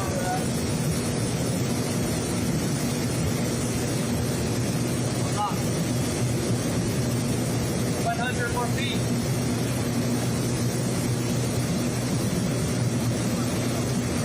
That's our airport shot. Oh, the second one. That's our night one in Tijuana. Right? Ground zero to Northwest. Yeah, that's where we took off. Let's go! Let's go! Come on, man! I'm feeling this shit in my fingers. I'm getting nervous now. I can feel it. Yeah. 50 more feet. Once they hit the 1,000, we're dropping. Yeah, we're just 13. Oh, 13. These lights over here on your right. Come on, just go around, man. Gift him subs? I already did. It just didn't show up. I would never go, I would never jump. I would never be able to do that. I'm deathly afraid of that shit, bro.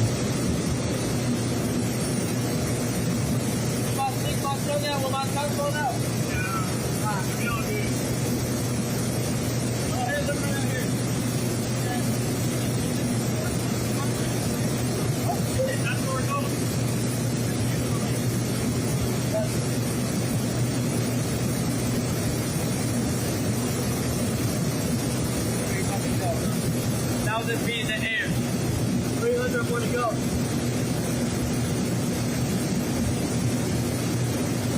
It's crazy the difference. Oh. Holy shit. You're having no clothes, bro. Tough guy. What would make you jump out of a plane? Medicare for all. Medicare for all. Ending the apartheid. Ending the apartheid or Medicare for all, I'm jumping.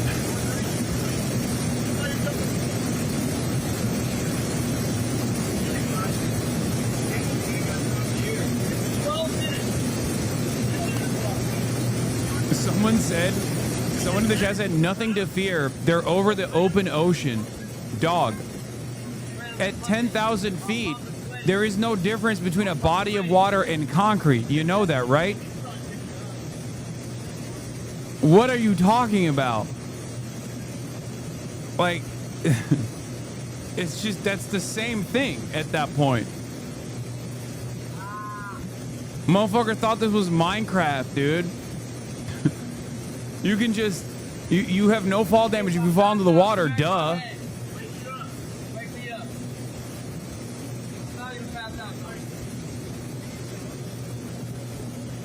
Yeah, you just, if you drop out of the plane with a water bucket, you can just like release it at the last second. No surface tension. No surface tension whatsoever. That's not how it works. It's Minecraft physics.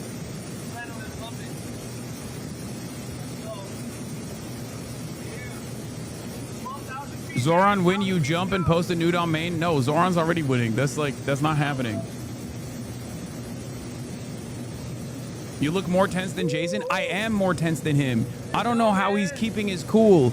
I'm literally, my hands are sweating, dude. It's not even a joke. It's like terrifying. Oh my God, it's coming. He's putting the fucking gloves on.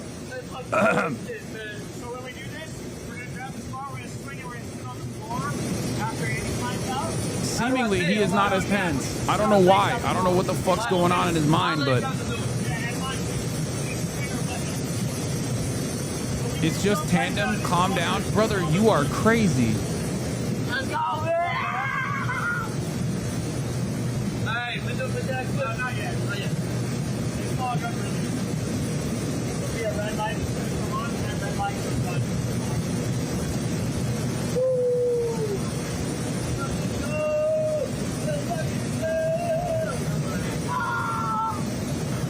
That's crazy. That's crazy. That's crazy. That's crazy. He's celebrating. What the fuck?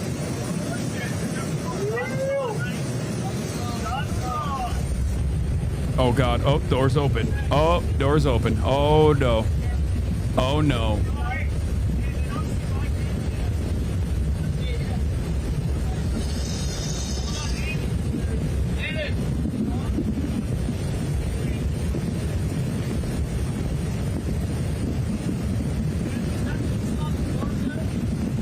Chad, have you never done it? I cannot recommend skydiving enough. Irrational certainty of death is such a great high. Y'all are fucking crazy. Yo, white people are crazy, bro. Abolish white people. What the hell is this? What do you mean? What do you mean? Yo, that is crazy, dude. That's crazy. It changes you, Hasan? Yeah. You know what changes you? Death.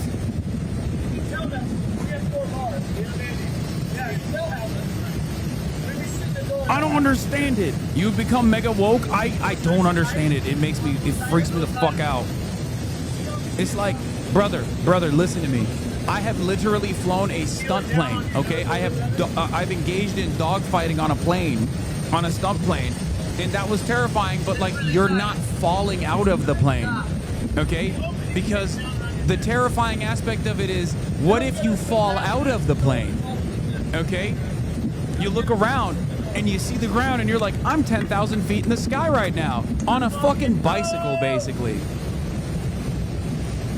You're just doing it. At that point, you're just doing it. You're just flying out of the fucking plane. And it makes no sense.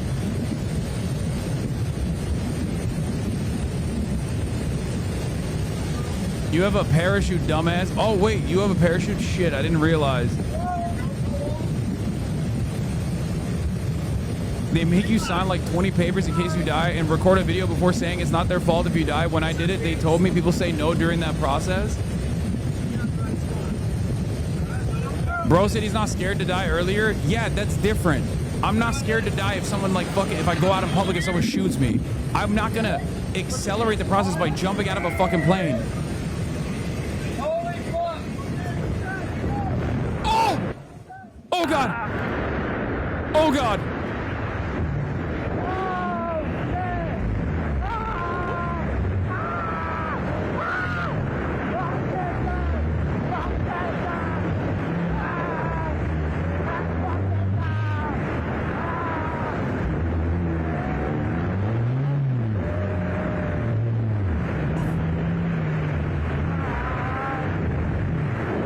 Okay, he has better bit rate than me when he is flying in space.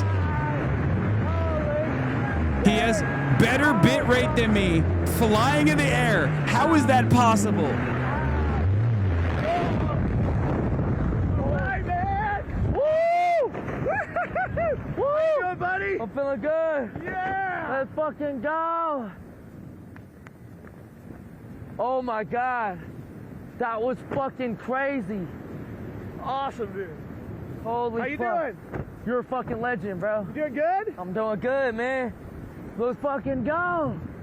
Oh my God. Hey, man. That's you, buddy. Hey. Oh, he took the helmet off. Hey, you can see me.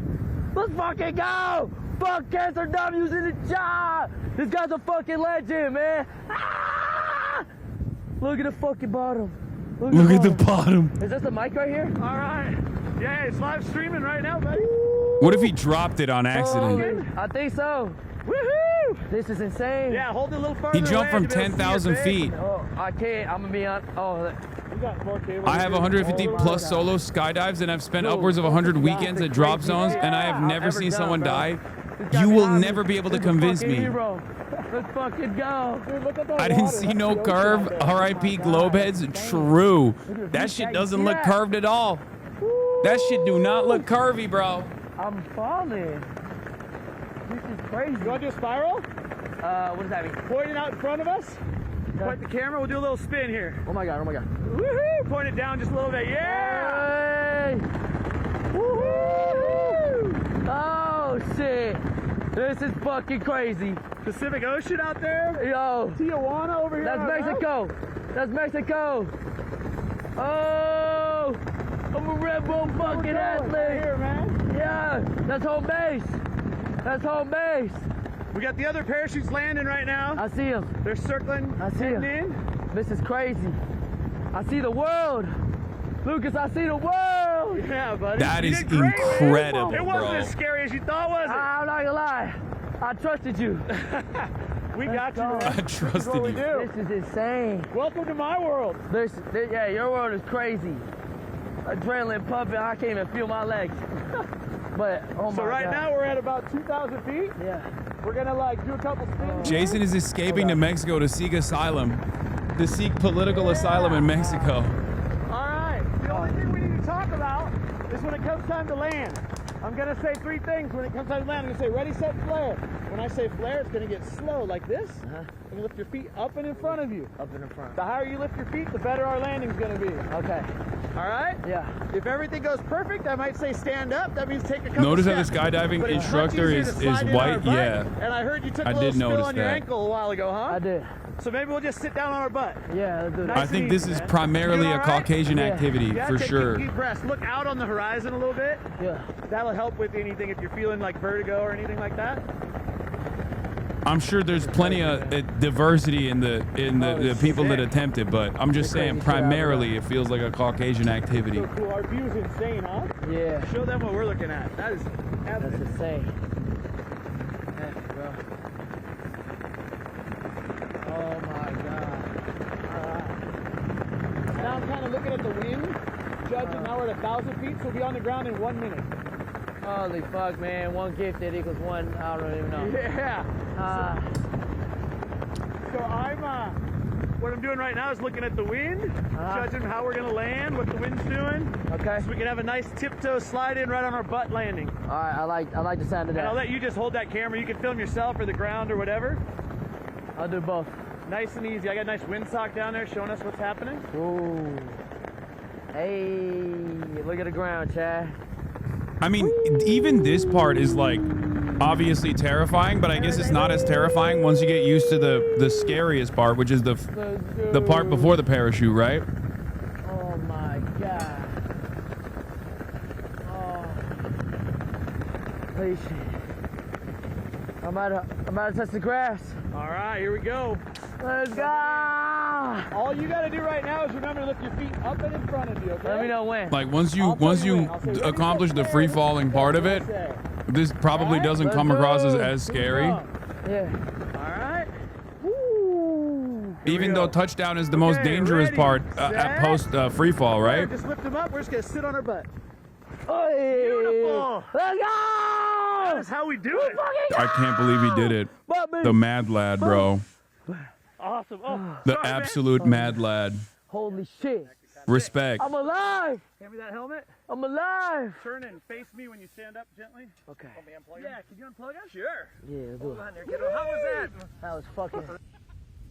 The fucking mad lad, dude. You nailed it, buddy.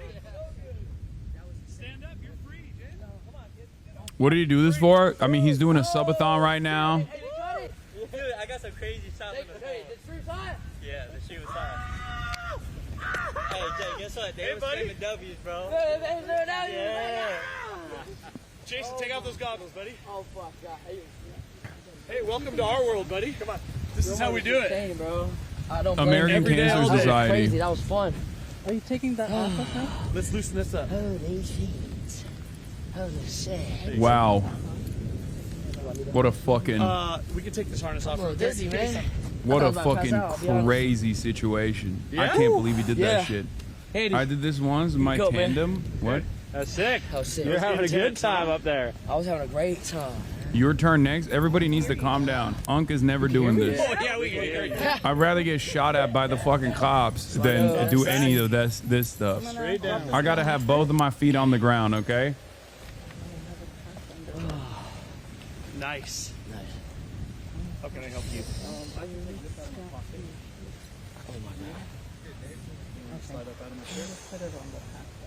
How was it, bro?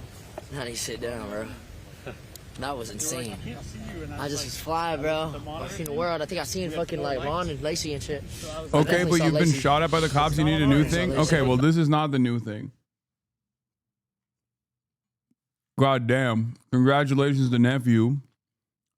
We are going to be, we're going to be talking about Grant Platner's tweets, and then also George Santos getting pardoned in a moment. Uh-oh. Gaia.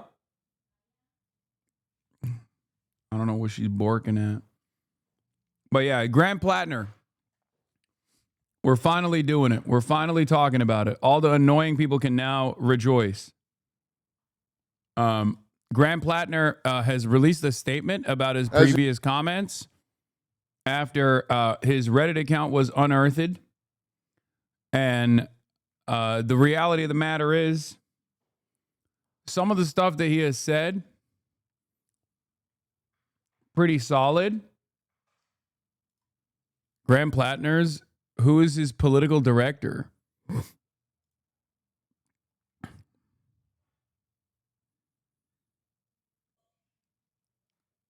What? Former state rep Genevieve McDonald of Stonington was one of the most prominent Maine Democrats. Dude, is this that big of a deal? What the fuck?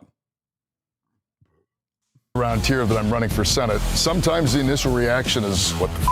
But That's Grant Platner. He isn't your typical Senate candidate. He's a former Marine and oyster farmer from coastal Maine. He's built his campaign on blunt talk and anti-establishment energy, which has made him a grassroots favorite in the Democratic Party. His message has really resonated online. He's raised more than $4 million, he's packed town halls, scored a Bernie Sanders endorsement, and has left-wing influencers hyped for his candidacy. So CNN's K-File team found something pretty interesting while looking into Platner. It's a deleted Reddit account that he used for years, posting about politics, war, and policing. We access them using the Internet Archive's Wayback Machine, which saves web pages. It's the same unfiltered tone that has made him so popular, but it also shows some of the vulnerabilities of his candidacy. In comments we found from 2021, Platner said he was a vegetable-growing, psychedelics-taking socialist.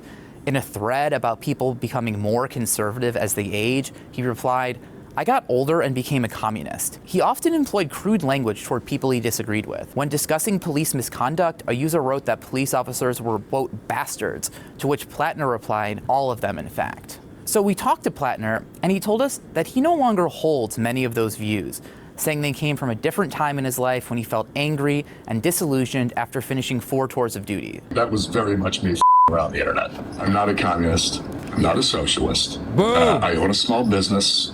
I'm a Marine Corps veteran. I don't want people to see me for like who I was in my worst internet comment, or even frankly who I was in my best internet comment. I mean, quite honestly, I don't think any of that is indicative of who I am today, really. Now, Maine has a long history of electing political moderates, something that could make his old posts politically risky. But beyond the insults and crude language, many of Platner's posts we found were actually deeply personal, about war, patriotism, and what his service did to his faith in the country. Platner said his 4 tours in Iraq and Afghanistan left him disillusioned and changed the way that he saw America. Writing in one post, he said, "After the war, I pretty much stopped believing in any of the patriotic nonsense that got me there in the first place. And I'm a firm believer that the best thing a person can do is help their neighbors and live a loving life." In another, he said, "It's difficult to see all the horror, all the grift and corruption and not find the whole thing utterly bankrupt. I did used to love America. These days, I'm pretty disgusted by it all." It's that kind of authenticity that's drawn people to his campaign. And Platner told us he no longer feels the same disillusionment with the country. I absolutely love the place that I live, and I love the people around me. And I do actually believe firmly in the idea that we as Americans have a lot in common, and that we can be the thing that we want to be, the thing that we claim to be. Offensive political rhetoric is getting a whole lot of attention right now. So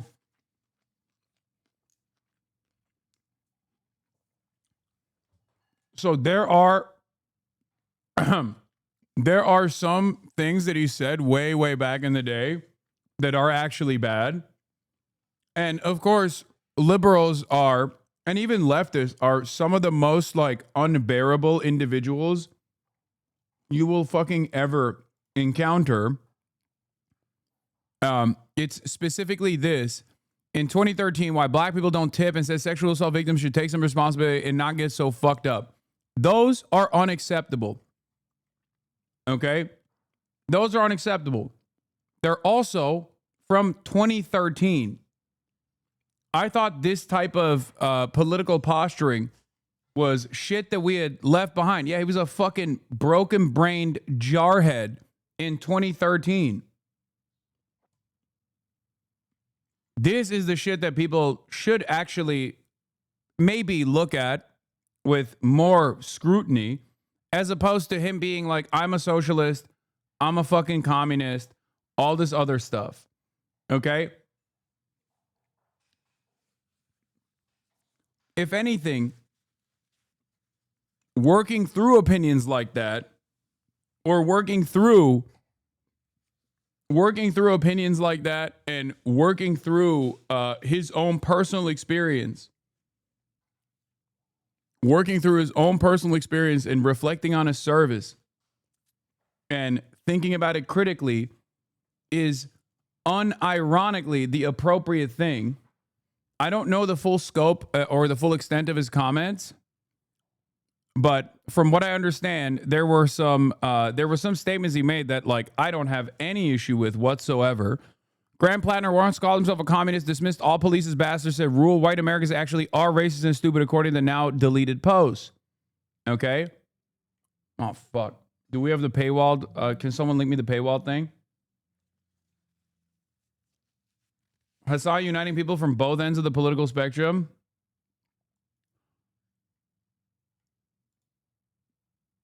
Now, since then, I mean, obviously, we're going to get into the extent of what he had said in the past. Okay? But some of the comments are 100% unacceptable. At the same time, it was 12 years ago, and he said he was suffering from a lot of mental health issues and confusion because of untreated PTSD.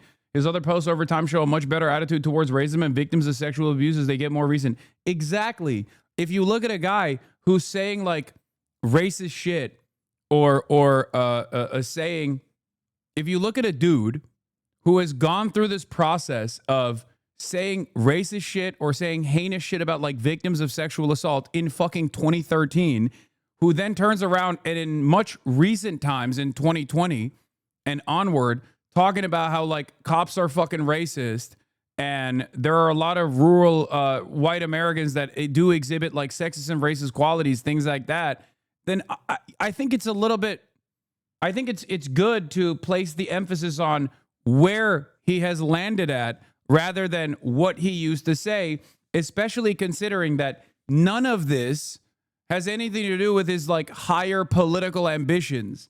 It's not like he had a fucking Reddit account where he was saying those things under the guise of anonymity, and then later on in 2020 was like, oh, let me actually change my mind or make it seem like I've gone through this fucking personal evolution in 2020 so that maybe one day I can fucking run for office as a psyop for the left or something. This doesn't mean that Graham Platner is on solid ground in general, especially considering the Blackwater thing, which is a major issue for many people on the left. Because Blackwater is beyond doing multiple tours. As far as veteran status goes, okay, going on active duty and being a veteran and then being an anti-war veteran, is perfectly fine. Many Americans experience this. You have to be way more understanding, in my opinion, towards people like that. I have wonderful friends and allies and comrades who have actually gone through this process. There are plenty of them in this community as well. Now, when you add on to numerous tours, when you talk about multiple tours that someone has gone through, then it obviously makes it a little bit trickier. But ultimately, the worst aspect of this is that after numerous tours, I assume because he had, because he saw it as like a financial, the only like financial route that he had for himself, he went and joined fucking Blackwater in 2018. That is suspicious, to say the least.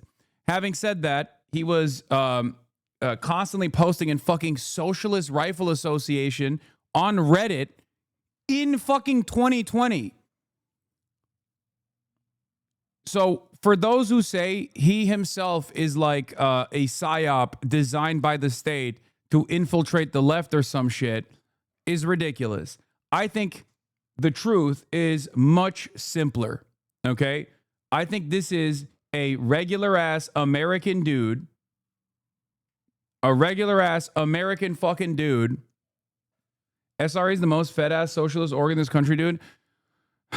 Okay, dude. If you think the American federal law enforcement authorities have the capacity to literally design such a complex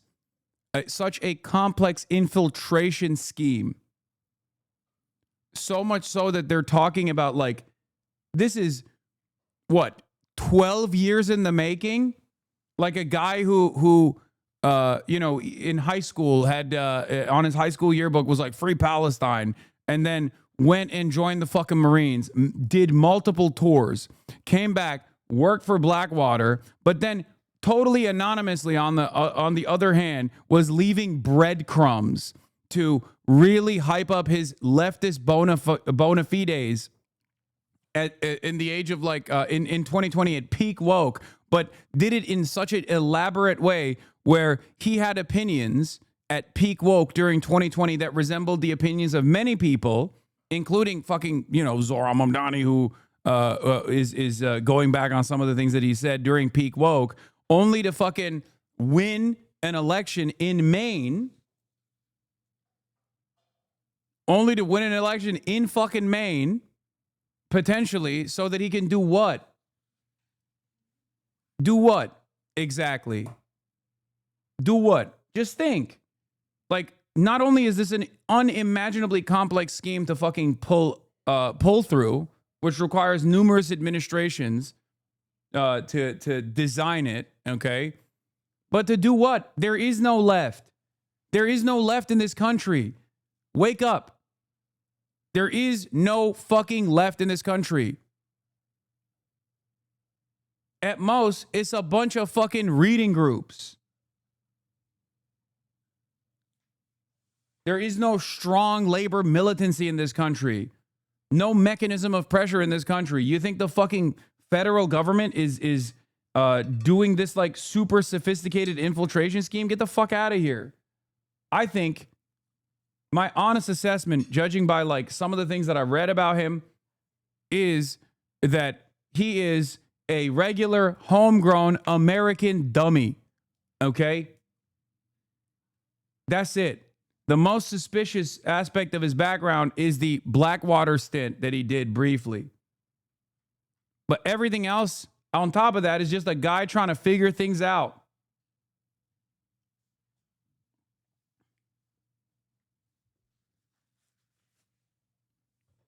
Many of you are also dummies in the same vein. And it took a long time for you to fucking fully figure out what your worldview is. I'm gonna be honest. I think he's trying to hide what his true positions are because he's fucking worried that people are going to attack him with the socialist moniker over and over again, which he shouldn't be worried about, to be fair. Because this is an important moment for him not to actually stand down on positions like that, because then no one is going to believe him. People are just going to be like, "Oh, you're a coward, and you're lying anyway."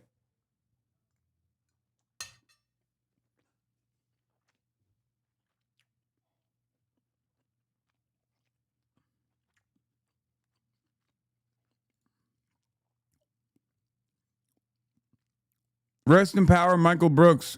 He wrote on Monday, July 20th. It was a huge part of my politics moving further left and revolutionary. I'm feeling a serious sense of loss right now. I'm not even sure what to say. I'm just so thankful for his intellect and knowledge. We are stronger because of him, but have lost something with his passing.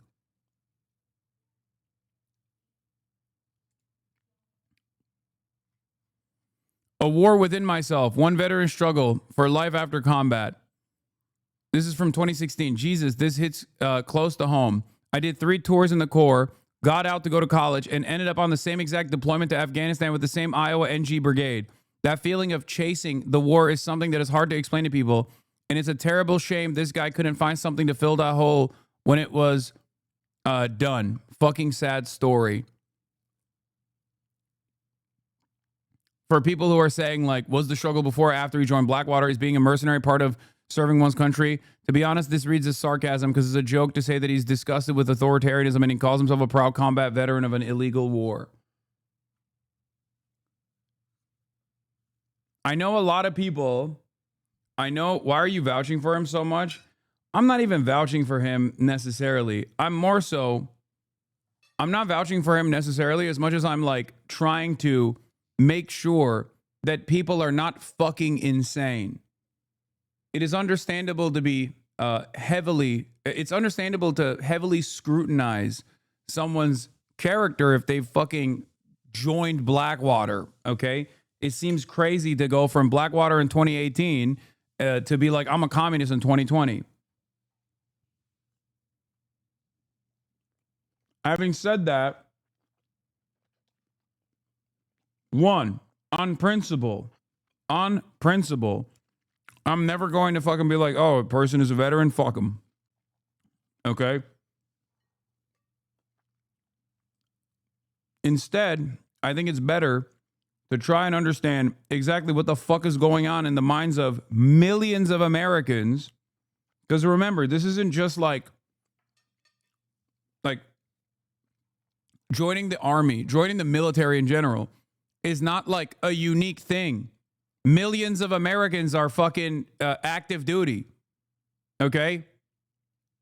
So you need to fucking remove your own personal ideological slant out of this.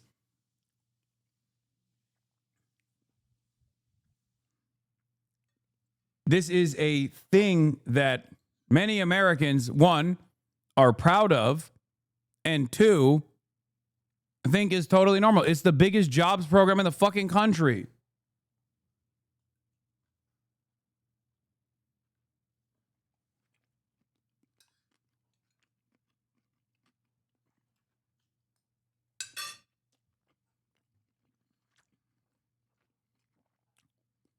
You wouldn't be nice to an IDF veteran? I've literally interviewed IDF veterans on this broadcast. Suck my dick.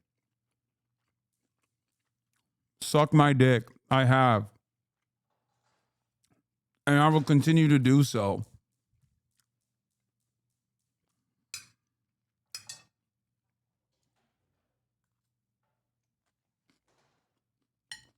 I've interviewed IDF veterans. And I have interviewed American veterans as well.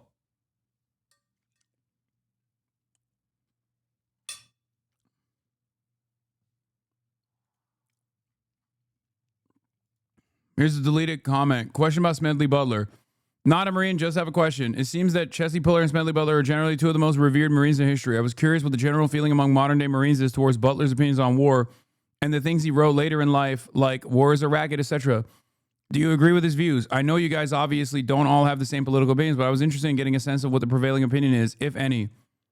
And this is his deleted comments, I guess. I think he was way ahead of his time. Is it Boat Cow? Or is it this one? Oh, he's the deleted comment. It's a thought that enrages me daily. I think he was way ahead of his time and gave us a first warning about war profiteering. Unfortunately, that message is lost in the simplification of his image to be based around combat heroics. I second this. How many billions of dollars did I help Dick Cheney and his lot make in Iraq? War is almost definitely a racket. Our friends die while they make money is a thought that enrages me daily.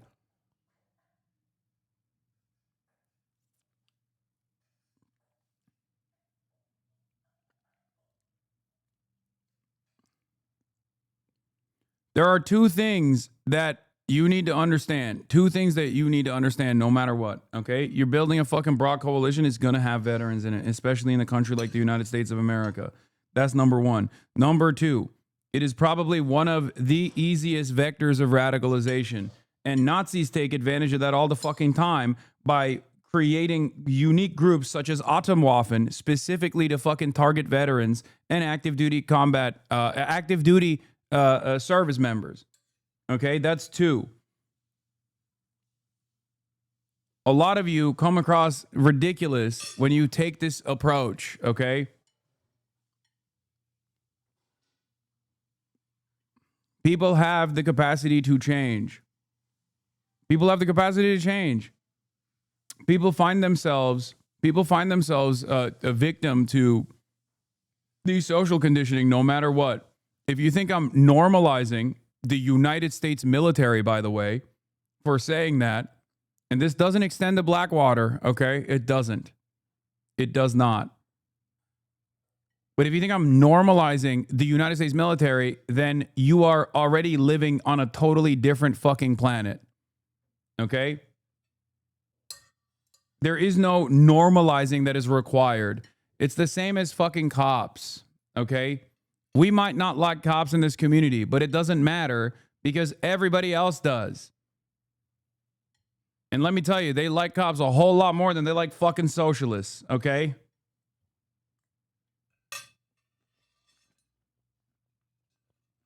Should we let murderers get away with their crimes too? After all, they can change too? Yes! Yes! Yes! I'm in favor of rehabilitation as long as someone is taking atonement. Yes. Yes, a murderer that serves their fucking prison sentence should be rehabilitated and integrated back into society. I'm not a fucking stupid draconian American, okay? Yes. God damn. I hate some of you motherfuckers so much. What atonement is he taking? What punishment has he gotten? Great question. Great fucking question. As a matter of fact, when things are not punishable by law and unironically revered as a matter of fact, and you still realize that that shit was fucked up, that takes a lot of fucking effort. It's called self-reflection. Self-crit for all the fucking lefty LARPers in the chat.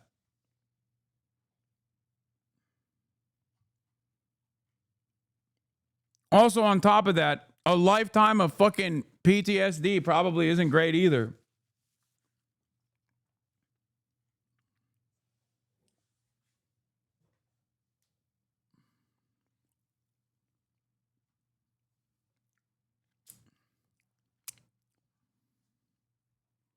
Anyway, let's watch what he had to say as well. Oh, one of the funniest aspects of this argument and criticism that people are leaning on, these smoothberry morons in the chat want him slicing off his pinkies like a fucking Yakuza member to atone. Yeah, no, there are a variety of different left flank opinions here. Some of which go, you're a baby killer if you're a veteran, you did active duty, you saw combat, you went and you engaged in an illegal war where you fucking killed people, okay? Where you killed people, possibly even children.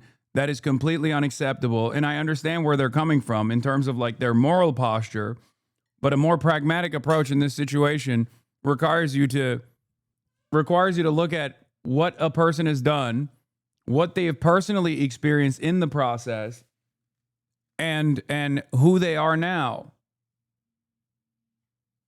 Okay? Like, people are like, oh, you have to be publicly flogged in this situation.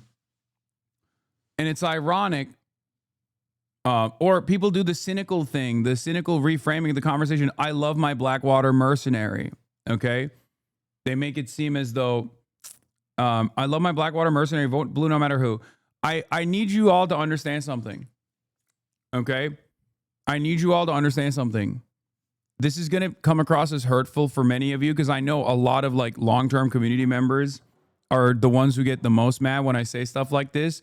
But your opinion is literally worthless in the grand scheme of things. And so is mine, for the record. But like, we don't matter. I need you to understand that, okay? We don't fucking matter. We don't matter in the grand scheme of things at all, okay? We don't. We don't. Many of us do not understand, myself included for the record, do not understand what kind of lived experiences that people have that cause them to do heinous shit, okay? But that heinous shit that we think is heinous, every fucking American thinks is awesome, for the record. Like the overwhelming majority. So pick your fucking battles, please, for once. Please stop getting in your fucking way.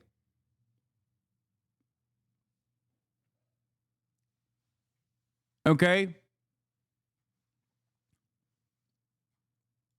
And it's additionally funny because please point to, if you are a LARPer, right? Because many of you are. Many of you love LARPing about Marxist-Leninism and the vanguard. Please point to one historic instance where there was a militant left movement that did not almost entirely comprise of veterans as well. Just one. Please find one. I really hope you can find one. I have never seen one. There has never been a single fucking instance where there has ever been a successful revolutionary action that took place without any fucking military experience whatsoever. Okay? We need a Haas news, but for when we're discussing electoral politics from a descriptive, not normative perspective. I know.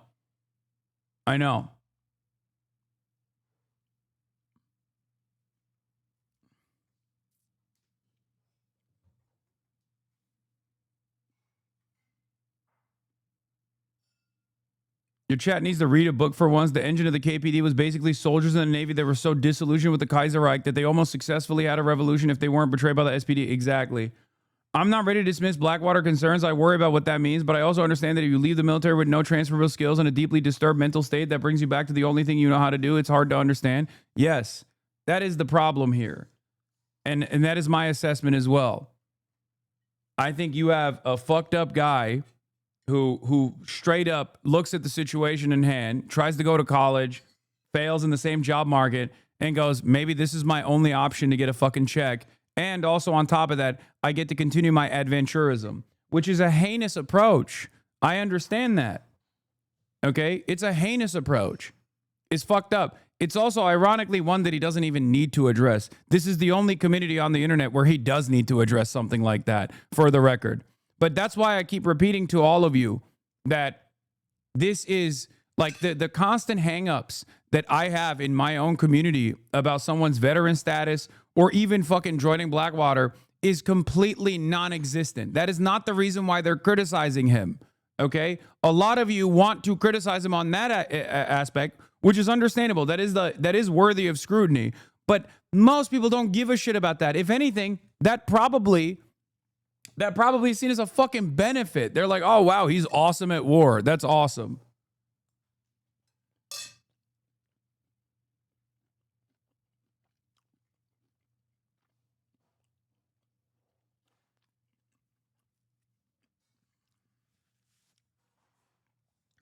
Revolutionary liberal. Maybe my only option is to kill a bunch of children. Our society is so fucked up that this is an option. Yes, I know.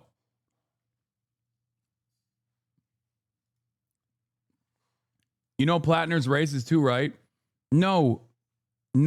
He used to fucking be racist. Yes, he was a fucking, six-time jarhead, dude. He went back time and time again. You're talking about a Reddit post from 2013.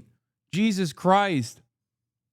Yeah. Meanwhile, people are canceling him for his much more recent posts, which is when he was saying Trump supporters are fucking racist hicks and white supremacists and that all cops are fucking bastards. Jesus Christ.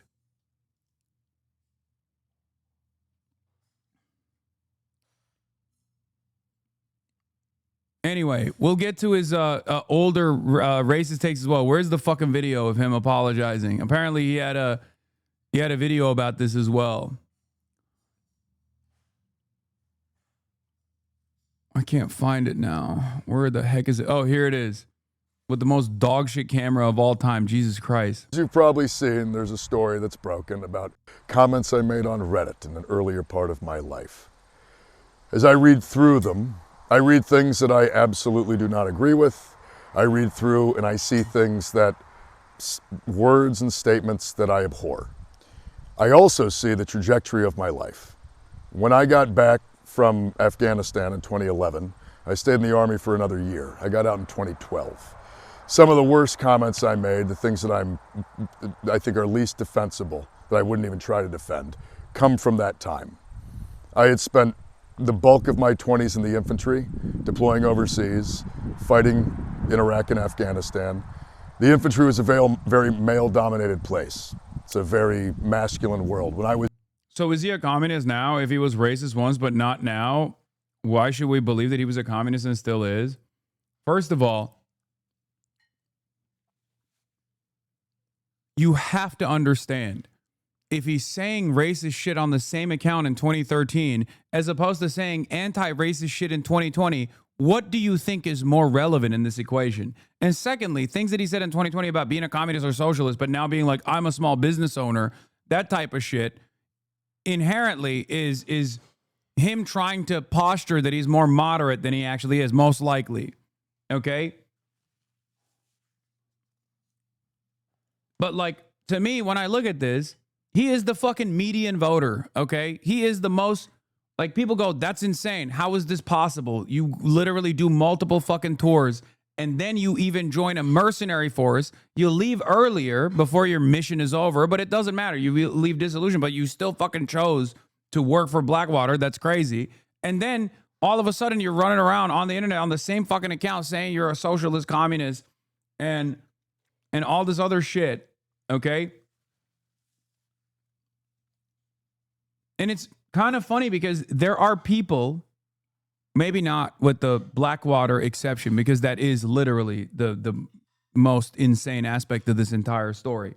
But if you were to section off his opinion going from being racist to anti-racist, then yeah, that's normal. If you talk about him being a combat veteran and then actually being disillusioned and being anti-war, that's normal. You don't understand this, chatters, but there are thousands of them in this fucking community right now, because I'm not a fucking dickhead like you are, because I'm not a stupid fucking unrealistic, idealistic, LARPing ass dickhead like you are, because I understand that people are products of their environment. So they are going to have racist starting positions. They're going to engage in heinous acts.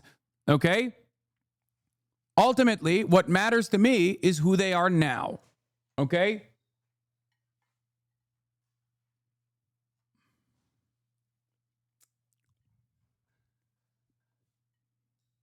Anyway, let's continue. Women weren't allowed in the infantry. It's changed now, and that's a good thing. But when I got out, I still had the crude humor, the dark feelings, the offensive language that really was a hallmark of the infantry when I was in it. I made comments that I'm not happy about, that I do not agree with, but they came from a time and place in my life. And as I watch, or as I read through the comments that were released, I can see myself changing. My language gets less crude, my thoughts and my feelings get a lot less kind of rough around the edges. I do get almost more disillusioned though, and it's important to know that this was a time in my life where I was struggling deeply. I got out of the Army in 2012. I had PTSD, I had depression, I had all of the things that come with serving in a war, in 2 wars, that I eventually began to not believe in at all. It left me feeling very unmoored, it left me feeling very disillusioned, very alienated and very isolated. And I think like a lot of people, I went on the internet to post stupid things and get in fights and find some form of community in some way, some outlet for my feelings, for my rage, for my isolation. It wasn't until I found actual community that all went away. And the reason that I stopped posting on Reddit around 2020 and 2021 is because that was the point in my life where I had found this. I had moved back to my hometown, I'd found community, I'd started a business, I'd met I'd met someone to fall in love with. I'd been able to really begin to feel connected again. And not only did it let me feel connected, it also gave me a lot of hope. I had spent years being entirely isolated and feeling very, very angry about the system that had made me go through that experience. Coming back to Maine, moving back to my hometown, reconnecting with the community that I'm from, building real friendships, building real networks, real relationships with people, that helped cut my disillusion. I went from thinking that people were bad to knowing that people are good. I went from thinking that there was no hope to having nothing but hope. A hope that is rooted in the fact. My honest opinion is that as a vet, that the strange thing is that he hasn't been around any lefty vet orgs. That's not that crazy. He's in fucking Maine. I don't know how many lefty orgs exist in Maine for veterans. Not every fucking lefty vet, including the tens of thousands in this chat, are working with like, About Face or numerous other like left flank veterans or any of these other organizations anyway.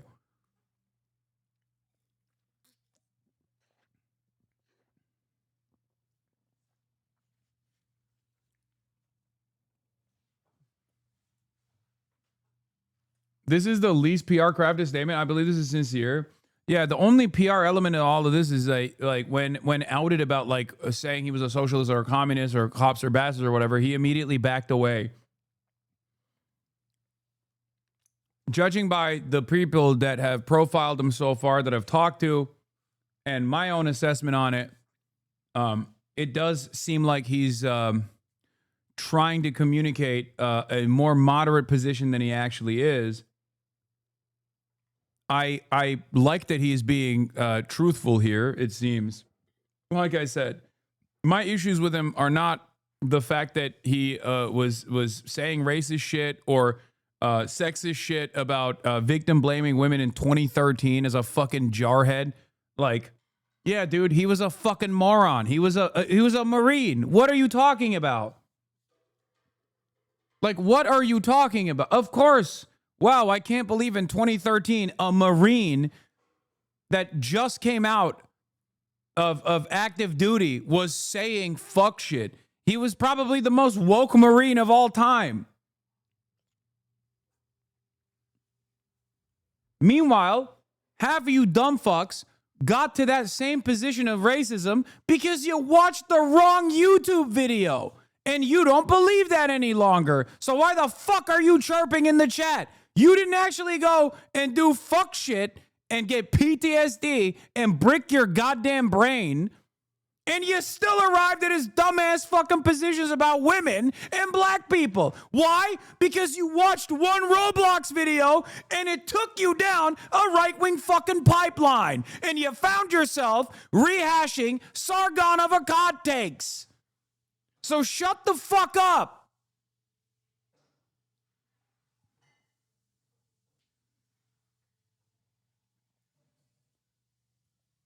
You don't have a moral higher ground than others because of your different journey through radicalization or your actions. Treat people like normal fucking people. God damn.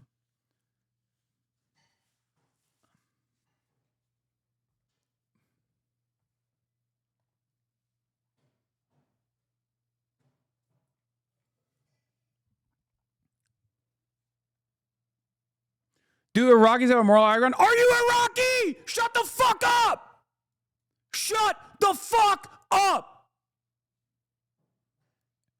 If you were to ask an Iraqi person, would they prefer a fucking Marine Corps dipshit who actually became anti-war over a Marine Corps dipshit who didn't, who do you think they would choose?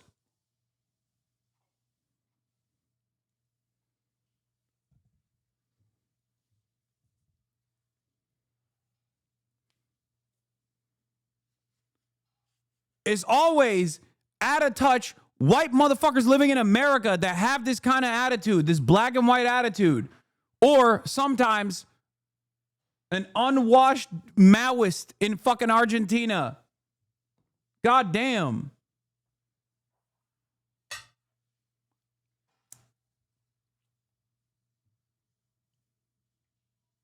I'm Iraqi and I do not forgive him for his service, but I do hope he wins. Well, you're better off than fucking I'm Iraqi. Hasan, sit this one out.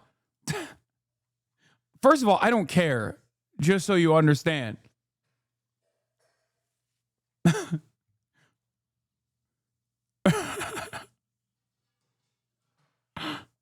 I sent this, sit this one out before you explain. My bad.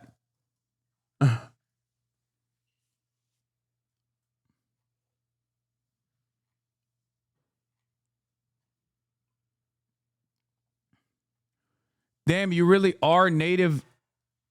What? You really are native U.S., huh? What do you mean?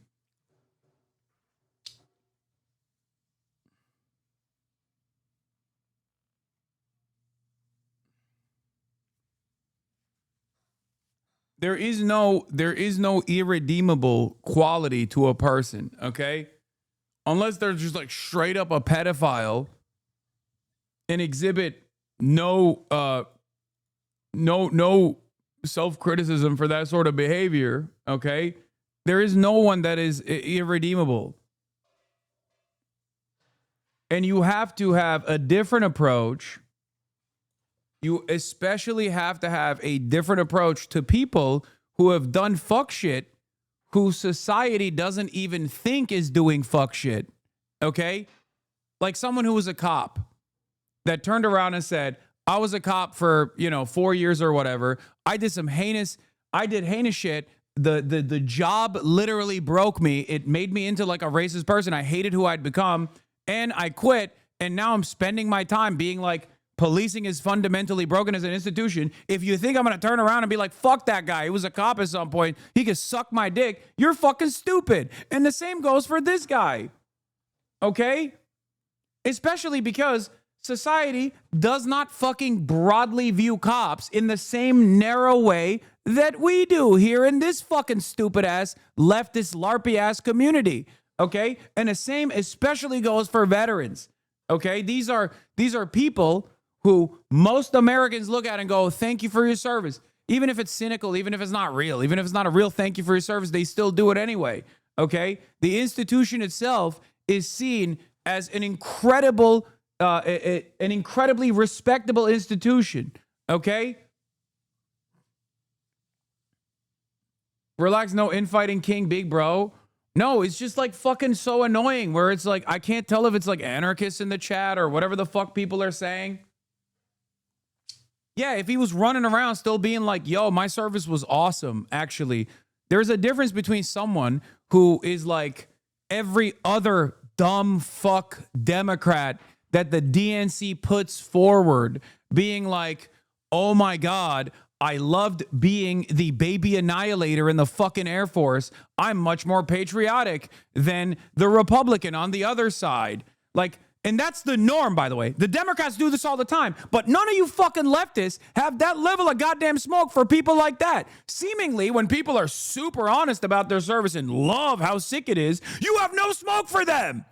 You have no smoke for the veterans who are just literally still running on how awesome it was that they served. And the one time there's a fucking guy who's like, oh my God, I can't believe I served. This was really fucked up of me. You go, fuck this guy.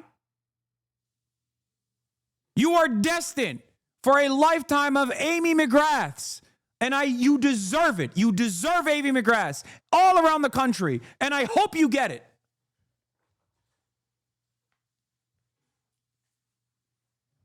That's what you deserve. You deserve the John Kerrys of the world. You deserve the Amy McGraths of the world. That's what you deserve. I'm sick and tired of this shit. It's a fundamental principle for me to analyze someone on what they are, who they are now, what they represent now, what they say now. And when making this fucking analysis, I also look at whether or not the actions that they partook in, no matter how irredeemable we see it here, right, is that even considered irredeemable in broader society? Because that plays a role in whether or not this person felt it necessary to take atonement out of shame or because they personally arrived at that conclusion. Any veteran that realizes what they did was fucked up is not coming to that conclusion because people yelled at them. They're coming to that conclusion because they personally engaged in self-criticism. They personally arrived at that conclusion because society broadly does not give a shit. They literally say, you're awesome. Thank you for going and engaging in the most righteous act of murdering brown children, okay? That's how Americans look at it. You guys are fucking stupid. You don't realize that that's how society broadly reflects on these things. So if someone realizes that this is wrong, when society doesn't think that they're wrong, that they're in the wrong, then that's a good thing. That requires a lot more self-criticism, restraint, and critical thinking than any number of different things that you've changed your mind on.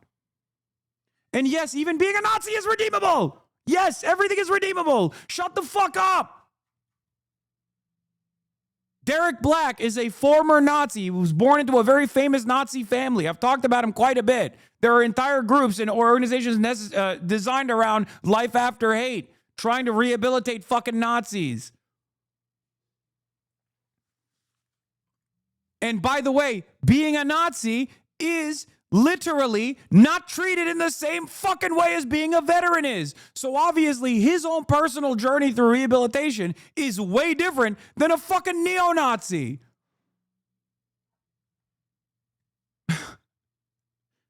How are you comparing a fucking combat veteran in the Marine Corps to a neo-Nazi? This is how busted your brain is. In the eyes of the average American, if you were to be like, every combat veteran is a neo-Nazi, they'd beat you with hammers, okay? They would fill a sock with used batteries and bludgeon you to death if you were to make such a comparison. Some of you do need to get your ass beat a little bit to be like a little bit more normal in your analysis. Anyway, the worst aspect of his commentary, especially when it comes to militarism, is not that he's full-blown anti-imperialist, but because he says like, oh, we got to work on our shipbuilding capacity to make up for the gap between China, okay? So he's not even the best candidate regardless on that front. But you guys are so hyper-focused on like the most indefensible aspects of the commentary here that I can't even move beyond it to make reasonable criticism about some of his fucking positions.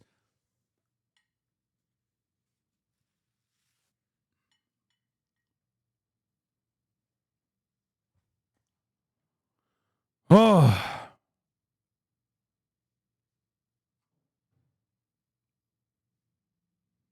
That it was in my community here in Sullivan, Maine, that I got to come home and build a nice life.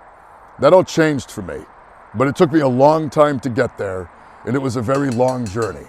And along that journey, I was in different places that I'm not in now. I had different feelings that I don't have now. I had different thoughts and opinions that I certainly don't have now. But I am very proud of the person I am today. And it was that whole journey that got me here. And while I won't defend things I said in the past, I will just say that if it wasn't for that entire journey, I would not be who I am today, and I'm incredibly proud of who I am today.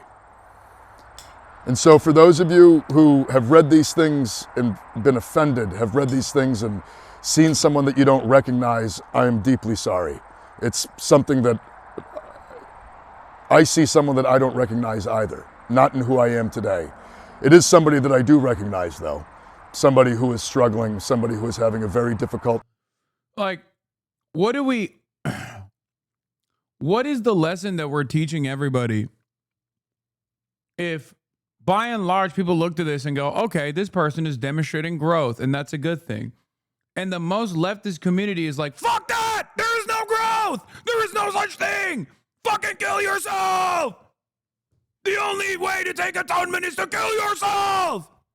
What does that look like to the outsiders, you think? Do you think that we are actually building a serious movement? Do you think that we are actually doing a good thing? No redemption! And then we sit around and we go, oh, why is the right so effective at mobilizing? I don't understand. Why is the right so good at mobilizing? Why do they have such a wide array of different people, regardless of their heinous worldview? I feel like I'm in a constant state of relitigating 2016 era peak woke politics in this stupid fucking community every goddamn day, because all of the radlib baby leftists that come in here have the exact same hangups. We can't allow microaggressions in this community. I can't believe how you have a blind spot for this. You have a blind spot for that. No interest in allowing people to fucking learn and grow. Taking the most goddamn cynical approach to every single person. How are you any different than the fucking edgelords on the right? Yeah, your politics are good, but the fundamental driving mechanism behind your politics is identical to the fucking nihilistic edgelords, where you just think, you care. Oh, this person actually is demanding forgiveness. We must not give them forgiveness. Fuck that person. They fucked up. Or when I try to explain something, you immediately go, oh, well, it seems to me like you love how many babies he murdered, how many babies he definitely murdered. He ran around murdering babies in Iraq. That was his position. He was there specifically for baby murder, and he murdered a lot of them, and he was drinking their blood in the process of murdering those children. And then now that his appetite has been satiated, he came back and he felt bad about murdering the babies.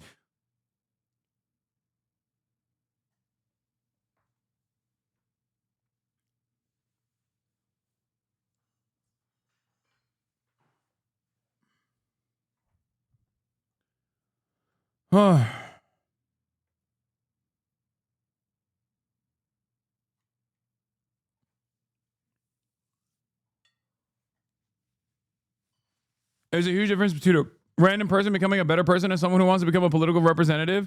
Yeah, I agree with you 100%. If we're going to talk about the actual political representation, thank you for bringing this up, you have to match it against who else is running in the race. Are we going to do that right now? Who you got in that fight? Janet Mills? How many babies has she killed? I guess she's better, right? You're morally consistent. You and Chuck Schumer are on the same wavelength on that one.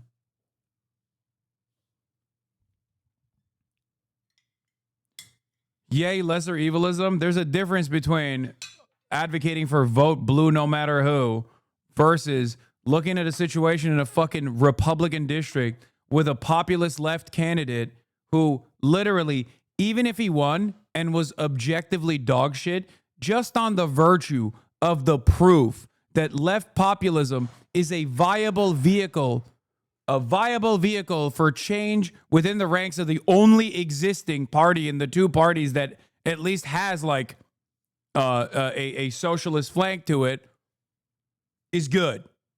Just on the virtue of saying this is proof in the pudding that it works. She supports Israel. Pretty sure she's pro-dead children. No, but she didn't actually tour. She didn't actually go to the Marine Corps. And I'm willing to bet she didn't have some stupid fucking takes in 2013 in a subreddit. So obviously she's more moral than this guy is. She is. Okay? Clearly, you have to vote for Janet Mills. I'm saying, as the most moral person, as the real leftist in this fight, as someone who abhors electoralism, only to fucking chime in on electoralist conversations to tell everybody how fucking stupid they are because socialism is going to happen one day, one way or another, most likely magically, okay? I'm going to tell everybody that, you know, vote blue no matter who, that's what you're doing, and that instead of meticulously analyzing what a person is saying and then matching it up against their opposition, I'm just going to act like this dude is a fucking neoliberal Pete Buttigieg type.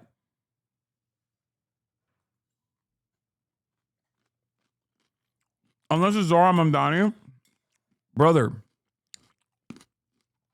there are people who literally think Zohran Mamdani is also fake too.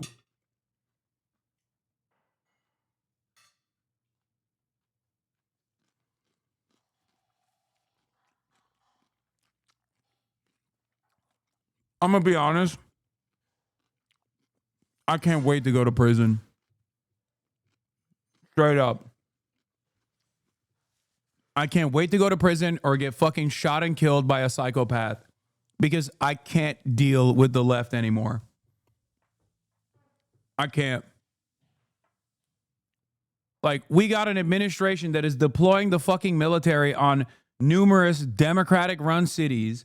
They're kidnapping people for looking Mexican with the most ferocious gang of mass thugs you've ever fucking seen with no training whatsoever. They're just rounding people up. They're tear gassing children. They're tear gassing people with regular frequency. Okay?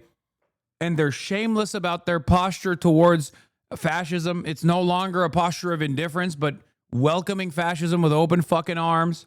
Okay? They're eroding all of the constitutional norms that remain, whether it be due process or free speech. The administration has basically said, if you're anti-capitalist, if you are anti-Christian, if you're anti-American, family or whatever fucking idiotic assessment that they've made, then you are branded as a terrorist on the domestic level and you will be fucking prosecuted. I cannot wait. Please arrest me now, because I would rather go to fucking prison than have to deal with dumb fuck lefties who look at all of this and go, I'm sorry, fuck this guy, actually. And there is no alternative to fuck this guy. I just wanted to say fuck this guy. I just wanted to say fuck this guy. There's no alternative to him. I will not be presenting an alternative to him. I actually don't have an alternative for change either. I just wanted to say fuck this guy, but leftistly. Okay? That's it. You have no pragmatism. You have no sincere approach to change.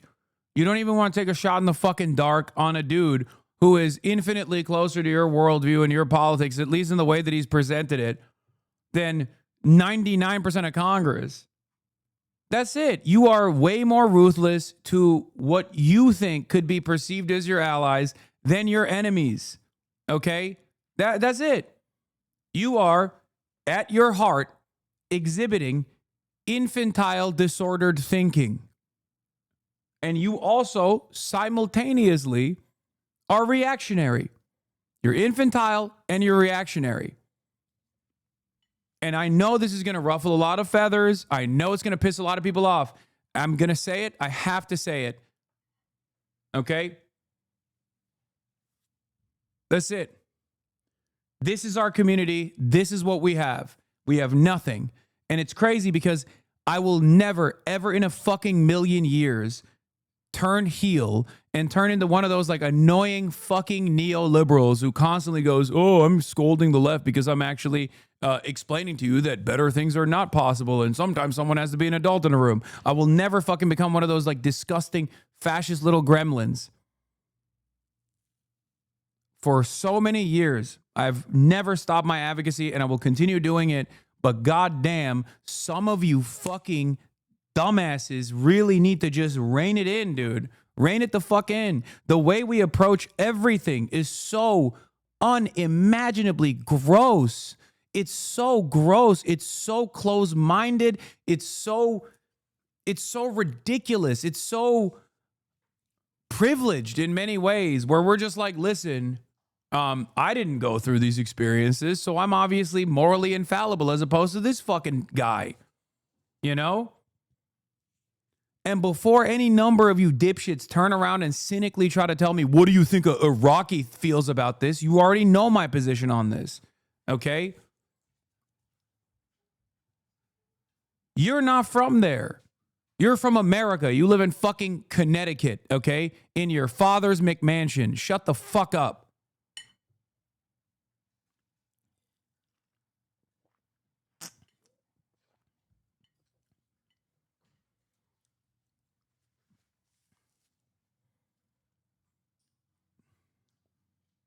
time settling into a society that he felt betrayed by and left behind by after having to go fight in Iraq and Afghanistan. I'm sorry for this. Just know that it's not reflective at all of who I am. This is not a critique, I agree with you, but could you juxtapose it with your stance on Kamala during the election cycle? I think that could help illustrate this current situation to a lot of chatters. Easy. Kamala Harris was the vice president of an administration that was conducting a genocide, and she refused to actually call it out or even demand that they stop it. Graham Platner, on the other hand, literally was a fucking crony who actually did participate in unjustifiable illegal incursion and an illegal occupation of Iraq, recognized that was fucked up, literally is anti-genocide right now. Very easy. Just on that issue alone, super easy fucking assessment to make. I cannot wait for the next cycle when everyone's on that fuck Israel tip, and now and left is going to be even more schizophrenic. They're going to be even more schizophrenic. They're going to be like, well, everyone is for anti-Israel now, so this guy obviously is a fucking psyop. Everyone that says fuck Israel is actually psyoping us. You are not worthy of a psyop. You are nothing. I am nothing. We are nothing. We are lower than dirt. Okay? We are the dog shit that every fucking Ivy League graduate steps on their way to their fucking $200,000 job as they dominate all of us at the behest of capital. You have no movement. You have nothing. And you will never be anything if you keep up this fucking attitude.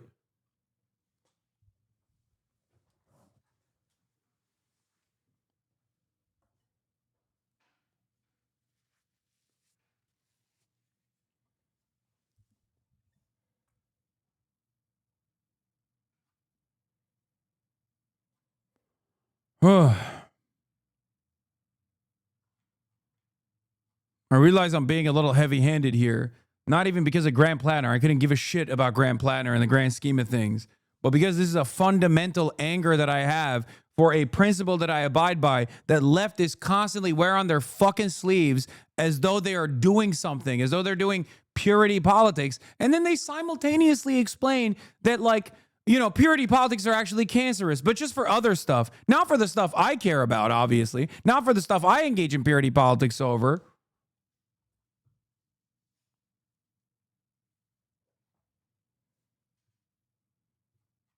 God damn.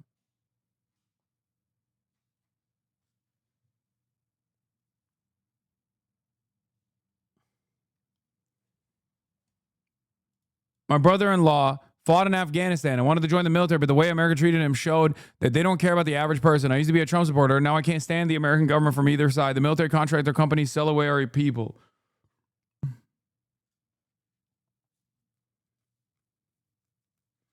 So what you're saying is Graham Platner will be accepted by middle management, CEO, and C-suite class? He probably is not even going to fucking win, dumbass. But even if he did, okay? Even if he did,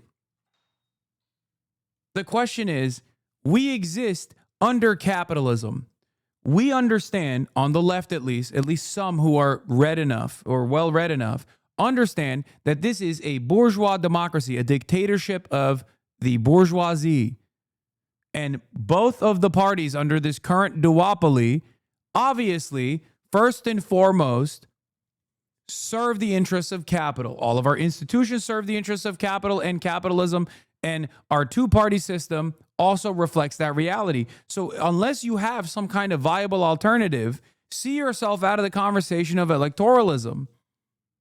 Because at least within the confines of what is permissible, I think expanding the boundary of permission with candidates that have at least in the past said that they were socialist communists, or candidates that at least say Israel's doing a genocide at a time when seemingly 99% of fucking politicians still refuse to do so, I'm going to take a guy who does say those things. I'm going to be skeptical. I'm going to be scrutinizing their background. But if you're going to make a blanket statement about someone across the board and be like, well, every veteran's a baby murderer, then you are an unserious person. You should not have a conversation about this stuff. You just shouldn't. You shouldn't be a part of this conversation. I've never been a fucking troop exploder style leftist, and I never will be, okay? This is not because the military industrial complex is good or permissible. This is not because the military actually does any good whatsoever. It doesn't. I see it as a fucking jobs program. Okay? That's what it is. But because it's a jobs program, that means there's a level of normalization of what the military does. So you have to work within those confines when you're fucking messaging, and you can't be one of those dumb fuck baby leftists that LARPs as though you're a revolutionary and you're going to be the real warrior of class. Meanwhile, everyone in the military has already done irreparable harm and therefore are irredeemable. You are delusional. You are so fucking outside of the confines of what is normal politics in the United States of America that no one will ever take you seriously. No one will ever listen to what you have to say. People will just go, okay. And they will never treat you with the same fucking level of respect ever again. I'm warning you right now. It saddens me how your ego, your inability to take accountability is actively hurting the left's image. Don't be pirate software. What? What are you talking about? What are you talking about? I'm literally covering a dude who's taking accountability right now about things that they have said in the past. What? Please explain to me what you're talking about. I'm talking about you. Okay, what do I have to take accountability for? What have I done? Explain to me what I have to take accountability for. Do you think the left needs to take a step back from trans issues in order to regain momentum?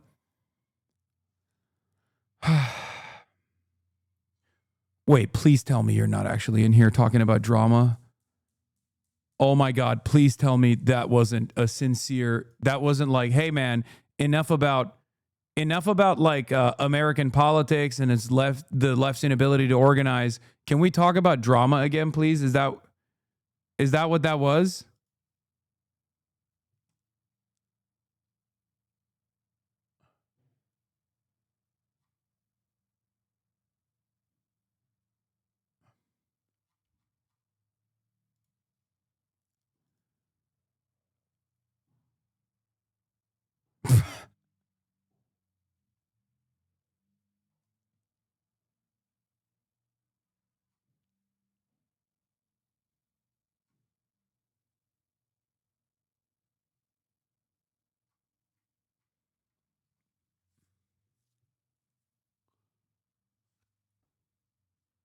That's the D community talking point about Kaya.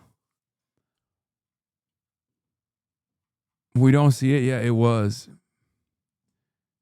This person is basically saying like, look, it doesn't even matter if you were right. It's just that you didn't approach it with the seriousness and it made it so hard to defend you.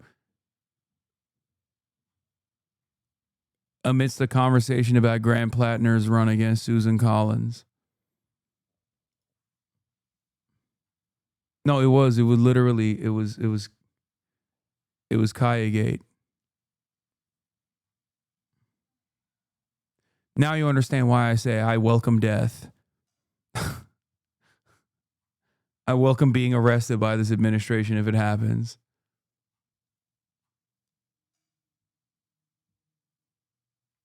We are never getting health care. It's not happening.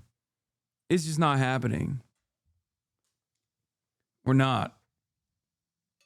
We're in a fucking death spiral in this stupid fucking country, and people seemingly enjoy it. People like these conditions. They're like, hey, there's new shit that I can get mad at every day.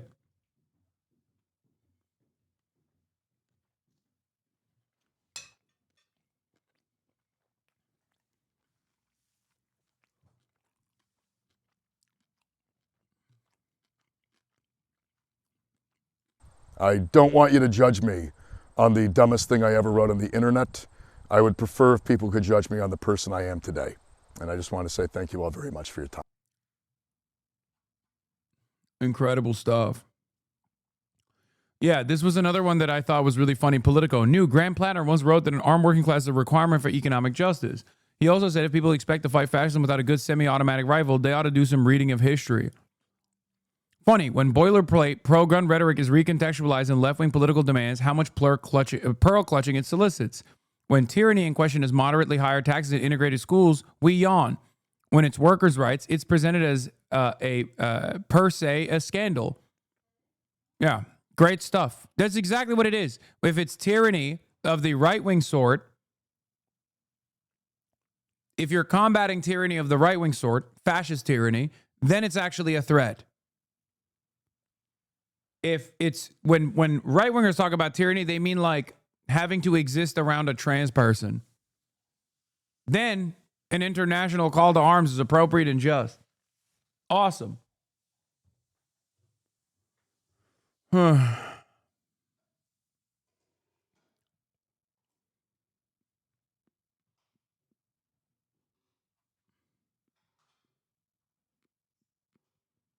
The left is like restorative justice, and then let's not shun people who try to restore.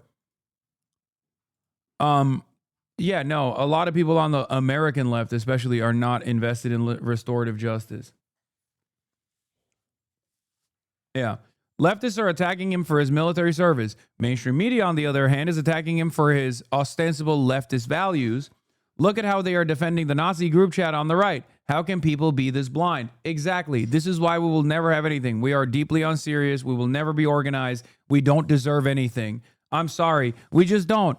That's it. You guys did it. You successfully broke me. Okay. No amount of like right-wing smear campaigns or even liberal smear campaigns getting on board and being like Hasan is a fucking dog abuser is going to break me in the same way that listening to a bunch of fucking annoying leftists will.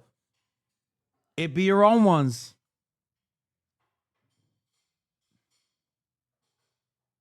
Then stop streaming and get out of the way. Sure, chatter. Okay. You got this from here on out. Join DSA chat.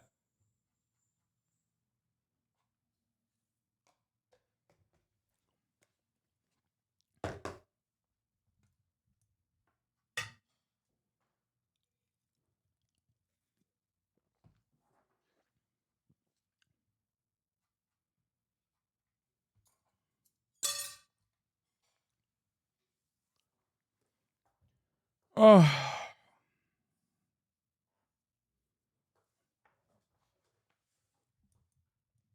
Yeah.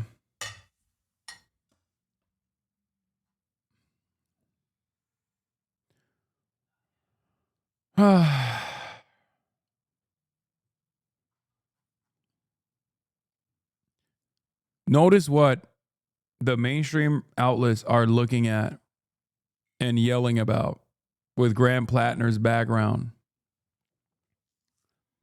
And then think about what you're pissed off about. They do not ever bring up his military record as a negative. As a matter of fact, the things that they're presenting as negative are things that are objectively not negative. Sometimes you need to suck it the fuck up.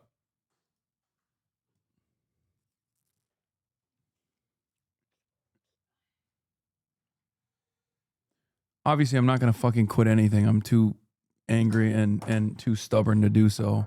It would be a dramatic fucking layup for all of the worst pedophile, rapist, neo-Nazis on the internet. Only the racist stuff was negative? Yes. But that's not how the media is covering it. The media is covering it as a big controversy because he said he was a commie and that the only way to fucking fight back against tyranny is by people arming themselves. But leftistly.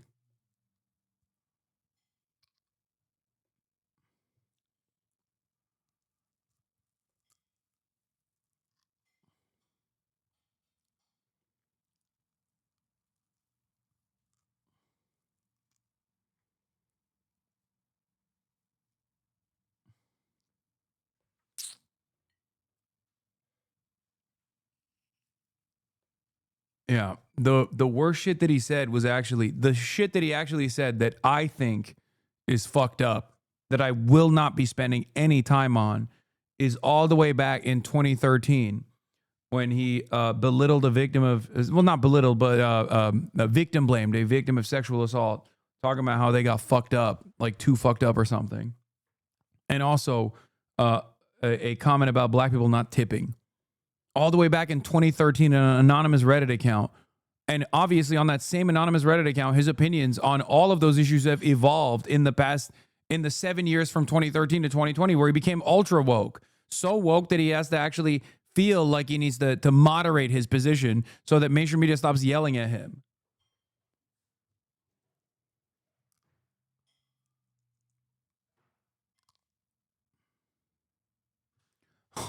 I'm literally black and hardly tip, but I don't tip white people. What the fuck is that statement, chatter?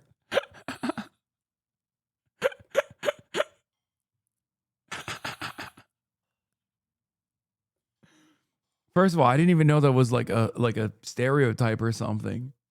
But that's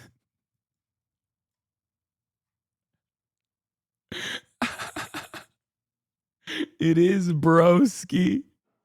He said, I don't tip white people.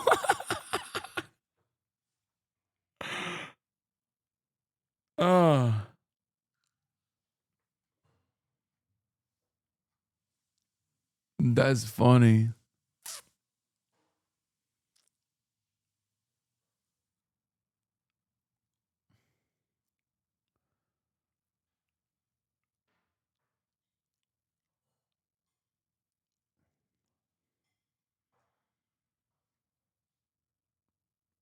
Can you please just endorse the Republicans so the most annoying people in the chat will shut the fuck up? No, I refuse. I'm endorsing the only honorable and just person in the fucking main elections. Project. And her name is what is it? The fucking old ass person, the Janet Mills. Okay?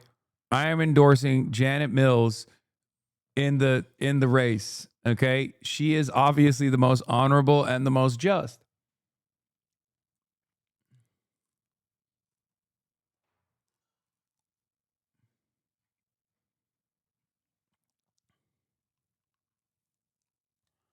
I wish you got this angry at Ethan Klein. Why the fuck would I get this angry at Ethan Klein? Ethan Klein is irrelevant. Of course I'm going to get this angry at people who present themselves as leftists in my fucking community and use every waking moment being annoying. I expect better from long-term community members.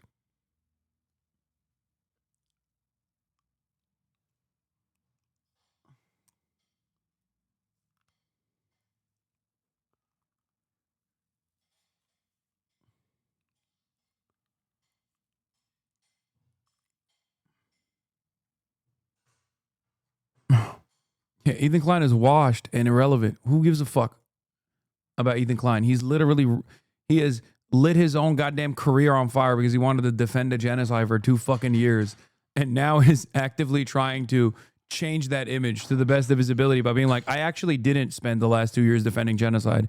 Everyone was lying about it. Who gives a fuck what that lunatic has to say? Obviously, there are investment projects happening in Indonesia. First off, have you heard from the president? Has he called you? No, not about that, but I'm glad he acknowledges that I'm a good boy. I am a good boy. This is the country, man. That's awesome. Country's sick. I'd say, you said I'd never been to a mosque. You've never been to a gym. You couldn't even bench 100 pounds. You said you bought pot at a pot shop. Were you high when you came up with these policies? Are you high now? That's how you got to throw him off his game, because he's all smiles. He's all super relaxed. I mean, Yeah, Andrew Cuomo should do that. Like, he's demanding. Oh, Gavin Newsom actually went to TwitchCon. He's in the partner lounge for A-listers. Gavin Newsom is in the TwitchCon partner lounge right now. He's at the event holding meetings with Twitch streamers about how to reach young voters. Some streamers declined to meet with him because they weren't letting the creators stream the one-on-one meetings, apparently. To clarify, he's in the purple lounge where all the A-list creators are, not the main creator lounge that's open to all partners. People are debating whether the streamers are clout chasing Newsom or if Newsom is clout chasing the streamers.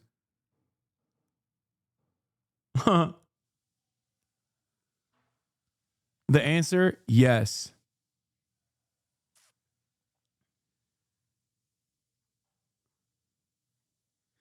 Yeah, also, yes. The best possible way to approach this is, and you did a great job of this, Shady Tales. How the fuck do leftists expect other people to become leftists if there's no way to redeem yourself once you do some stupid shit? You cannot have the approach that someone is irredeemable. New orbiters entered the arena. Oh, it's Gavin Newsom is my new orbiter, yeah.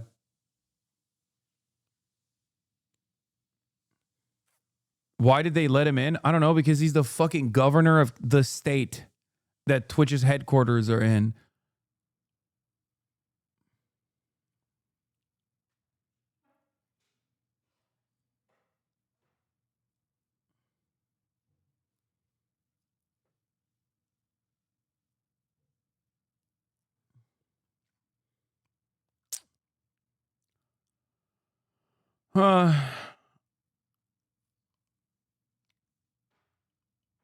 Anyway, Donald Trump has shown his LGBTQ plus bona fides by offering clemency to the gay criminal George Santos. George Santos was somewhat of a rogue, but there are many rogues throughout our country that aren't forced to serve 7 years in prison.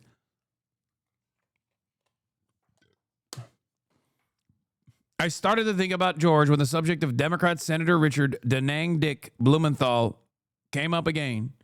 As everyone remembers, Danang stated for almost 20 years that he was a proud Vietnam veteran, having endured the worst of the war, watching the wounded and the dead as he raced up the hills and down the valleys, blood streaming from his face. He was a great hero. He would leak to any and all who would listen, and then it happened. He was a complete and total fraud. He never went to Vietnam. He never saw Vietnam. He never experienced the battles there or anywhere else. His war hero status and even minimal service in our military was totally and completely made up. This is far worse than what George Santos did. And at least Santos had the courage, conviction, and intelligence to always vote Republican. George has been in solitary confinement for long stretches of time and by all accounts has been horribly mistreated. Therefore, I just signed commutation releasing George Santos from prison immediately. Good luck, George. Have a great life.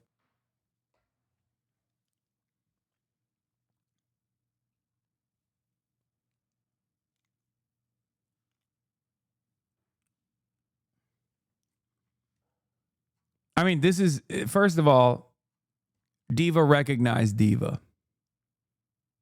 Okay? That's number one. Number two, I, of course, have always voted Republican. So, Mr. President, please do not arrest me, because it seems like that is the easiest way to get out of that situation, or any situation, as a matter of fact. If you want to do a crime, any crime, it's very obvious that you should first run for office as a Republican and say you love Donald Trump and say you love the Republican Party and you always vote Republican, and then do whatever crime you want to do, and Trump will at least take a look at your sentencing.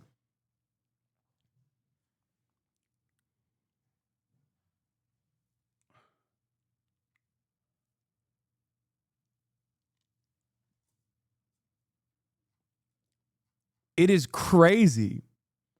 I don't fucking give a shit about George Santos being in prison, for the record. I don't. And I don't think he's this like rugged criminal. I think he's going to be extra annoying out of prison now. But I think what's more consequential about this story is that Donald Trump is basically signaling that if you do crimes as a Republican, he will let you go.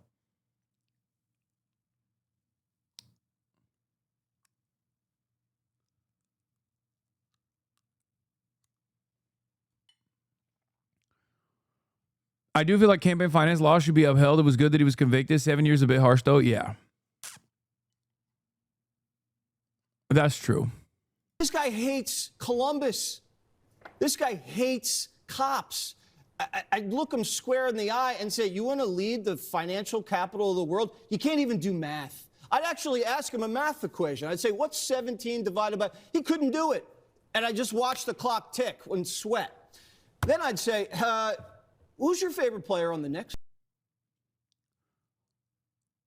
I like that he said 17 divided by because it's a prime number and the worst, like one of the worst, like as it was coming out of his mouth, he realized like, okay, if I actually divide 17 by anything, I'm not going to be able to do it.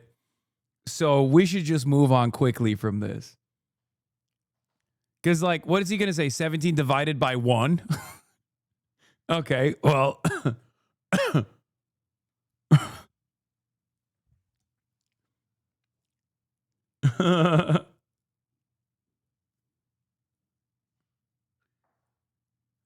Hasan, hear me out. What I heard you say is, I'm leaving the left, and I think we as a community should sadly watch you go as you run on a pro-Trump platform, and I hate you for it. Yes, that's what I'm doing. Today is the day I left the left, and I'm becoming a Trump supporter.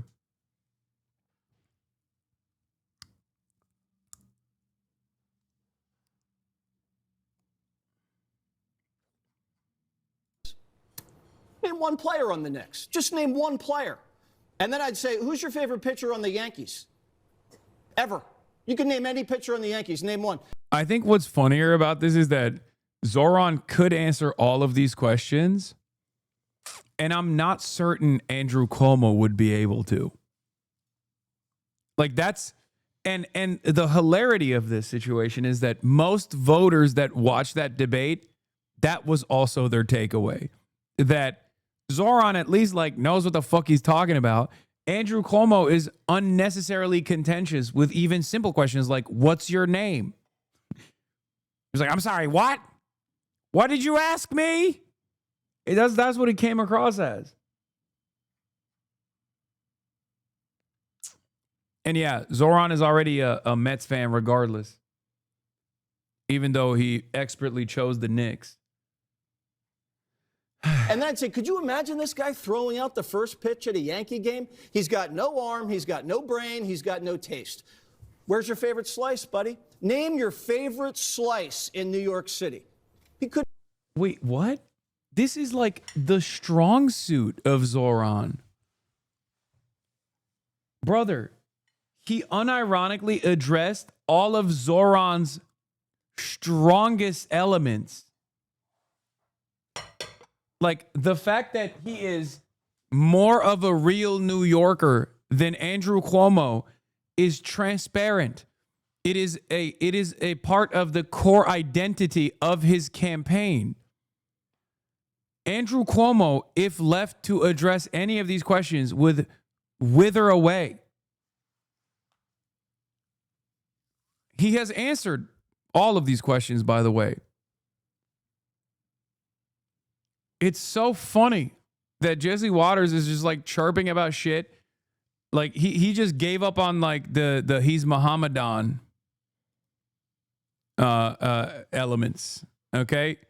He just gave up on that and instantly hit the he's actually not a real New Yorker shit, which is funny because these are literally some of his strongest qualities that have made many other New Yorkers who might have been racist towards him, given his Muslim background, have decided, nah, he's a real New Yorker, just like us. Earlier this month, a conservative magazine revealed Democratic candidate Jay Jones sent texts suggesting that a Republican lawmaker should be shot and killed. Now, Jones has apologized for those comments, which came up repeatedly at a debate last night.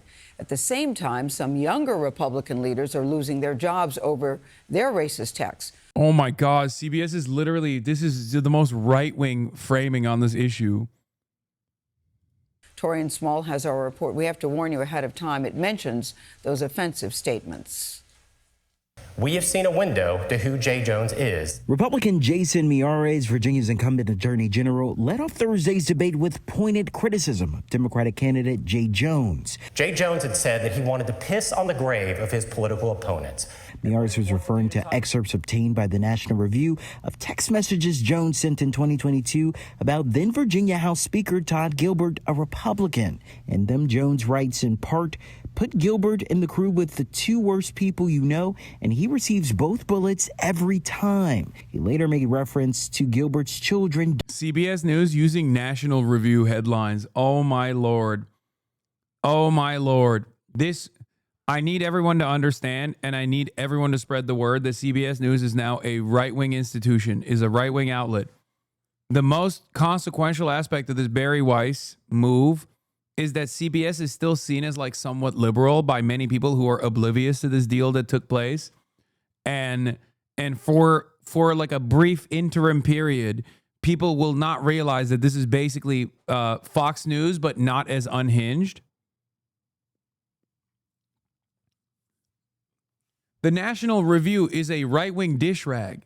What the fuck? There is a reason why many, unless they do like investigative reporting every now and then, because like sometimes they do, right?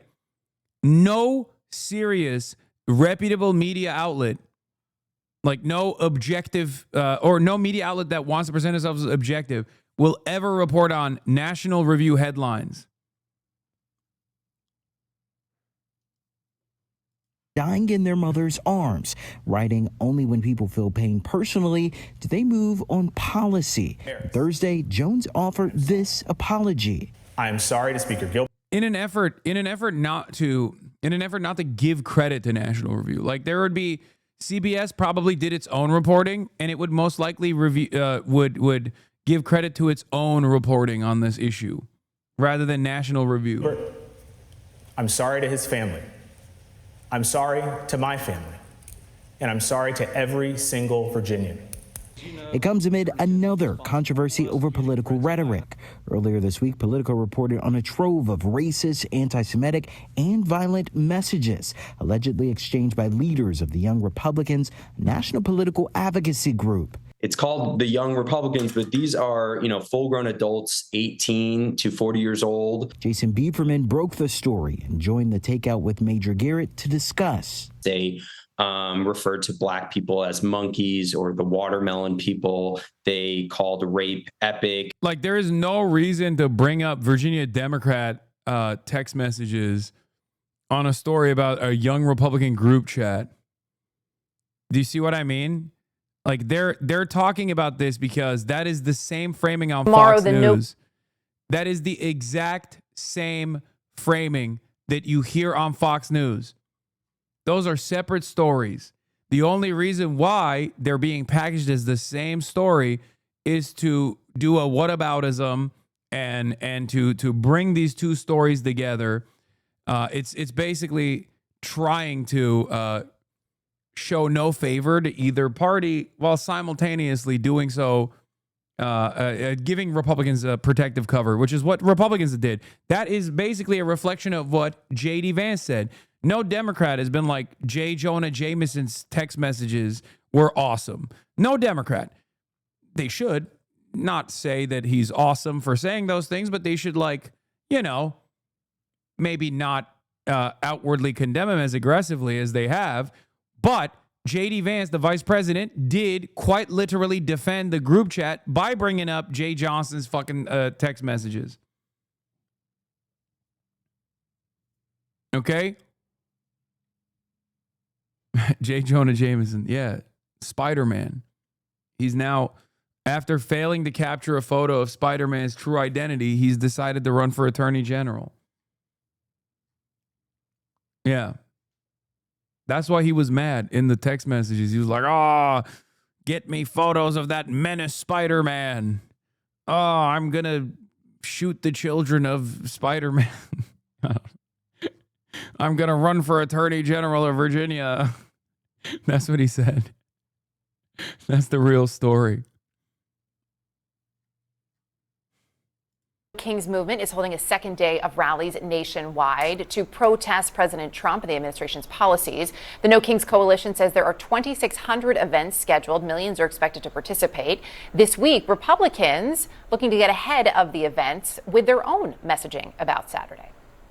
We call it the Hate America rally because you'll see the hate for America all over this thing when they show up. It's all the pro-Hamas wing and the Antifa people. They're all coming out. There's considerable evidence that George Soros and his network is behind funding these rallies. Who's running the show in the Senate? Chuck Schumer's not running the show. The No Kings protesters or organizers are running the show. The farthest left, the hardest core, the most unhinged in the Democratic Party, which is, a big title. And, no kings equal no paychecks. In response to those comments, one of the organizers of the No Kings event had this to say. The question isn't is there any truth to their claims about this? Obviously, these are peaceful protests at enormous historic scales. The question is, why now? Why are they coming at us now? And it's because they are worried that they are losing their grip on power. They are worried that other people in blue states, red states, and purple states, in rural communities, in Trump country, are going to see the public doesn't support this, and that makes them scared. Rob, is this about fear? I do think that we're in a different moment than we were during the first No Kings protest. I mean, we've had the assassination of Charlie Kirk. We saw a peaceful response. It's so funny because it's like No Kings protest is the most libbed up version of expressing discontent. It straight the fuck up is overtly refusing to address like Israel in any capacity. And even then, these guys are talking about how unacceptable this is. Here's what Caroline Leavitt had to say about the No Kings protest. Proved that the Democrat Party's main constituency are made up of Hamas terrorists, illegal Oh, wait, not the No Kings protest. This was about Mamdani. aliens, and violent criminals. That is who the Democrat Party is catering to, not the Trump administration and not the White House and not the Republican Party. Yeah, wait, why would the Democratic Party cater to the White House or the Trump administration or the Republicans? The Trump administration and not the White House and not the Republican Party, who is standing up for law-abiding Americans, not just across the country, but around the world. And that proved that... Wait, what? That doesn't even make... God, they're so stupid. They're so dumb. Oh my God, I hate how stupid the Republicans are. Yusuf Munayer says, we have been saying for so long the repression against Palestine activism, which Democrats have for too long been supportive of, will ultimately be a gateway for the right to use against all critics. How are we losing? We're losing because we're disorganized. We're losing because we're unserious. We're losing because there is a metric ton of evil that this administration is capable of dishing out at any given fucking moment. And we don't have a united front. The last No Kings had a ton of pro-Palestine stuff. PSL was involved, so there were a ton of orgs. There were tons of Palestinian flags and signs everywhere. No, I know. I'm saying that participants in local No Kings rallies abso-fucking-lutely brought their, Palestine merch and stuff like that. But the organization did a lot of weird things. And if left up to their own organizational capacity, it would have been a very libbed up, like Walmart funded ass protest where they gave really silly they gave really silly directives to people where they were like, oh, if cops like decide to rush you, just like sit down or something. Like, it was crazy. Or they demanded that in some of the protests that you RSVP. The fuck? Yeah, there is no sign-up sheets for a fucking rally. What are you, crazy? Yeah, the main org behind it, I think, did some weird stuff, but obviously any kind of initiative to bring people out in the streets to protest against the administration is going to bring crowds from all walks of life.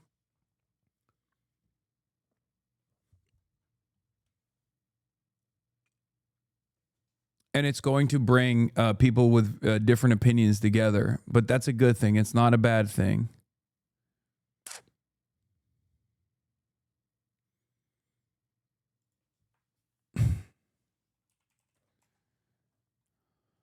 A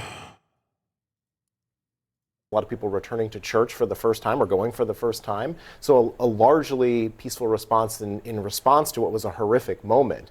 Now, I think you also have a situation with No Kings happening at the same time where there is a crackdown in many of these major cities, which has animated the left in this country. And I would just point out that despite all of the criticism they have for President Trump, they are allowed to organize and demonstrate their freedoms. A king would not allow a No Kings protest, let's face it. We should also point out these were all largely peaceful as well. In June, when they happened, all these events, in terms of looking at how it went the first time. What's your response to what we've been seeing? Well, John Lewis would call this good trouble, unnecessary trouble. The late, great Byron Rustin would say we need angelic troublemakers, good troublemakers in every community. This patriotic act is very consistent with the First Amendment right to express yourself and also to petition your government for change. We've seen this before. I'm a 40-year-old black man, proud son of the South. Peaceful, nonviolent protesting is in my DNA. That's how we've always advocated and pushed for change. So this conversation is not new to some of us. The difference is the right, the extreme right, in many cases are trying to act as if it's something is not. We've seen them protest, and that's okay. And so in this case, it should be okay for us to peacefully protest. Unlike January 6th, we had people storming the Capitol saying, hang the vice president, putting nooses up in places and spaces and so forth. Totally different. What has changed, though, since June, given what we are seeing in a lot of major cities, and what could that mean? I was there in June. I covered the president's birthday military parade, and there were No Kings protests kind of happening outside adjacent. And one thing that really surprised me, because I covered the summer of 2020. Your people are out there, Hasan, go get them. What do you mean? I said to myself, okay, this is going to get out of control. And then it didn't. It was like nobody there wanted to be out of control. Everyone I interviewed was like, let's keep it peaceful. Let's keep it fun. We're just here to express our, joy at the president's birthday and the military, or our dismay at the president. Great, great, great America. Now, as you said, in the meantime, Charlie Kirk has been killed. The rhetoric has been ramped up about this is anti-American. These are pro-Hamas supporters. The thing that worries me is that it just takes one person. It doesn't matter what party they're from. It takes one person to act out, and then things go sideways. And you're right. We have a right to protest, and we should, but everyone just cross your fingers. There will be extra scrutiny. It's impossible to ignore that. If you're planning on attending a No Kings rally this weekend, know your rights. You have the right to peacefully protest, including along sidewalks and on the streets, as long as you do not obstruct traffic or building access. When in public areas, you also have the right to take pictures and video of anything in plain view, including law enforcement. If you get stopped by the police, ask if you're free to go. If they say yes, calmly walk away. If you get arrested, ask for a lawyer immediately. Do not sign, say, or agree to anything without a lawyer present. For more information on your protest rights, visit aclu.org. Do you genuinely think peaceful protest in the street does anything meaningful? Yes. Yes. Yes, it does. Yes. It's better than not doing it. Okay? Of course it does. What the fuck are we doing, man?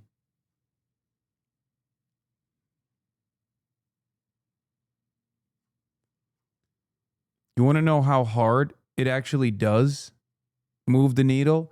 The Los Angeles Police Department seemingly asked the judge to lower restrictions on violence against the press before the No Kings protest.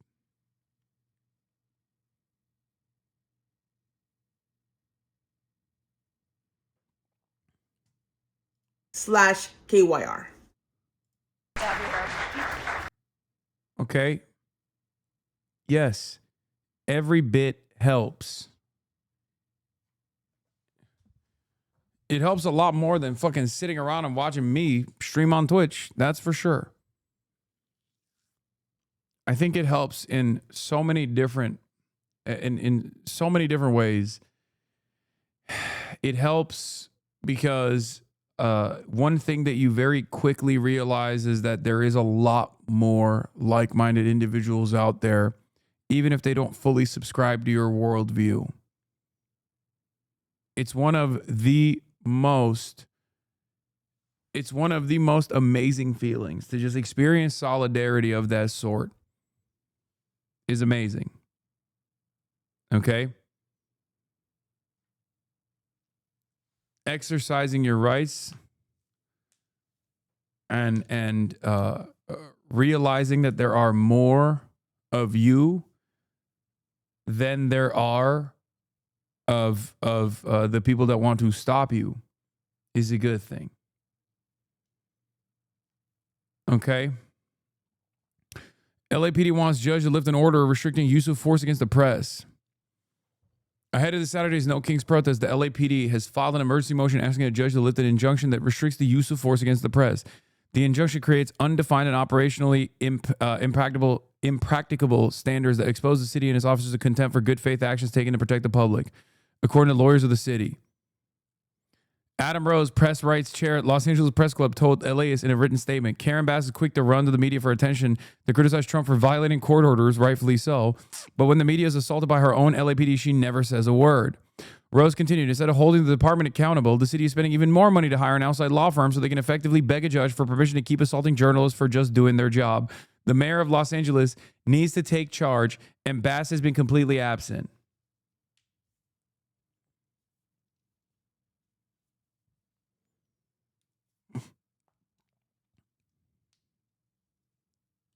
The emergency request comes ahead of around 80 different No Kings protests planned across greater Los Angeles area to demonstrate against what they call authoritarian power grabs by the Trump administration.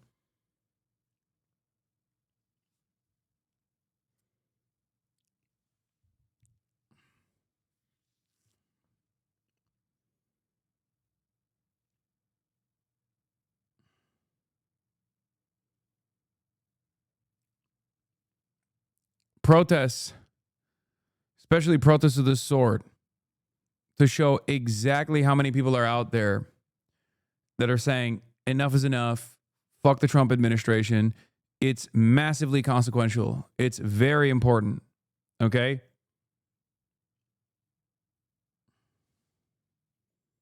Very, very important.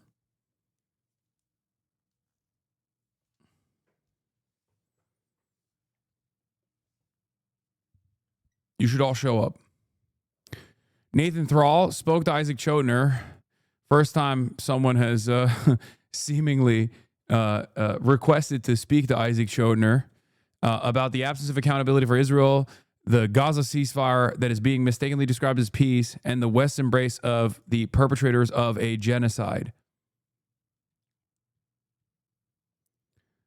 Here's one of the choice moments from this.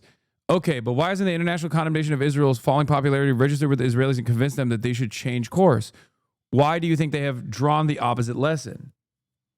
There's a huge difference between changing public opinion and policy changes that actually affect Israelis. And we have really not seen the latter. During a genocide, the Israeli arms industry was booming. They were making record profits. And we have, at a bare minimum, almost 70,000 dead in Gaza. It took that to even get the first bills for banning settlement products introduced in some countries in Europe. But you still cannot get an EU-wide ban on settlement products. It's a non-starter. So Israelis don't feel any real consequences. I agree with everyone on the left because Israelis are being coddled by the leftists. Wait, what? You're so fucking stupid. The leftists are irrelevant. The leftists have no fucking power. It is because Israelis and Israel as a country is being coddled by all of the institutional power that exists in the Western world. What the fuck are you talking about, leftists? Leftists are the only fucking people that actually want to protest against Israel and demand boycotts against Israel and demand divestment against Israel and demand sanctions against Israel. How the fuck do you say it's the leftists that are actually responsible because we're coddling Israelis? What the fuck is wrong with you?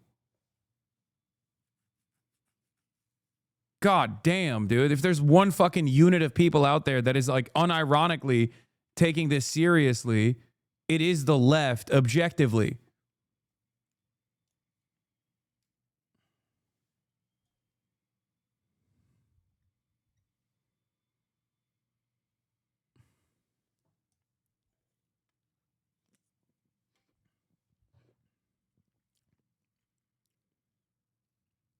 I agree with everyone on the left who believes this shift in global public opinion is important, but what it means is so often overstated. The U.S. is arming Israel, and Europeans are Israel's #1 trading partner. It's embarrassing to see how many people are calling this deal a peace deal. Not just Trump, but Chancellor Friedrich Merz of Germany. The Europeans will likely reverse even their modest steps. The Eurovision Song Contest was going to hold a vote in November on not having Israel compete next year, and that vote has now been postponed. You see headline after headline about how Europe is preparing to re-embrace Israel. Yeah, Germany literally used the ceasefire to roll back the sanctions. It was so gross.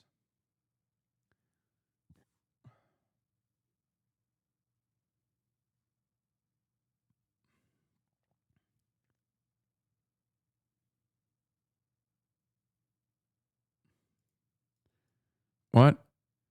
I just canceled my DSA membership and wrote to them and told them why. I was very off-put in your comment to Hasan and I'm canceling. Okay, shut the fuck up. That's not funny. Don't make jokes like that in this chat, okay? Yes, I did. What are you, fucking insane? Do not do that. That's...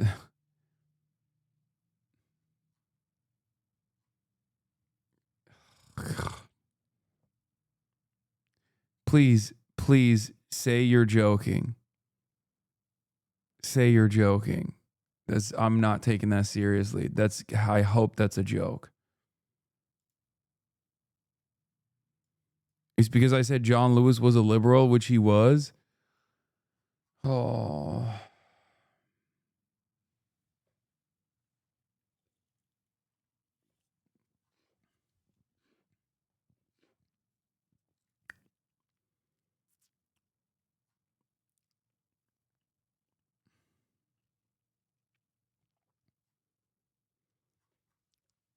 You should not look at the Discord right now. I never do.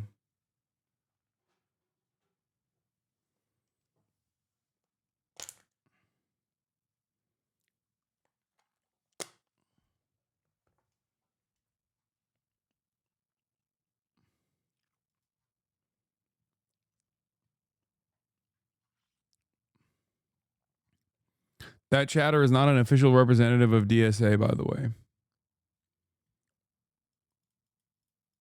And also, you should never, ever in a million years, I can't believe I'm saying this, reconsider your stances about an organization due to how you thought they treated me or something. That's crazy.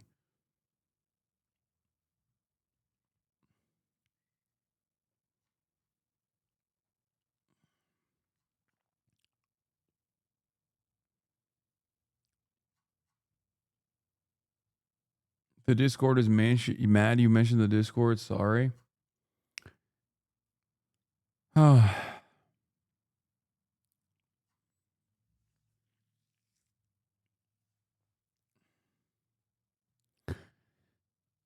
I no longer support PETA in service of Hasan. PETA defended me on the Hollywood Reporter. They were like, we believe him. So, shouts out PETA.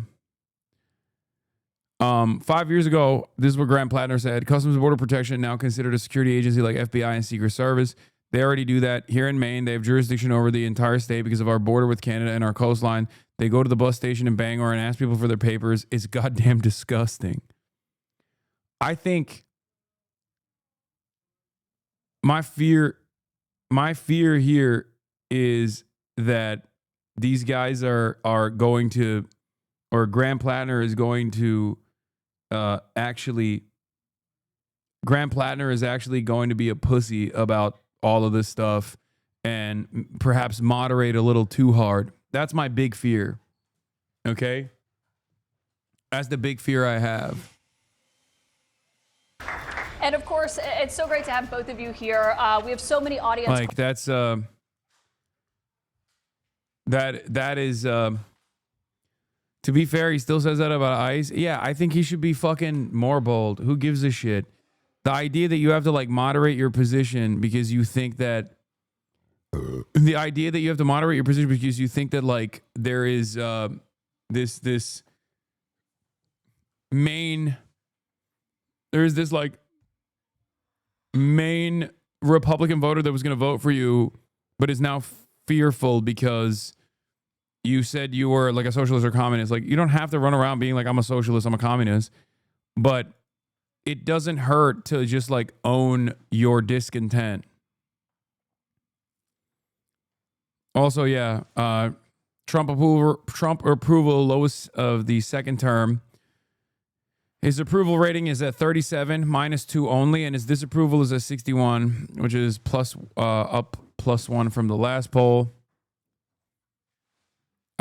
New lows on key issue net approvals. On immigration is -14, underwater. On the economy, -26, and on healthcare, -36.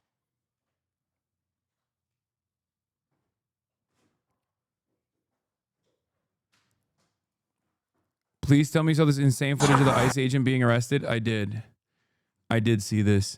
Here's an ICE agent who is being arrested for drunk driving and nearly killing his little kid and others. He tries to stop the arrest by racially profiling the officers arresting him. Amazing watch the courtesy given to him as he is belligerent and uncooperative. That's the colonel. Colonel, don't mean shit to me. Okay, well. I'm federal. Okay. I'm trying to get home. I got my boys with me. Who do you work for? DHS. Do you have your ID with you?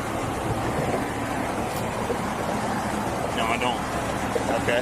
But if I called them, they'd verify that you're a 100%, bro. Okay. You don't have any type of credentials or anything that say you're DHS? Not on me, no.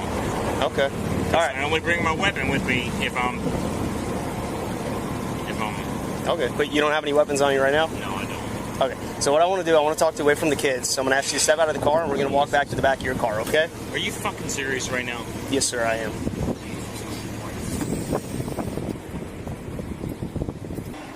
You know what? Call my supervisor. Okay. Do you want to do the exercises or no? He's like, after a long day of wearing a mask and beating the fuck out of random Mexican teenagers, yeah, I have to knock a couple back before I drive my shit ass kids to school, okay? And sure, I'm on the Baby Annihilator Chevrolet pickup heavy cab train, okay? Which means I could kill more children if I choose to do so, but it's my it's my God-given right to do so. Let me at him. He's combative. He's unpredictable. He doesn't have his documentation. Oh my God, you're right. Interesting. Interesting. I'll do it. But you know what? What's homeboy doing down there? You know, guys, come on. Make sure we all sit because we're inside of the water. You don't want to get hit. You don't want you to get hit. That's why we're trying to do the exercise. That way we can move on. Are you Haitian? That's nothing to do with my wrist, buddy. Oh my God. No.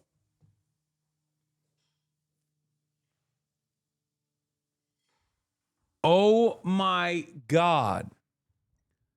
He said, are you Haitian?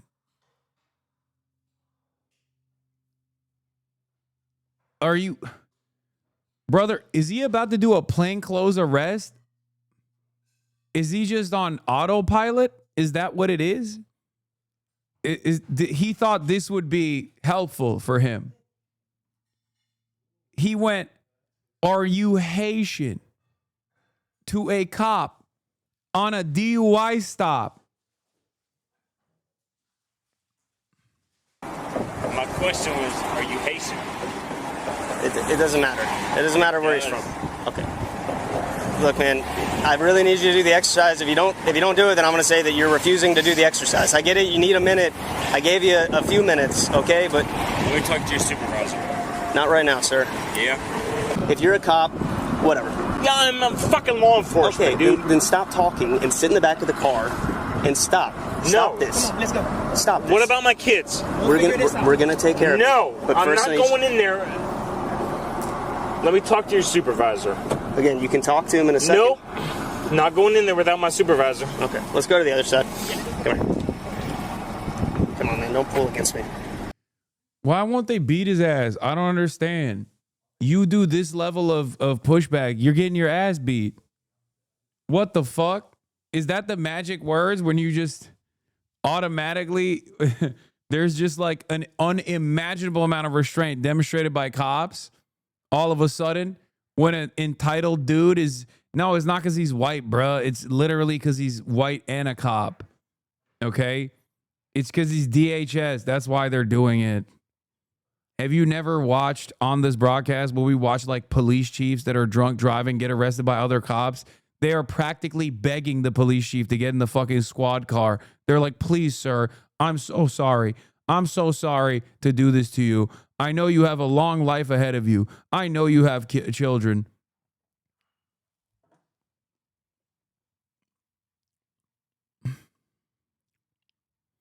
If you say something racist enough, they respect you. It's a game of dominance. Yeah, that's why when he said, "Are you Haitian, homeboy?" They were like, "Oh shit, this is a real one. This is a real cop. Oh no, this is a high-ranking grand wizard type of police." Okay? It's the same principle as the Klan. They're like, "Damn, you just out." You know how leftists outwoke one another? Cops are out racisting one another. Okay? That's what it is. They're like, damn, is this guy, are we sure this guy's not the police chief? It's like, yeah, it's like a secret password. Oh shit, this is 34 minutes. I gotta watch the fuck out of this. This got 500,000 views, bro. Sir, I'm just asking you a simple question. You don't have to answer if you don't want to. But you said you're going to Islamorada, so I'm just asking what you're going. They're just doing their job. Okay, Crime Watch is back on the menu. This is good.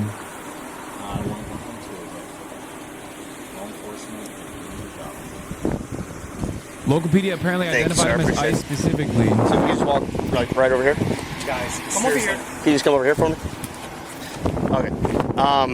So you said you're coming from Miami, going to Islamorada, and going back to Miami. Yes. What are you going to Islamorada for? Guys, seriously, are we really doing this right now? I'm just asking you a question. You said you're going to Islamorada. What are you going to Islamorada for? Lane. Yeah. Are we really doing this right now? Sir, I'm just asking you a simple question. You don't have to answer if you don't want to. But you said you're going to Islamorada, so I'm just asking what you're going for.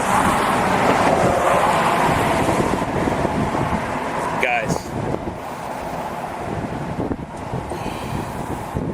Zach, how much have you had to drink today? About 4. 4 what? 4 drinks. Like water, alcohol, beer. What'd you drink? Kool-Aid? Are you guys really trying to fuck me right now? I'm just asking what you look like you're impaired. I smell alcohol coming from you, so I'm just asking how much you had to drink to make sure you're not too impaired to drive that vehicle.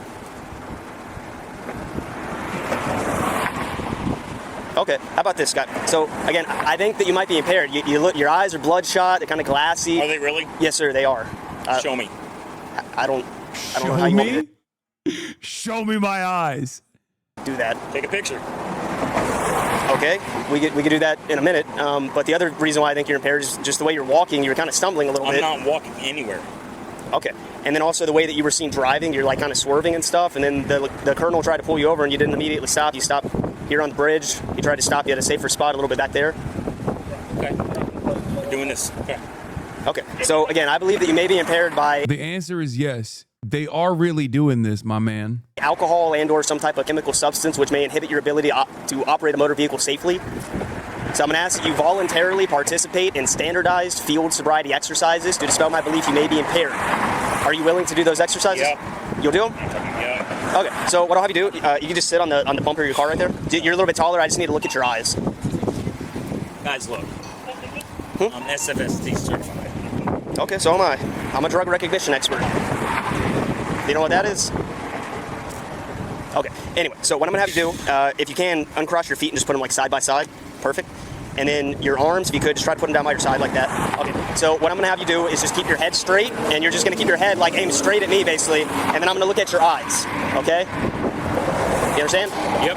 Are you diabetic? No. Are you epileptic? No. Okay. Do you have any brain injuries? I'm a disabled veteran. Okay. Have you ever had a traumatic brain injury? Yes, I have. Okay. Does it affect your ability to operate a vehicle? Guys, come on. Okay. Well, I'm just asking what your brain injury is. Does it affect you in your everyday life? Do you know what nystagmus is? Onset of nystagmus, yes. Okay. But do you know what nystagmus is? Yes, I do. Okay. Do you have nystagmus? Guys, are we really doing this? Okay. Do you have any medical issues that I need to know about? Are you on blood thinners, painkillers? Lane. Yep. Talk to me. I'm talking to you right now. Don't do this. I'm just talking to you, man. It's all right. It's all right. Take a deep breath. No, if you haven't drank too much to not be able to operate a vehicle safely, then you know. Lane. Yeah. Come on, guys. We are both law enforcement. I'm going through a divorce. Don't take my.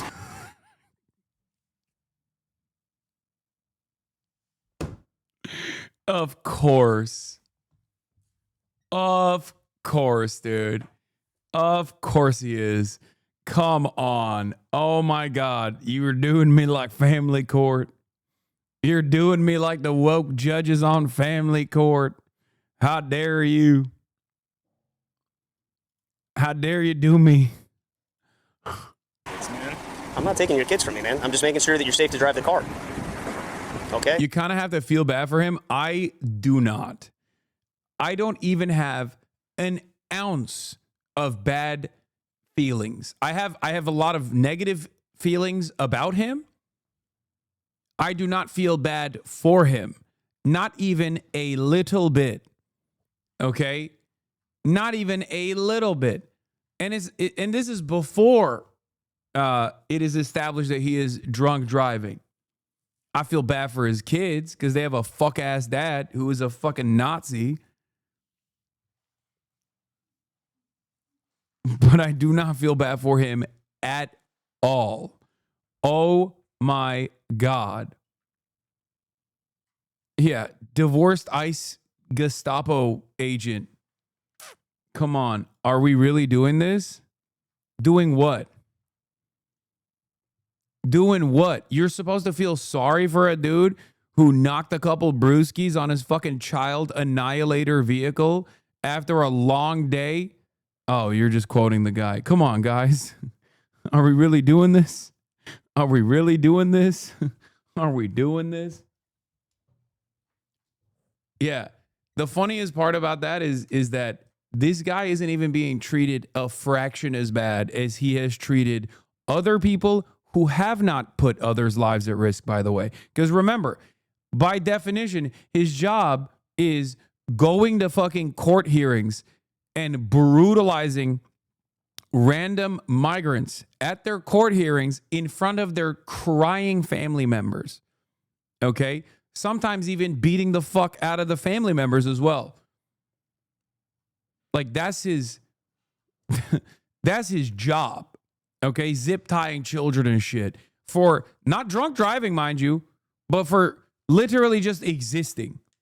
Because that's what it is. He's drunk driving his kids. Do you have any other medical issues that I need to know about? I don't know. Just any medical issues that might... I've had shit blow up around me. I've been shot at. Okay. Sorry, man. Take a deep breath. Don't tell my kids. I'm not. You're all right. Take a deep breath. You're okay. I've been shot at.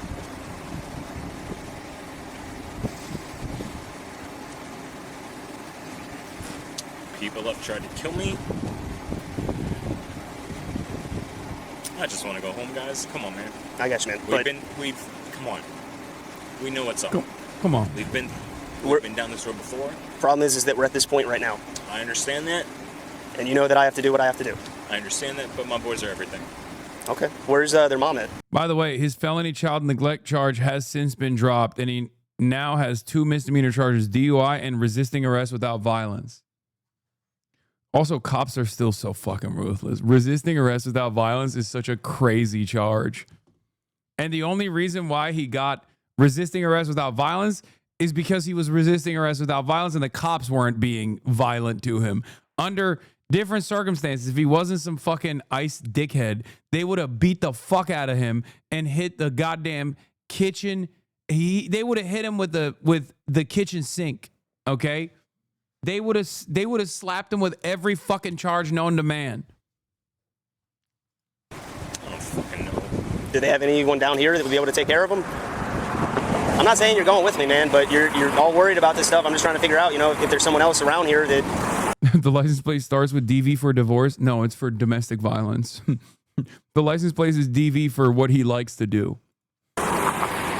Maybe they could come drive the car if you think maybe you drank too much to drive. What's wrong with the mods? Why? No? They're my everything. Okay, so no medical problems that are going to affect your ability to follow my finger? Nope. Okay, so again, what I'm going to have you do... My kids mean everything to me, which is why I put their life...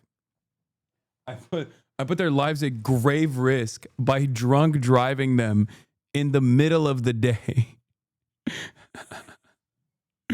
They mean everything to me. If we're dying, we're going out together.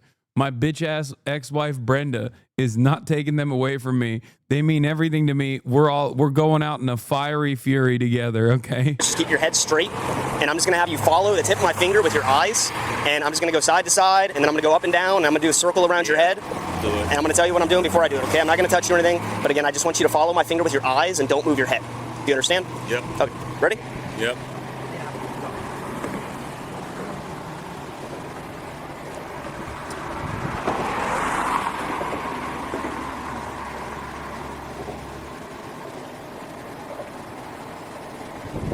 In his mind, I know he's like, nailed it. Nailed it, dude.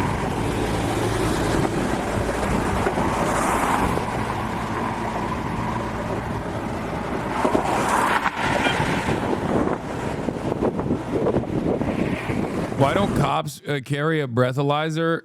Is it a cost thing? No, they do. In order to bring out the field breathalyzer test, you first have to do a field test, field sobriety test. So the field sobriety is like unlocking it, okay? You use the field sobriety test first. There's reasonable suspicion that that person failed it. Then they do the breathalyzer. And the field breathalyzer test is not accurate. And it is only used as reasonable suspicion to detain that person further and take him to the precinct or make them get a blood work done. So I'm sure that they already have the field breathalyzer ready to go. And in many states, you can actually refuse to take the field breathalyzer test, at which point they will arrest you and there are consequences for it. But you will eventually, at some point, get a breathalyzer test at the precinct or blood work done at the hospital.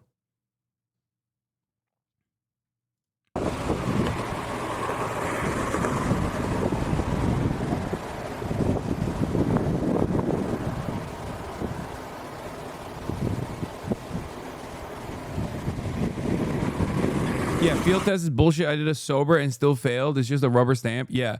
And the breathalyzer is also not consistent either. If you refuse to test in Louisiana, it's an automatic 2-year license suspension. You get an extra charge since October 1st in Florida for refusing, huh? Yeah, sorry. Not reasonable suspicion. If you fail a breathalyzer test, it's probable cause for an arrest, not just detainment. You're right. Yes. But because the field breathalyzer test is so inconsistent, you can literally blow over a 0.08 without actually being even remotely impaired. Like it's not even like the field breathalyzer test is not there's a reason why it's inadmissible in court to prove that you are drunk. And it is enough for them to arrest you to then make you take the real test that will prove your blood alcohol content.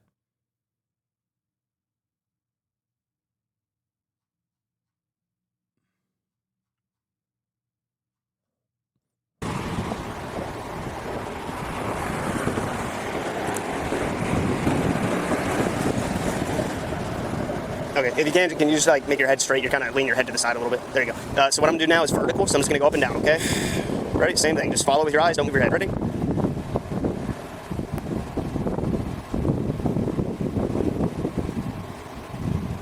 Yeah, if you use mouthwash, you'll fail the breath test. There are field tests are not pass fail other than breathalyzer. It's just evidence. Yeah, it's just evidence to be able to arrest you.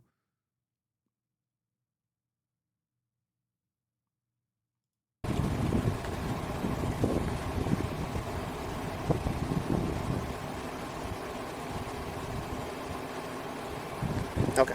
And now I'm going to do just 2 small circles around your head here. I'll show you what it looks like. So I'm going to go like this around your head, and I'm going to bring it in between your eyes to your nose, but I'm not going to touch you, okay? So don't flinch or anything. I'm not going to touch you, okay? All right, ready?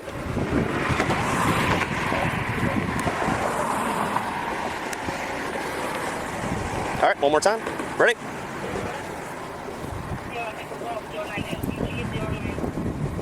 Okay, so this time, try to just look at my finger. Don't anticipate where it's going to go, okay? You're kind of looking ahead of my finger. Just try to follow it, okay? I'll go a little bit slower. Just look at my finger. He's too tactical. He's too tactical. That's what it is. Okay. So the next thing I'm going to have you do is the walk and turn. We'll probably do it right here. I don't know how easy this would be for you to do in flip-flops or if it'd be easier in your... Lane, I just want to get my kids home. I got you, man. Come on, dude. I'll tell you a true story. I went through the same thing 2 years ago. Of course he did. Of course he did. He's a cop. Yeah. Oh my God. Cops love drunk driving. Chat. That is, oh, that's so funny. Oh my God. Of course he got fucking popped himself. I swear to God, bro. He means divorced? No. I'm going through a divorce right now. Look, man, you drank too much to drive a car. No, I haven't. You did. Okay? Let me get my kids home. You can't drive a car right now, man. Based on what I'm seeing so far, unless, if you do good on this, maybe I'm wrong. Okay? That's why we're doing these, so that you can dispel my belief that you're impaired. Okay? Because right now, when I'm seeing the stumbling and stuff, I want to see if you can do this stumbling? stuff. I'm not doing anything. I'm sitting right here. Well, no, when you walked out of the truck at first, you kind of... It looked like it. Maybe I'm wrong. Okay? But that's what this stuff is for, so that we can dispel that belief that I have that you're impaired. Okay? So the next thing we'll do is the walk and turn, okay? So what I'm going to have you do is just put your left foot on this line right here. Here, if you can, just step forward. I don't want you to be touching the truck at all. Just a little bit forward, just so you're not next to the truck. There you go. And now you're going to put your right foot in front of your left foot, touching heel to toe. Your right foot in front of your left foot, touching heel to toe. Perfect. All right, and if you can, put your arms back down by your side. Or can try to stand there just in case. All right, so again, just put your right foot back in front, and then your arms straight down by your side. There you go. Now just stay like that. If you have to put your hand up, just put it right back down, okay? Okay, so just stay like that. Don't do anything else until I tell you to. Do you understand? Yep. Okay, so if you can, just try to get back into that position. Well, I want to know the directions. Well, that part of the directions is that you're supposed to be standing like that while I give the directions.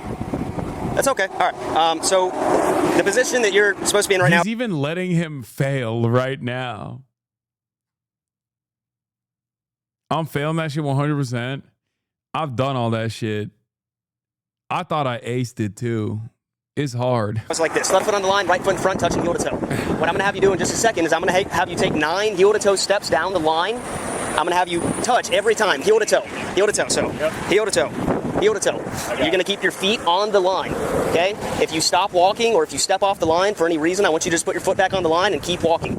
And I want you to count your steps out loud. Do you understand so far? Yep. So again, just to recap where we're at right now, your left foot is on the line with your right foot in front, your arm straight down by your side.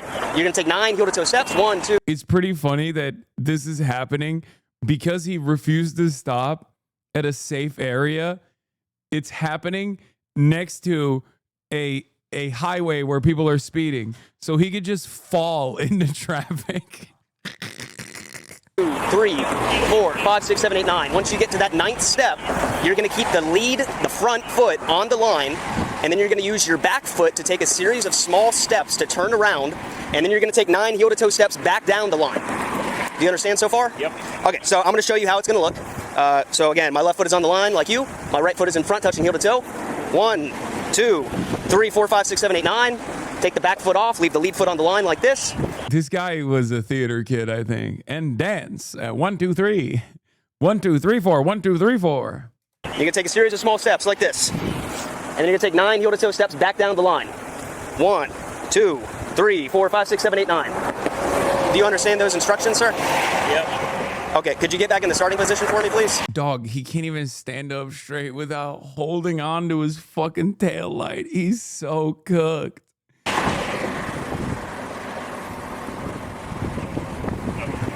Just left foot on the line and right foot in front? No, I got you, Lane. Okay.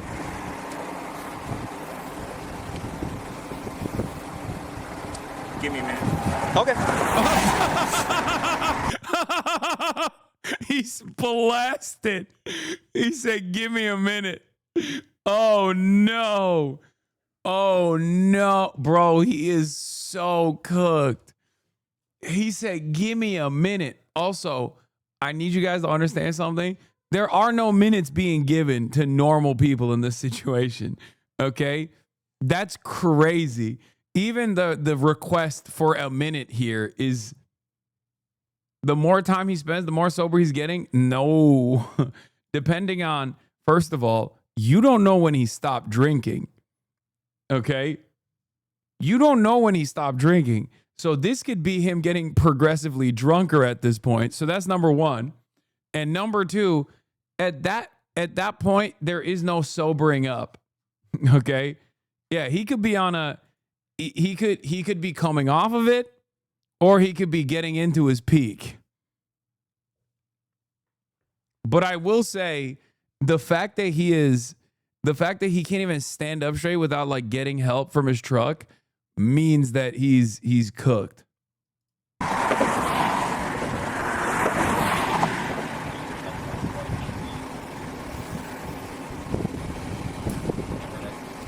Okay, he's taking more than a minute.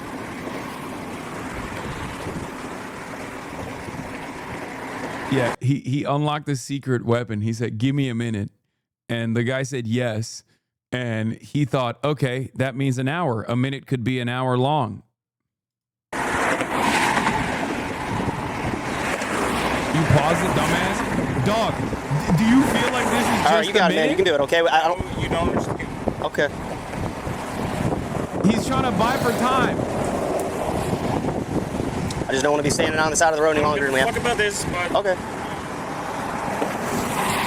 Would you like to try the one leg stand instead?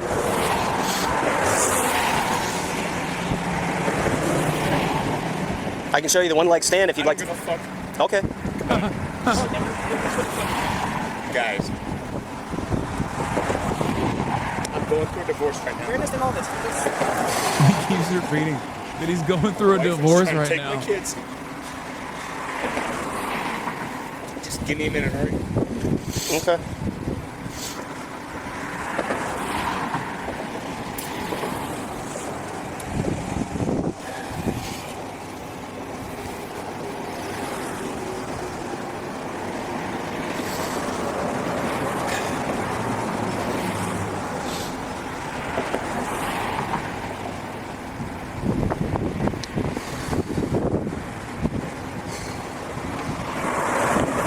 Okay, man. It's either a yes or a no. Just give me a minute, all right, deputy? I did give you a minute, sir, but we can't stand here for this long, okay? Lane. Yes, sir. Trying to Federal cry law out the enforcement. alcohol. Going through a divorce. You only get one time out for DUIs. There should be a flag on the play for delay of game. Bro, he's trying to run out the clock, but you cannot filibuster this, buddy. Buddy, you are cooked. My bitch ass wife is trying to take my kids. I'm just... He's a bitch ass wife. Oh my God. Yes, sir. I'm federal law enforcement. I'm going through a divorce. My bitch ass wife is trying to take my kids. I'm just... Give me a minute, all right? Okay. You know. If he says Deborah, I'm ending it. I'm ending the stream. I can't hold it. If he says my bitch wife, Deborah, I will lose my fucking mind. The amount of times I've jokingly said my bitch ass wife is taking the kids, and he just fucking revealed it. Like that's my bit. You're ripping my shit right now, dude.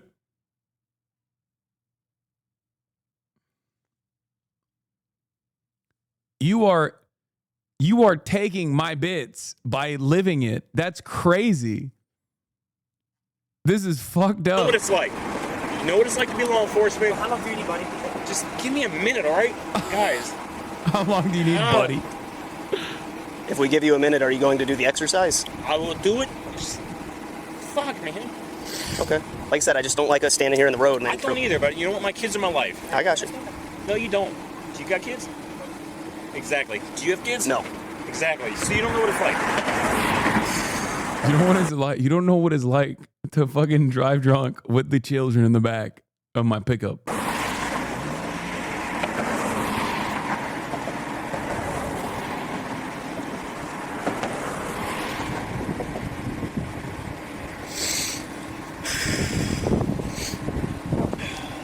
You know what? Call my supervisor. Okay. Do you want to do the exercises or no? I'll do it. But you know what? What's homeboy doing down there? You know, guys, come on. Make sure we all sit because we're set up on water. You don't want to get hit. You don't want you to get hit. That's why I'm trying to do the exercise. That way we can move Are on. you Haitian? That's nothing to do with my wrist, buddy.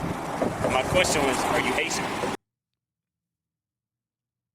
He unlocked the special charge that shows without his proper federal license that he is, as a matter of fact, a member of the Department of Homeland Security. Are you Haitian, homeboy? It doesn't matter. It doesn't matter where he's from. Okay. Look, man, I really need you to do the exercise. If you don't do it, then I'm going to say that you're refusing to do the exercise. I get it. You need a minute. I gave you a few minutes, okay? But Let me talk to your supervisor. not right now, sir. Yeah? That's not how this works. You can talk to him at... It is how it works because you guys are local. Okay, that's not a statute or a law or a policy or anything that we have. He's the second from the top underneath of the sheriff. Okay? He's the one that pulled you over. Okay? If you want to talk to him, we can, but right now I'm in the middle of an investigation, and you're not going to talk to my supervisor in the middle of my investigation. When I'm concluded with my investigation, whichever way that goes, whether it's you in your car driving away or you in the back of my car in handcuffs, if you want to talk to my supervisor then by all means you can. But when I'm in the middle of an investigation, it's you and me, no one else. Okay? So this is the last chance I'm going to give you, okay? Do you want to do the walk and turn exercise? Yeah, I'll do it. Okay, so again, put your left foot on the line, and then put your right foot in front, touching heel to toe, and your arm straight down by your side. Okay, I'm gonna show you the instructions again real quick, just to refresh your memory, okay? So left foot on the line, right foot in front, touching heel to toe. 9 heel to toe steps, 1, 2, 3, 4, 5, 6, 7, 8, 9. Keep the front foot on the line, take the back foot off the line, and you're gonna take a series of small steps with the back foot to turn around, and you're gonna take 9 heel to toe steps back down the line. Do you understand the instructions? I do. Okay. I want to talk to your supervisor. Again, sir, once we're done with the investigation, you are more than welcome to talk to anyone that you would like. Okay, you may begin.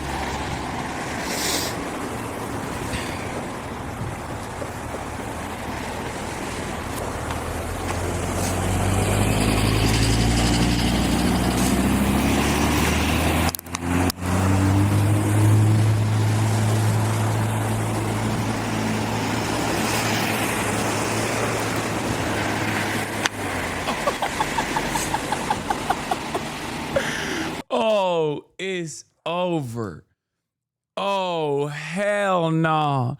Bro looks like a penguin, dude. Oh, no. Oh, brother, he is so cooked. He is fucked up, bro. That is crazy that he was driving his children in the middle of the day. Oh, that's so good. Oh, that's fucking awesome. Oh my God, your bitch ass wife is gonna be fucking watching this video. Oh, Deborah's taking the kids so hard after this. Oh my Lord. Oh my Lord, your bitch ex-wife Deborah. Oh my God.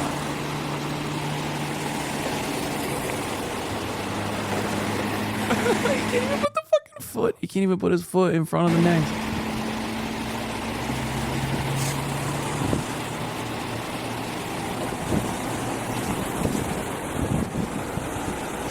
I like the fucking defeat. Like, he just sometimes gives up and he's like, oh, fucking. Like, I think in his mind right now, he knows. Like, when he was doing the eye test, he was like, I'm nailing this shit, right? But right now, in his mind, he's like, oh, fuck, it's over.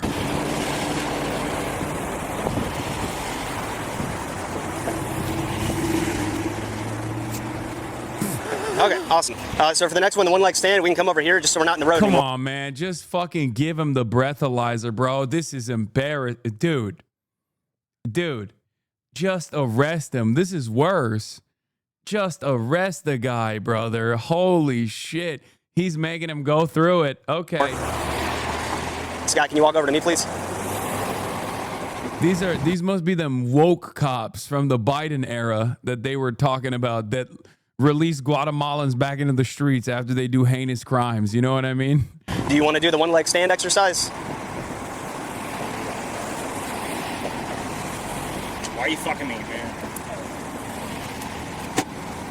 All right, so just take a couple steps forward, like right here. Tell me what it is first. Okay, well, in order for me to instruct you on how to do the exercise, I need you to stand over here.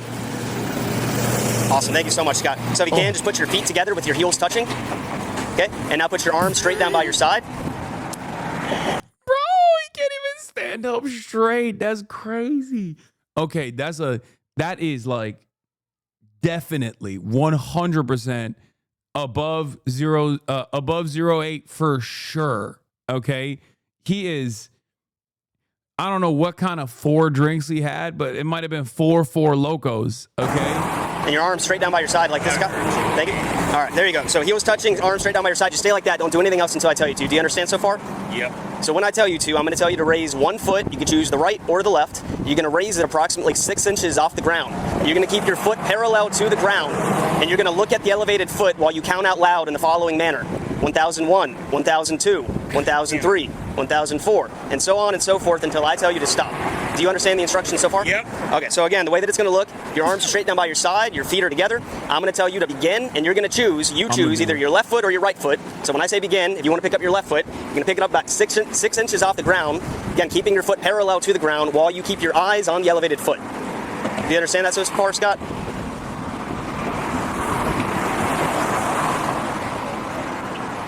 Do you understand the instructions, sir? I do. Okay, so again, the way that it's going to look, I'm going to show you one more time. I'll do it with my right foot this time. I'm going to say begin. You're going to raise your foot about 6 inches off the ground. It's about the size of a soda can, okay? 6 inches parallel to the ground, and your feet on the elevated foot, and you're going to count out loud: 1001, 1002, 1003, and so on and so forth until I tell you to stop. Do you understand all the instructions, Scott? Yep. Okay, you may begin. 1001, 1002, 1003, 1004, 1005, 1006. Guys, what the fuck are we doing right now? Seriously. Okay, Scott, can you be honest with me? How much did you drink today? I had about 4. 4 what? Drinks. Okay, a drink to me is alcohol, or is water. I have not drank in several weeks. You don't drink alcohol? I have not drank alcohol in several. Guys, what the fuck? Do you take any depressants? I take medication because I'm a war vet. What type of medication do you take? I don't know what the fuck it's called. Okay. Does it say not to drive a vehicle when you're out? No, lane. Oh fuck. Do you take Xanax or anything like that? No. Do you take any other type of drugs? He ain't drunk, I'm calling it. Are you insane? Brother, he's not drunk. He's on a different level, okay? He's not like he's not so drunk that he has to throw up right now, but he is absolutely fucking obliterated, brother. Because if this is just his normal status, he should not be allowed to own a gun, let alone operate a fucking vehicle. Okay? He can't stand up straight, brother. What are you talking about? He has just had 1 driving beer, man. Yeah, just to take the CONT. Dude, I get it. Have you never been anxious? It helps you focus. It takes away the anxiety. Just 1 road soda. Just 1 for the road. Well, he had 4 by his own admission. Don't do this. Scott, look, man, your eyes, you know what nystagmus is. You told me that. Onset of nystagmus, yes. Okay, onset of nystagmus prior to 45 degrees is one of the things. Okay? But I really need to know what you drank, where you drank it. Is that...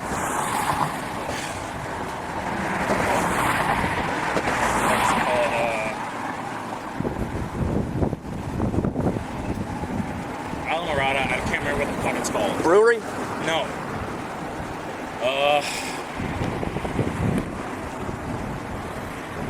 The fuck is it called?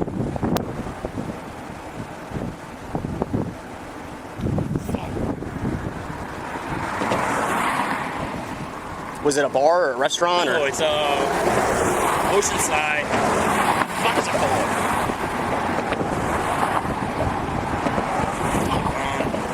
It's all right, Scott. What did you do there? I had 3 drinks. Okay. What did you get? I don't know. The bartender made it up. Was it like a cocktail, like a mixed drink or a Yeah, beer? it was a cocktail. Come on, guys. Like whiskey, vodka, tequila, rum, gin? I don't know. Okay. You don't know if it was like... And I have not drank in weeks. Did you eat anything today? Yeah. What'd you eat? I made the boys pancakes. This morning? Dinosaur pancakes. And what else do we have?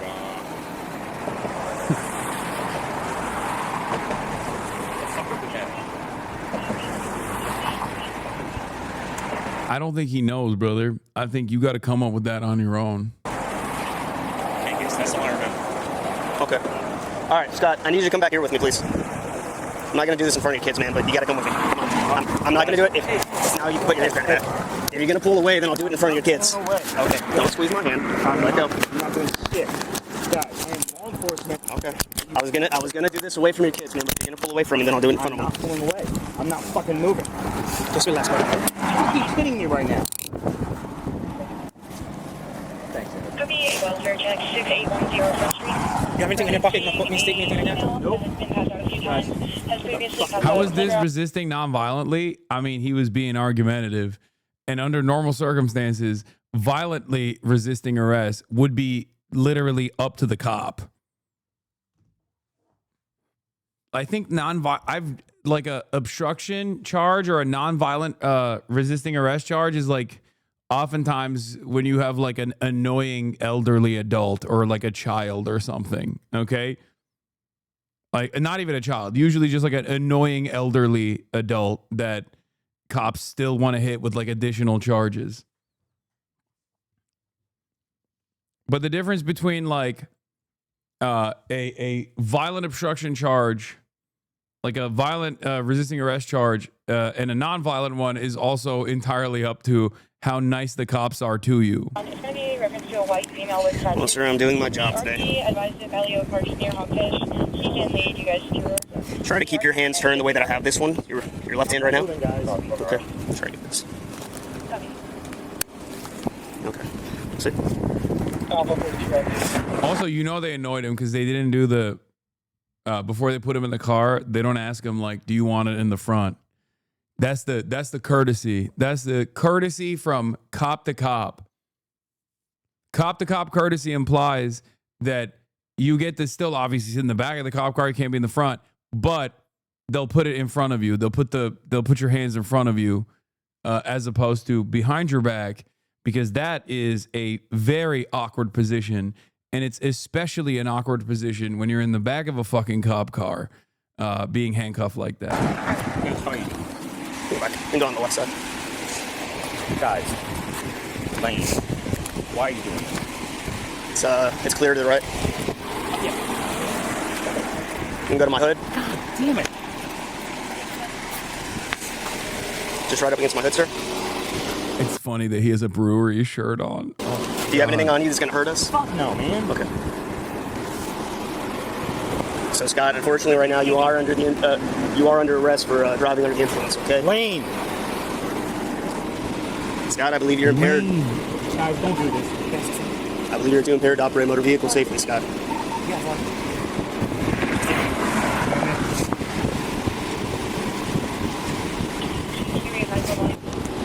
One in custody, signal one.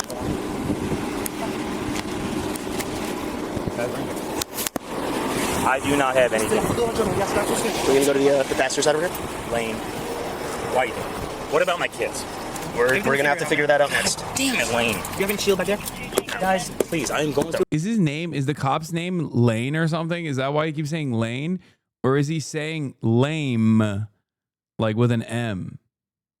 Oh, the cop's name is Lane. Okay, I thought he was like, lame. This is lame. A divorce. Don't do this to me. Scott, are you able to fit in there? Lane. Look, man. We wear the same shit. Lane, just talk to me for a minute, all right? I got you, man, but I really... Bargaining. We're at the bargaining phase. Come on. We wear the same badge. Come on. I won't deport your deputy here. I've noticed that he is he's got a slight tint of an accent. Okay, come on. I get it. I get it. Please listen, man. Go through a fucking divorce. He's going to lose his 50K signing bonus. If you think ICE is going to drop him, you are out of your dang mind.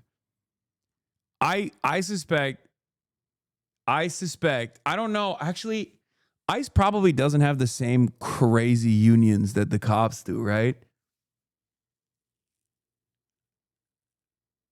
I don't know if they, I mean, I'm sure they have like a crazy, legal counsel, but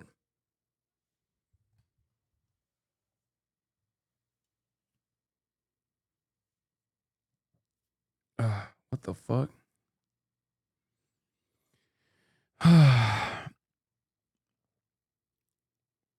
Because Lane, come on, man. This is gonna fuck me, dude. Please don't do this to me. I got arrested for DUI 2 years ago. This has everything. This video means everything to me. This has everything that I want in a video. Okay? This is like, this video is proof that I am an anthropologist of the hog. Okay? Every single thing that I have joked about, down to my bitch ass wife is taking the kids, has taken place in these 30 minutes and 29 seconds. Okay? From the police officer who had also been previously arrested for a DUI, down to him talking about his bitch ass wife. Lane, I get it. Do you have kids? Own up to your mistakes, man. You're a grown adult. I cried my ass off too. Own up to it. You're gonna sit in jail tonight. It's gonna suck. Are you serious? Yeah. You're gonna. Lane! It's gonna suck, man. It sucked for me. It's gonna suck for you too. It is what it is. Be a man. Suck it up. That's what everyone tells us. I know. I get it. Whatever. If you're a cop, whatever. Yeah, I'm a fucking law enforcement, okay, dude. Then stop talking and sit in the back of the car and stop. Stop this. Let's go. Stop this. What about my... God, he is so understanding. He is so... When I watch videos like this, I'm reminded that, like, cops do have the capacity to be human beings. It's just that you have to be the same species. It's a different species. You have to be a cop, it seems. They are only capable of de-escalation to other cops. Okay? No, not even the military, by the way, chatters. No, are you kidding me? They fucking shoot the shit out of veterans all the time. Especially if like a veteran is like experiencing a mental health episode, they fucking riddle them with bullets. They don't give a fuck. No, you have to be a cop. You just straight up have to be another cop. When a cop arrests another cop in the wild, this is the only time where you actually see them behave like a fucking human. Active military, they do the same thing? No, first of all, this goes back to what I was talking about with the Graham Platner stuff, but like the military is a robust institution. It is very large, okay? It's very large, and therefore, there are a fuck ton of libtards in the military as well. I know it sounds stupid, it sounds crazy. It's a very diverse institution, and it has a lot of fucking libtards in it too. So no, the fuck they do not. Most cops do not automatically show you respect if you're a veteran. Okay? They do not automatically show you respect if you're a veteran. I've seen so many fucking vets. I have seen so many fucking vets get absolutely destroyed, like fucking tased, shot, killed. Jeffrey Epstein skied with, had dinners with a top Florida prosecutor on his case. Docs show. What the fuck? Julie K. Brown is back, dude. A fair critique of the situation. So annoying that this man cannot stop mentioning about how he's an Iraq and Afghanistan war veteran when Janet Mills literally fought in World War I, but is too humble to ever talk about it. True.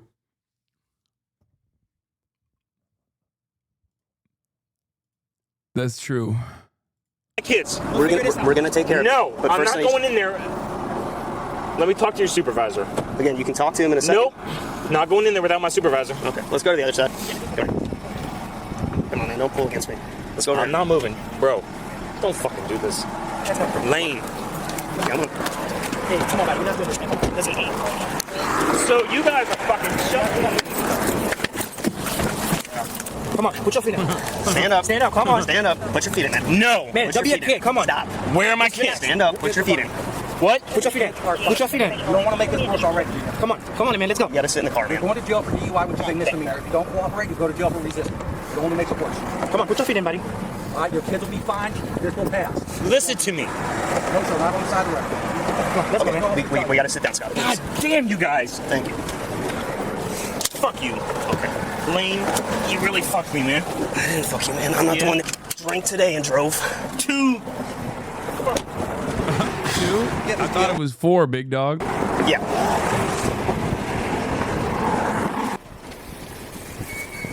What are you doing, man? Don't fuck with my kids, man. I'm not messing with your kids. They're gonna go with their mother for tonight. Oh no. Oh no. Oh, that's the defeat. They're just gonna go sit. That's the look. It's over. It's over. You brought up the fucking ex-wife, his bitch ass ex-wife, dude. Ain't no way Deborah's got the kids. Deborah's got the kids. The station. Bro. Their mom's driving down to pick them up. God damn it. Look, I get you're mad, man, but don't take it out on me. I ain't taking shit out on you, Lane. Well, you told me a few times you hate me and to go fuck myself. I didn't. Yeah, you did. No, I didn't. Look, man, I'm not trying to be hard on you. I'm not trying to be a dick to you. You said it when I first pulled you over. I'm just doing my job. This pays the bills. This is my job. It is what it is, man. I can't say no to it. Oh yeah, well, literally one of the only reasonable things that cops do. Once again, I like that he's apologetic for the one good use of policing, and not just because he's a fucking ICE guy. Like in general. Like, you don't have to be defensive over your job. This is the one time where you're doing something appropriate. He's conflicted because he's doing something good for once as a cop. It is what it is, man. Let me see my kids. Brother, I really do not want them to see you in the way that you're in right now. Right now, they're fine. They think Dad's chill. He's just going to go hang out with us for a few hours. No, they don't. Guys. They do. Lane. I'll be cool. We can't do that right now, man. Are you fucking with me? I'm not bringing your kids over here on the side of the road. I'm not putting them over there. Let me go see them. We can't do that right now, Scott. Lane. We can't do that, man. Lane. Everything will be fine, man. You just go for the night. Everything will be cool off. And then Go for the night. And tomorrow you'll be, Bro, every time he speaks, this man's reaction gets more and more severe.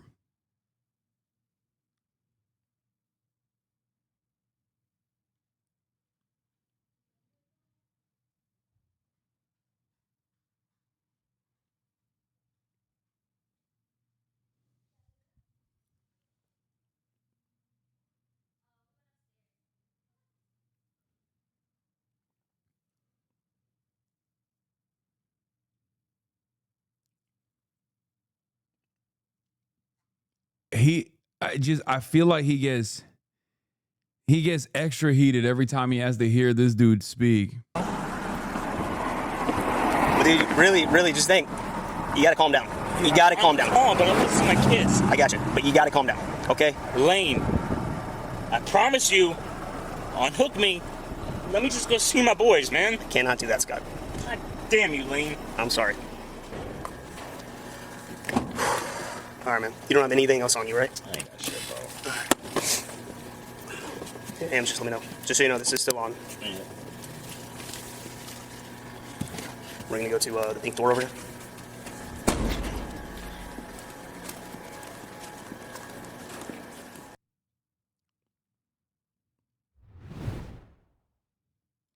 That was amazing. Why is Lane doing this? Because Lane is woke. Rat bastard Lane. The moral of the story is, it turns out it is ACAB, okay? It turns out there is not a thin blue line, but a woke blue line. And that blue line crosses over to ICE territory sometimes. And is really fucked up. Yeah, he was hit with 2 cases of child endangerment and 2 misdemeanor charges, 1 for a DUI and 1 for nonviolent resisting arrest. He also had another charge, but they dropped it. What was the other one that they dropped? I read it out loud earlier.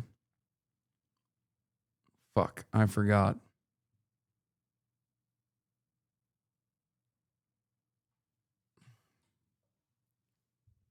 Yeah, Lane clearly wants illegal immigrants to be in this country, okay? That's what it is. Oh, they dropped the endangerment charge? They dropped the child endangerment charge? Oh, shit. Okay, yeah.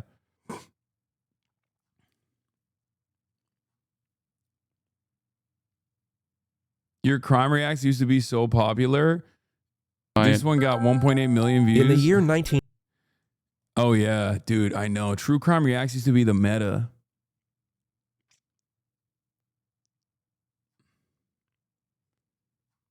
Yeah. I can't believe they charged our boy like that. That was awesome.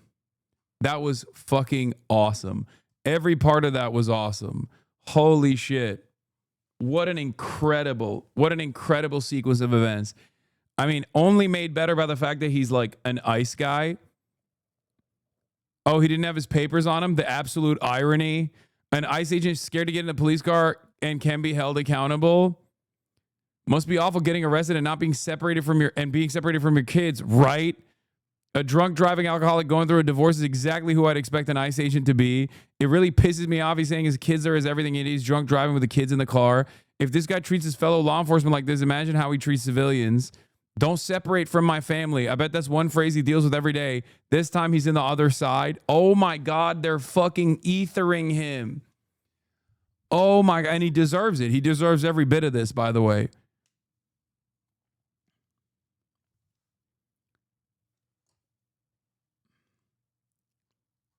Wow. It seems like the public is not exactly in support of this brave, patriotic fellow. If you were to listen to the media, you would think that everybody loves ICE. I don't understand. If you were to listen to the Democratic Party's politicians, they barely are coming around to even not letting them wear masks, let alone defunding ICE. I mean, God forbid. Kind of feels like an unrestrained sequence of incredible violence, ultra violence that these guys are subjecting random people to. Is creating a lot of discontent.